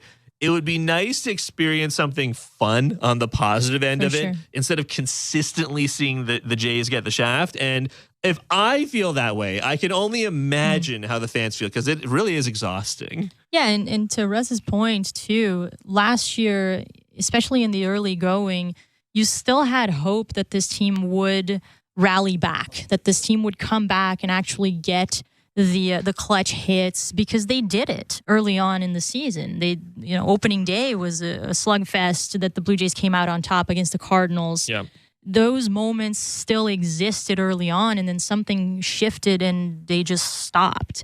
So I understand that this may be an even more frustrating start to the season than last year was, because we are not seeing that willingness or that ability to at least make things interesting. Sure, yesterday was kind of an interesting game, and it was, it turned into a nail biter later on, but it was too late. It very clearly, the Blue Jays ran out of innings to mount that comeback, and so it's difficult to look at right now and say, well, this is similar to last year, because it isn't. Because last year there was still some life to the bats early on, and there was still some hope from the fan base that this would that the Blue Jays could turn things around at any point with one swing of the bat.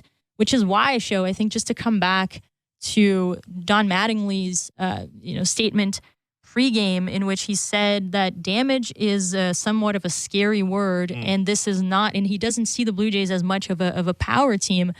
That's problematic when what you're seeing right now from this offense is an inability to either hit for power or to get the clutch hits or to, cash in any way. So if this is not a power team, if this is not the identity that the Blue Jays want to pursue, what is? And I think that will be the question that they need to answer, or start to answer, when they come home here. Because, okay, if you don't see the team like that, then what do you see it as? And how can you move forward and actually get those wins? That's Julia Kreutz. I'm Show Ali. You're listening to Jays Talk here on the Sportsnet Radio Network. Let's step aside, take a very quick break. When we go back, still some time to give us a call, 416-870-0590, 1-888-666-0590, star 590 on your cell. You can also shoot us a text if that's easier, 590-590, name and location. That's the People's Text Line. We'll continue on the text line and with your calls after this. You're listening to Jays Talk on the Sportsnet Radio Network. Timber Mart is Canada's building center, a solid neighbor to call upon when you've got a job to do. Your dependable home improvement store that offers the added value of Air Miles reward miles with every purchase of $15 or more. Visit timbermart.ca. Everyone dreams of owning their own personal slice of heaven. Now you can, thanks to Fixed Rate Pizza by Pizza Pizza. Until the end of 2024, lock into an extra-large 4-topping pizza at a fixed price of $17.99. No matter how bad food prices get this year, your pizza price stays. So why not say no to surge pricing and yes to fixed-rate pizza? Order now from Pizza Pizza. Go to pizzapizza.ca. At Crown Rust Control, protection runs deep. Because every Crown Rust Control Center is owned by a local family who cares beyond business. Your Crown Rust Control is 100% committed to their product, to you, to their community, which is your community. Protecting you and what matters to you is equally important as protecting your vehicle. Did you know spring's the best time of year to protect your vehicle from rust? For a special spring offer, find your local family-owned Crown Rust Control Center at crown.com. The race is on. Get ready for the rush on Sportsnet. It's getting close to playoff time. And here we go. This is the stretch drive. You cannot let down your guard. The time when every game and every point can make all the difference. If you get in, you can win. The rush to the playoffs is on. Don't miss all the NHL action on Sportsnet. Here for hockey. Watch on Sportsnet or stream on Sportsnet Plus. We're two men in a truck, the movers who care. You never know when cardiac arrest can happen. That's why each and every one of our trucks carries a life-saving Mikey defibrillator as part of our Mikey on Board program. Whether we're on the highway or in front of your house, we're prepared to help anyone whose heart may skip a beat. The Mikey Network has saved many lives, making Mikey's accessible to the public. And now they're on board our trucks. We're two men in a truck. Two men and a truck, the movers who care. Which Looney Dogger are you? The fork and knifer, splatterer, condiment queen, or Big Dipper? This season at Rogers Center, every Tuesday home game is Looney Dogs Night, presented by Schneider's. You will have the opportunity to purchase $1 hot dogs from various concession stands around the stadium. Then show the world your Looney Dog style. Because whether you're the mustard maven or ketchup king, no Blue Jays game is complete without hot dogs. So don't miss out on this deal. Looney Dogs Night, presented by Schneider's, every Tuesday home game. Timber Mart always has plans to help you with your plans. Your home, your cottage, your garage, whatever needs your attention first, check the most visited spot on our website for ready-to-order plans to get the job done with Canada's Building Centre. Visit timbermart.ca. Hey, this is Danny Jansen. You're listening to Toronto Blue Jays Baseball on the Sportsnet Radio Network. The Blue Jays come back from the road trip as they head back to the friendly, you hope, confines of the Rogers Center tomorrow for a series starting at home tomorrow, 7 Eastern, 4 Pacific, against the Seattle Mariners. You're listening to Jays Talk here on the Sportsnet Radio Network. Show Ali, Julia Kreutz with you for a scant few minutes, Julia. Let's go to the text line, 590-590, name and location. I'll get this short one out of the way very quickly. Robbie from Cayuga. Robbie says, Trevor Bauer needs to be brought in. I'm just going to say hard pass on Trevor Bauer. Honestly, Yeah. Even for you don't want the PR sideshow that comes with signing a guy under a domestic violence ban, but also the guy's toast. The guy went to Japan and got lit up consistently. I don't know. I don't know that. I don't know if it's worth it signing him. Yeah, Robbie. Not sure what you get. That's a bad take. Sorry, but you can try again. It's just that one was a bad take. I see one here from and I apologize if I'm getting your name wrong. Illo in Coburg.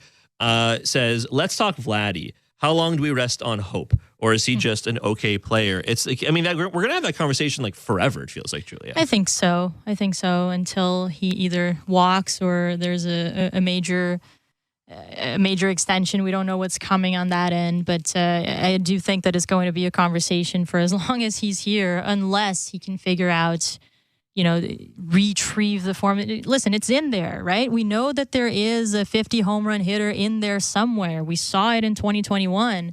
It's just a matter of trying to fit that in with the mentality that he currently has and with the Blue Jays game plan and with the many, many voices that seem to be around him right now, trying to get the most of his swing.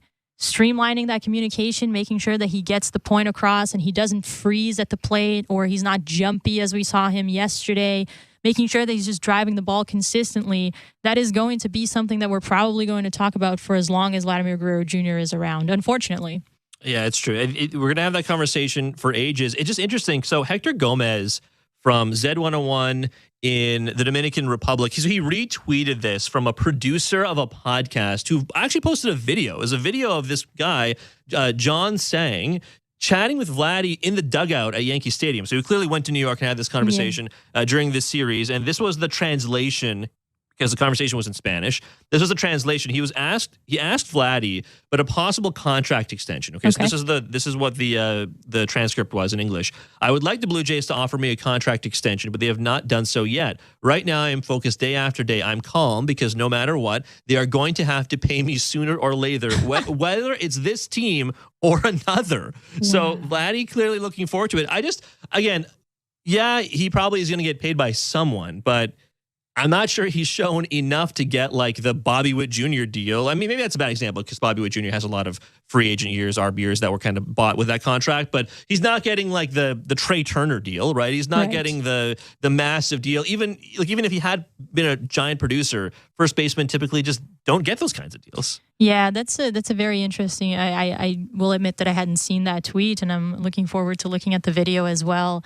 But if that is indeed the case, then you kind of, some teams we know don't really speak about don't do contract negotiations in season. Right. Because they do think that, the focus should stay on the field and all of that. And I understand that point. Mark Shapiro spoke during spring training. He was asked about, contract extensions for guys like Bo and Vlad, and he's very cryptic, right? And what he says is that these conversations are always ongoing, but they are always very secretive because of the nature of the subject. So not a ton coming from the Blue Jays there, and it's interesting to see Vladdy be as open as he was in this interview. But I don't think anyone expects something to happen mid-season here, Show. It does seem like this is something that the Blue Jays, historically have looked at the offseason as a target time, and so that's what we should expect from Vlad as well. Let's end on a relatively positive note, Jules. What do you think? We've been pretty negative this whole show, so let's end. Home opener mood here. Yeah. Let's look ahead. And Bo Bichette, kind of, sort of, I would say, got off the schneid. I think this was Bo's best game of the season so far. 2 walks, a strongly hit RBI double. He did strike out towards the end of the game, but still, if that's what you can hope to get a little bit more from with Bo Bichette as this season continues, at least maybe the top of the order will look a little different. I know the Vladdy stuff will still be a little concerning, maybe a little bit for Springer as well, but it was encouraging to see what we got, the 2 walks and the RBI double from Bo today.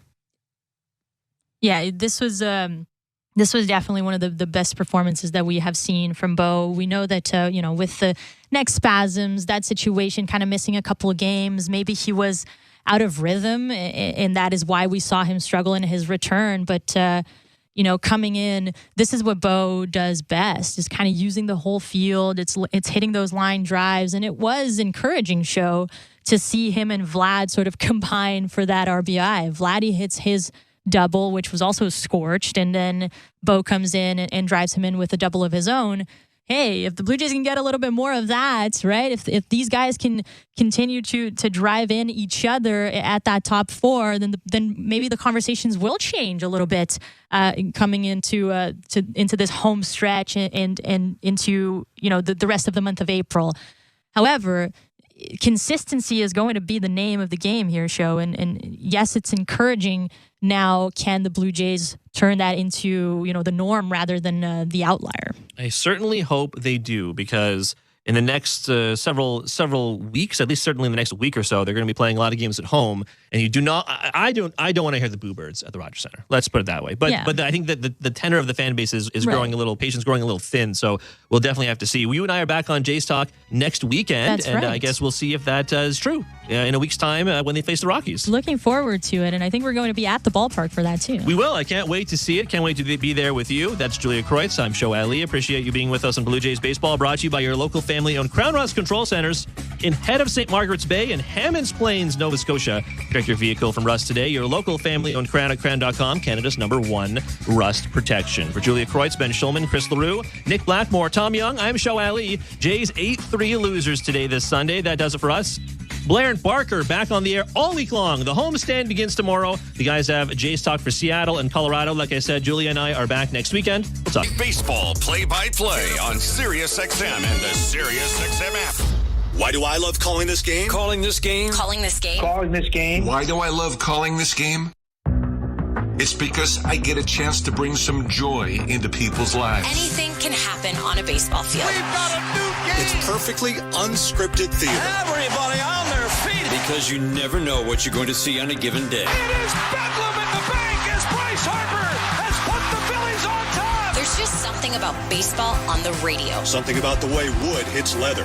A swing and a drive to deep left center. The way leather hits dirt. And he made the play. Oh, my. The way a deep fly ball sounds like it's about to change history. High fly ball to center field. It's hit pretty well toward the wall. Until the cleats hit the grass, hit the crushed brick, and then nothing but sky and a silent crowd. That ball's high. Until leather hits leather and 40,000 fans lose their collective minds. In a perfect symphony of chaos. He jumped up on top of the wall, balanced himself, and caught it. The way nothing triumphs a perfectly honest call. I don't believe what I just saw. And the way the right voice can make a moment live forever. Touch 'em all, Joe. You'll never hit a bigger home run in your life. Outsiders may think this is just two teams. The ball, a bat, and a microphone. But no. For over 100 years, this has been the soundtrack of the American pastime. He struck it out looking. It's over. It's over. The Rangers have won the World Series. The soundtrack of summer. This is Major League Baseball on the radio. Right now on Sirius XM. All rise. Coming in 5. Get ready to play. 4. Get up. Get up. 3. Can you believe it? Put your seatbelt on. Wow. Talk about the game and all the stories on MLB Network Radio. Sirius XM 89 and the Sirius XM app. Milwaukee Brewers take on the Seattle Mariners. Brewers on Sirius 111, XM 182, and Internet 855. Mariners on Internet 864. 2:10 p.m., Kansas City Royals take on the Chicago White Sox. Royals on Sirius 113, XM 181, and Internet 851. White Sox on Internet 845. 2:10 p.m., Minnesota Twins take on the Cleveland Guardians. Twins on Sirius 132, XM 183, and Internet 856. Guardians on Internet 847. 2:15 p.m., St. Louis Cardinals take on the Miami Marlins. Cardinals on Sirius 121, XM 184, and Internet 865. Marlins on Internet 854. 2:20 p.m., Chicago Cubs face the LA Dodgers. Cubs on Sirius 85, XM 180, and Internet 844. Dodgers on Internet 853. Spanish Feed on Internet 870. 3:10 p.m., Colorado Rockies take on the Tampa Bay Rays. Rockies on Sirius 108, XM 185, and Internet 848. Rays on Internet 866. 4:05 p.m., San Francisco Giants take on the San Diego Padres. Giants on Sirius 146, XM 186, and Internet 863. Padres on Internet 862. 4:07 p.m., LA Angels take on the Boston Red Sox. Angels on Sirius and XM channels 89, Internet 852.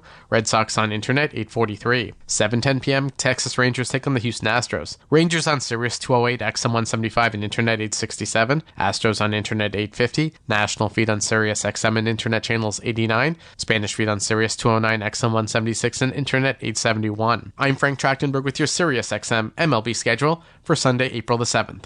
All times are Eastern, and please remember, all games, times, and channels are subject to change. Check SiriusXM.com for the latest updates. In Major League Baseball, 1:35 p.m., Atlanta Braves take on the Arizona Diamondbacks. Braves on Sirius and XM channels 89, Internet 841. Diamondbacks on Internet 840. 1:35 p.m., Washington Nationals take on the Philadelphia Phillies. Nationals on Sirius 211, XM 178, and Internet 869. Phillies on Internet 860. 1:35 p.m., New York Yankees take on the Toronto Blue Jays. Yankees on Sirius 209, XM 176, and Internet 858.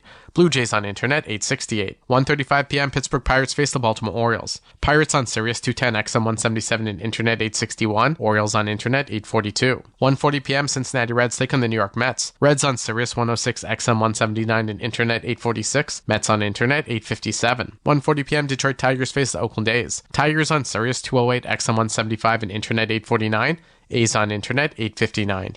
2:10 p.m., Milwaukee Brewers take on the Seattle Mariners. Brewers on Sirius 111, XM 182, and Internet 855. Mariners on Internet 864. 2:10 p.m., Kansas City Royals take on the Chicago White Sox. Royals on Sirius 113, XM 181, and Internet 851. White Sox on Internet 845. 2:10 p.m., Minnesota Twins take on the Cleveland Guardians. Twins on Sirius 132, XM 183, and Internet 856. Guardians on Internet 847. 2:15 p.m., St. Louis Cardinals take on the Miami Marlins. Cardinals on Sirius 121, XM 184, and Internet 865. Marlins on Internet 854. On the court and off, your home for the NBA is SiriusXM. Follow all the drama as your favorite team vies for it all. SiriusXM NBA Radio. SiriusXM 86. MLB Network Radio host Xavier Scruggs believes Juan Soto of the New York Yankees is the perfect fit in the Yankee lineup. fans getting an opportunity to see Soto take at bats. These Yankees fans now that get to watch Soto on a daily basis will appreciate his ability to hone in on exactly what he's looking for. And that's ultimately the difference between him and every other player in the major leagues is he is so hyper-focused on not swinging at a pitch outside of his zone. He may give up 2 strikes in the at-bat, but he is going to wait for you to make that mistake, and he's going to make you pay, and he doesn't have to do it by hitting a home run. We saw it multiple times this weekend, being able to use the whole field. Yesterday against the game's best closer and Josh Hader, just taking that line drive the other way to plate the go-ahead run.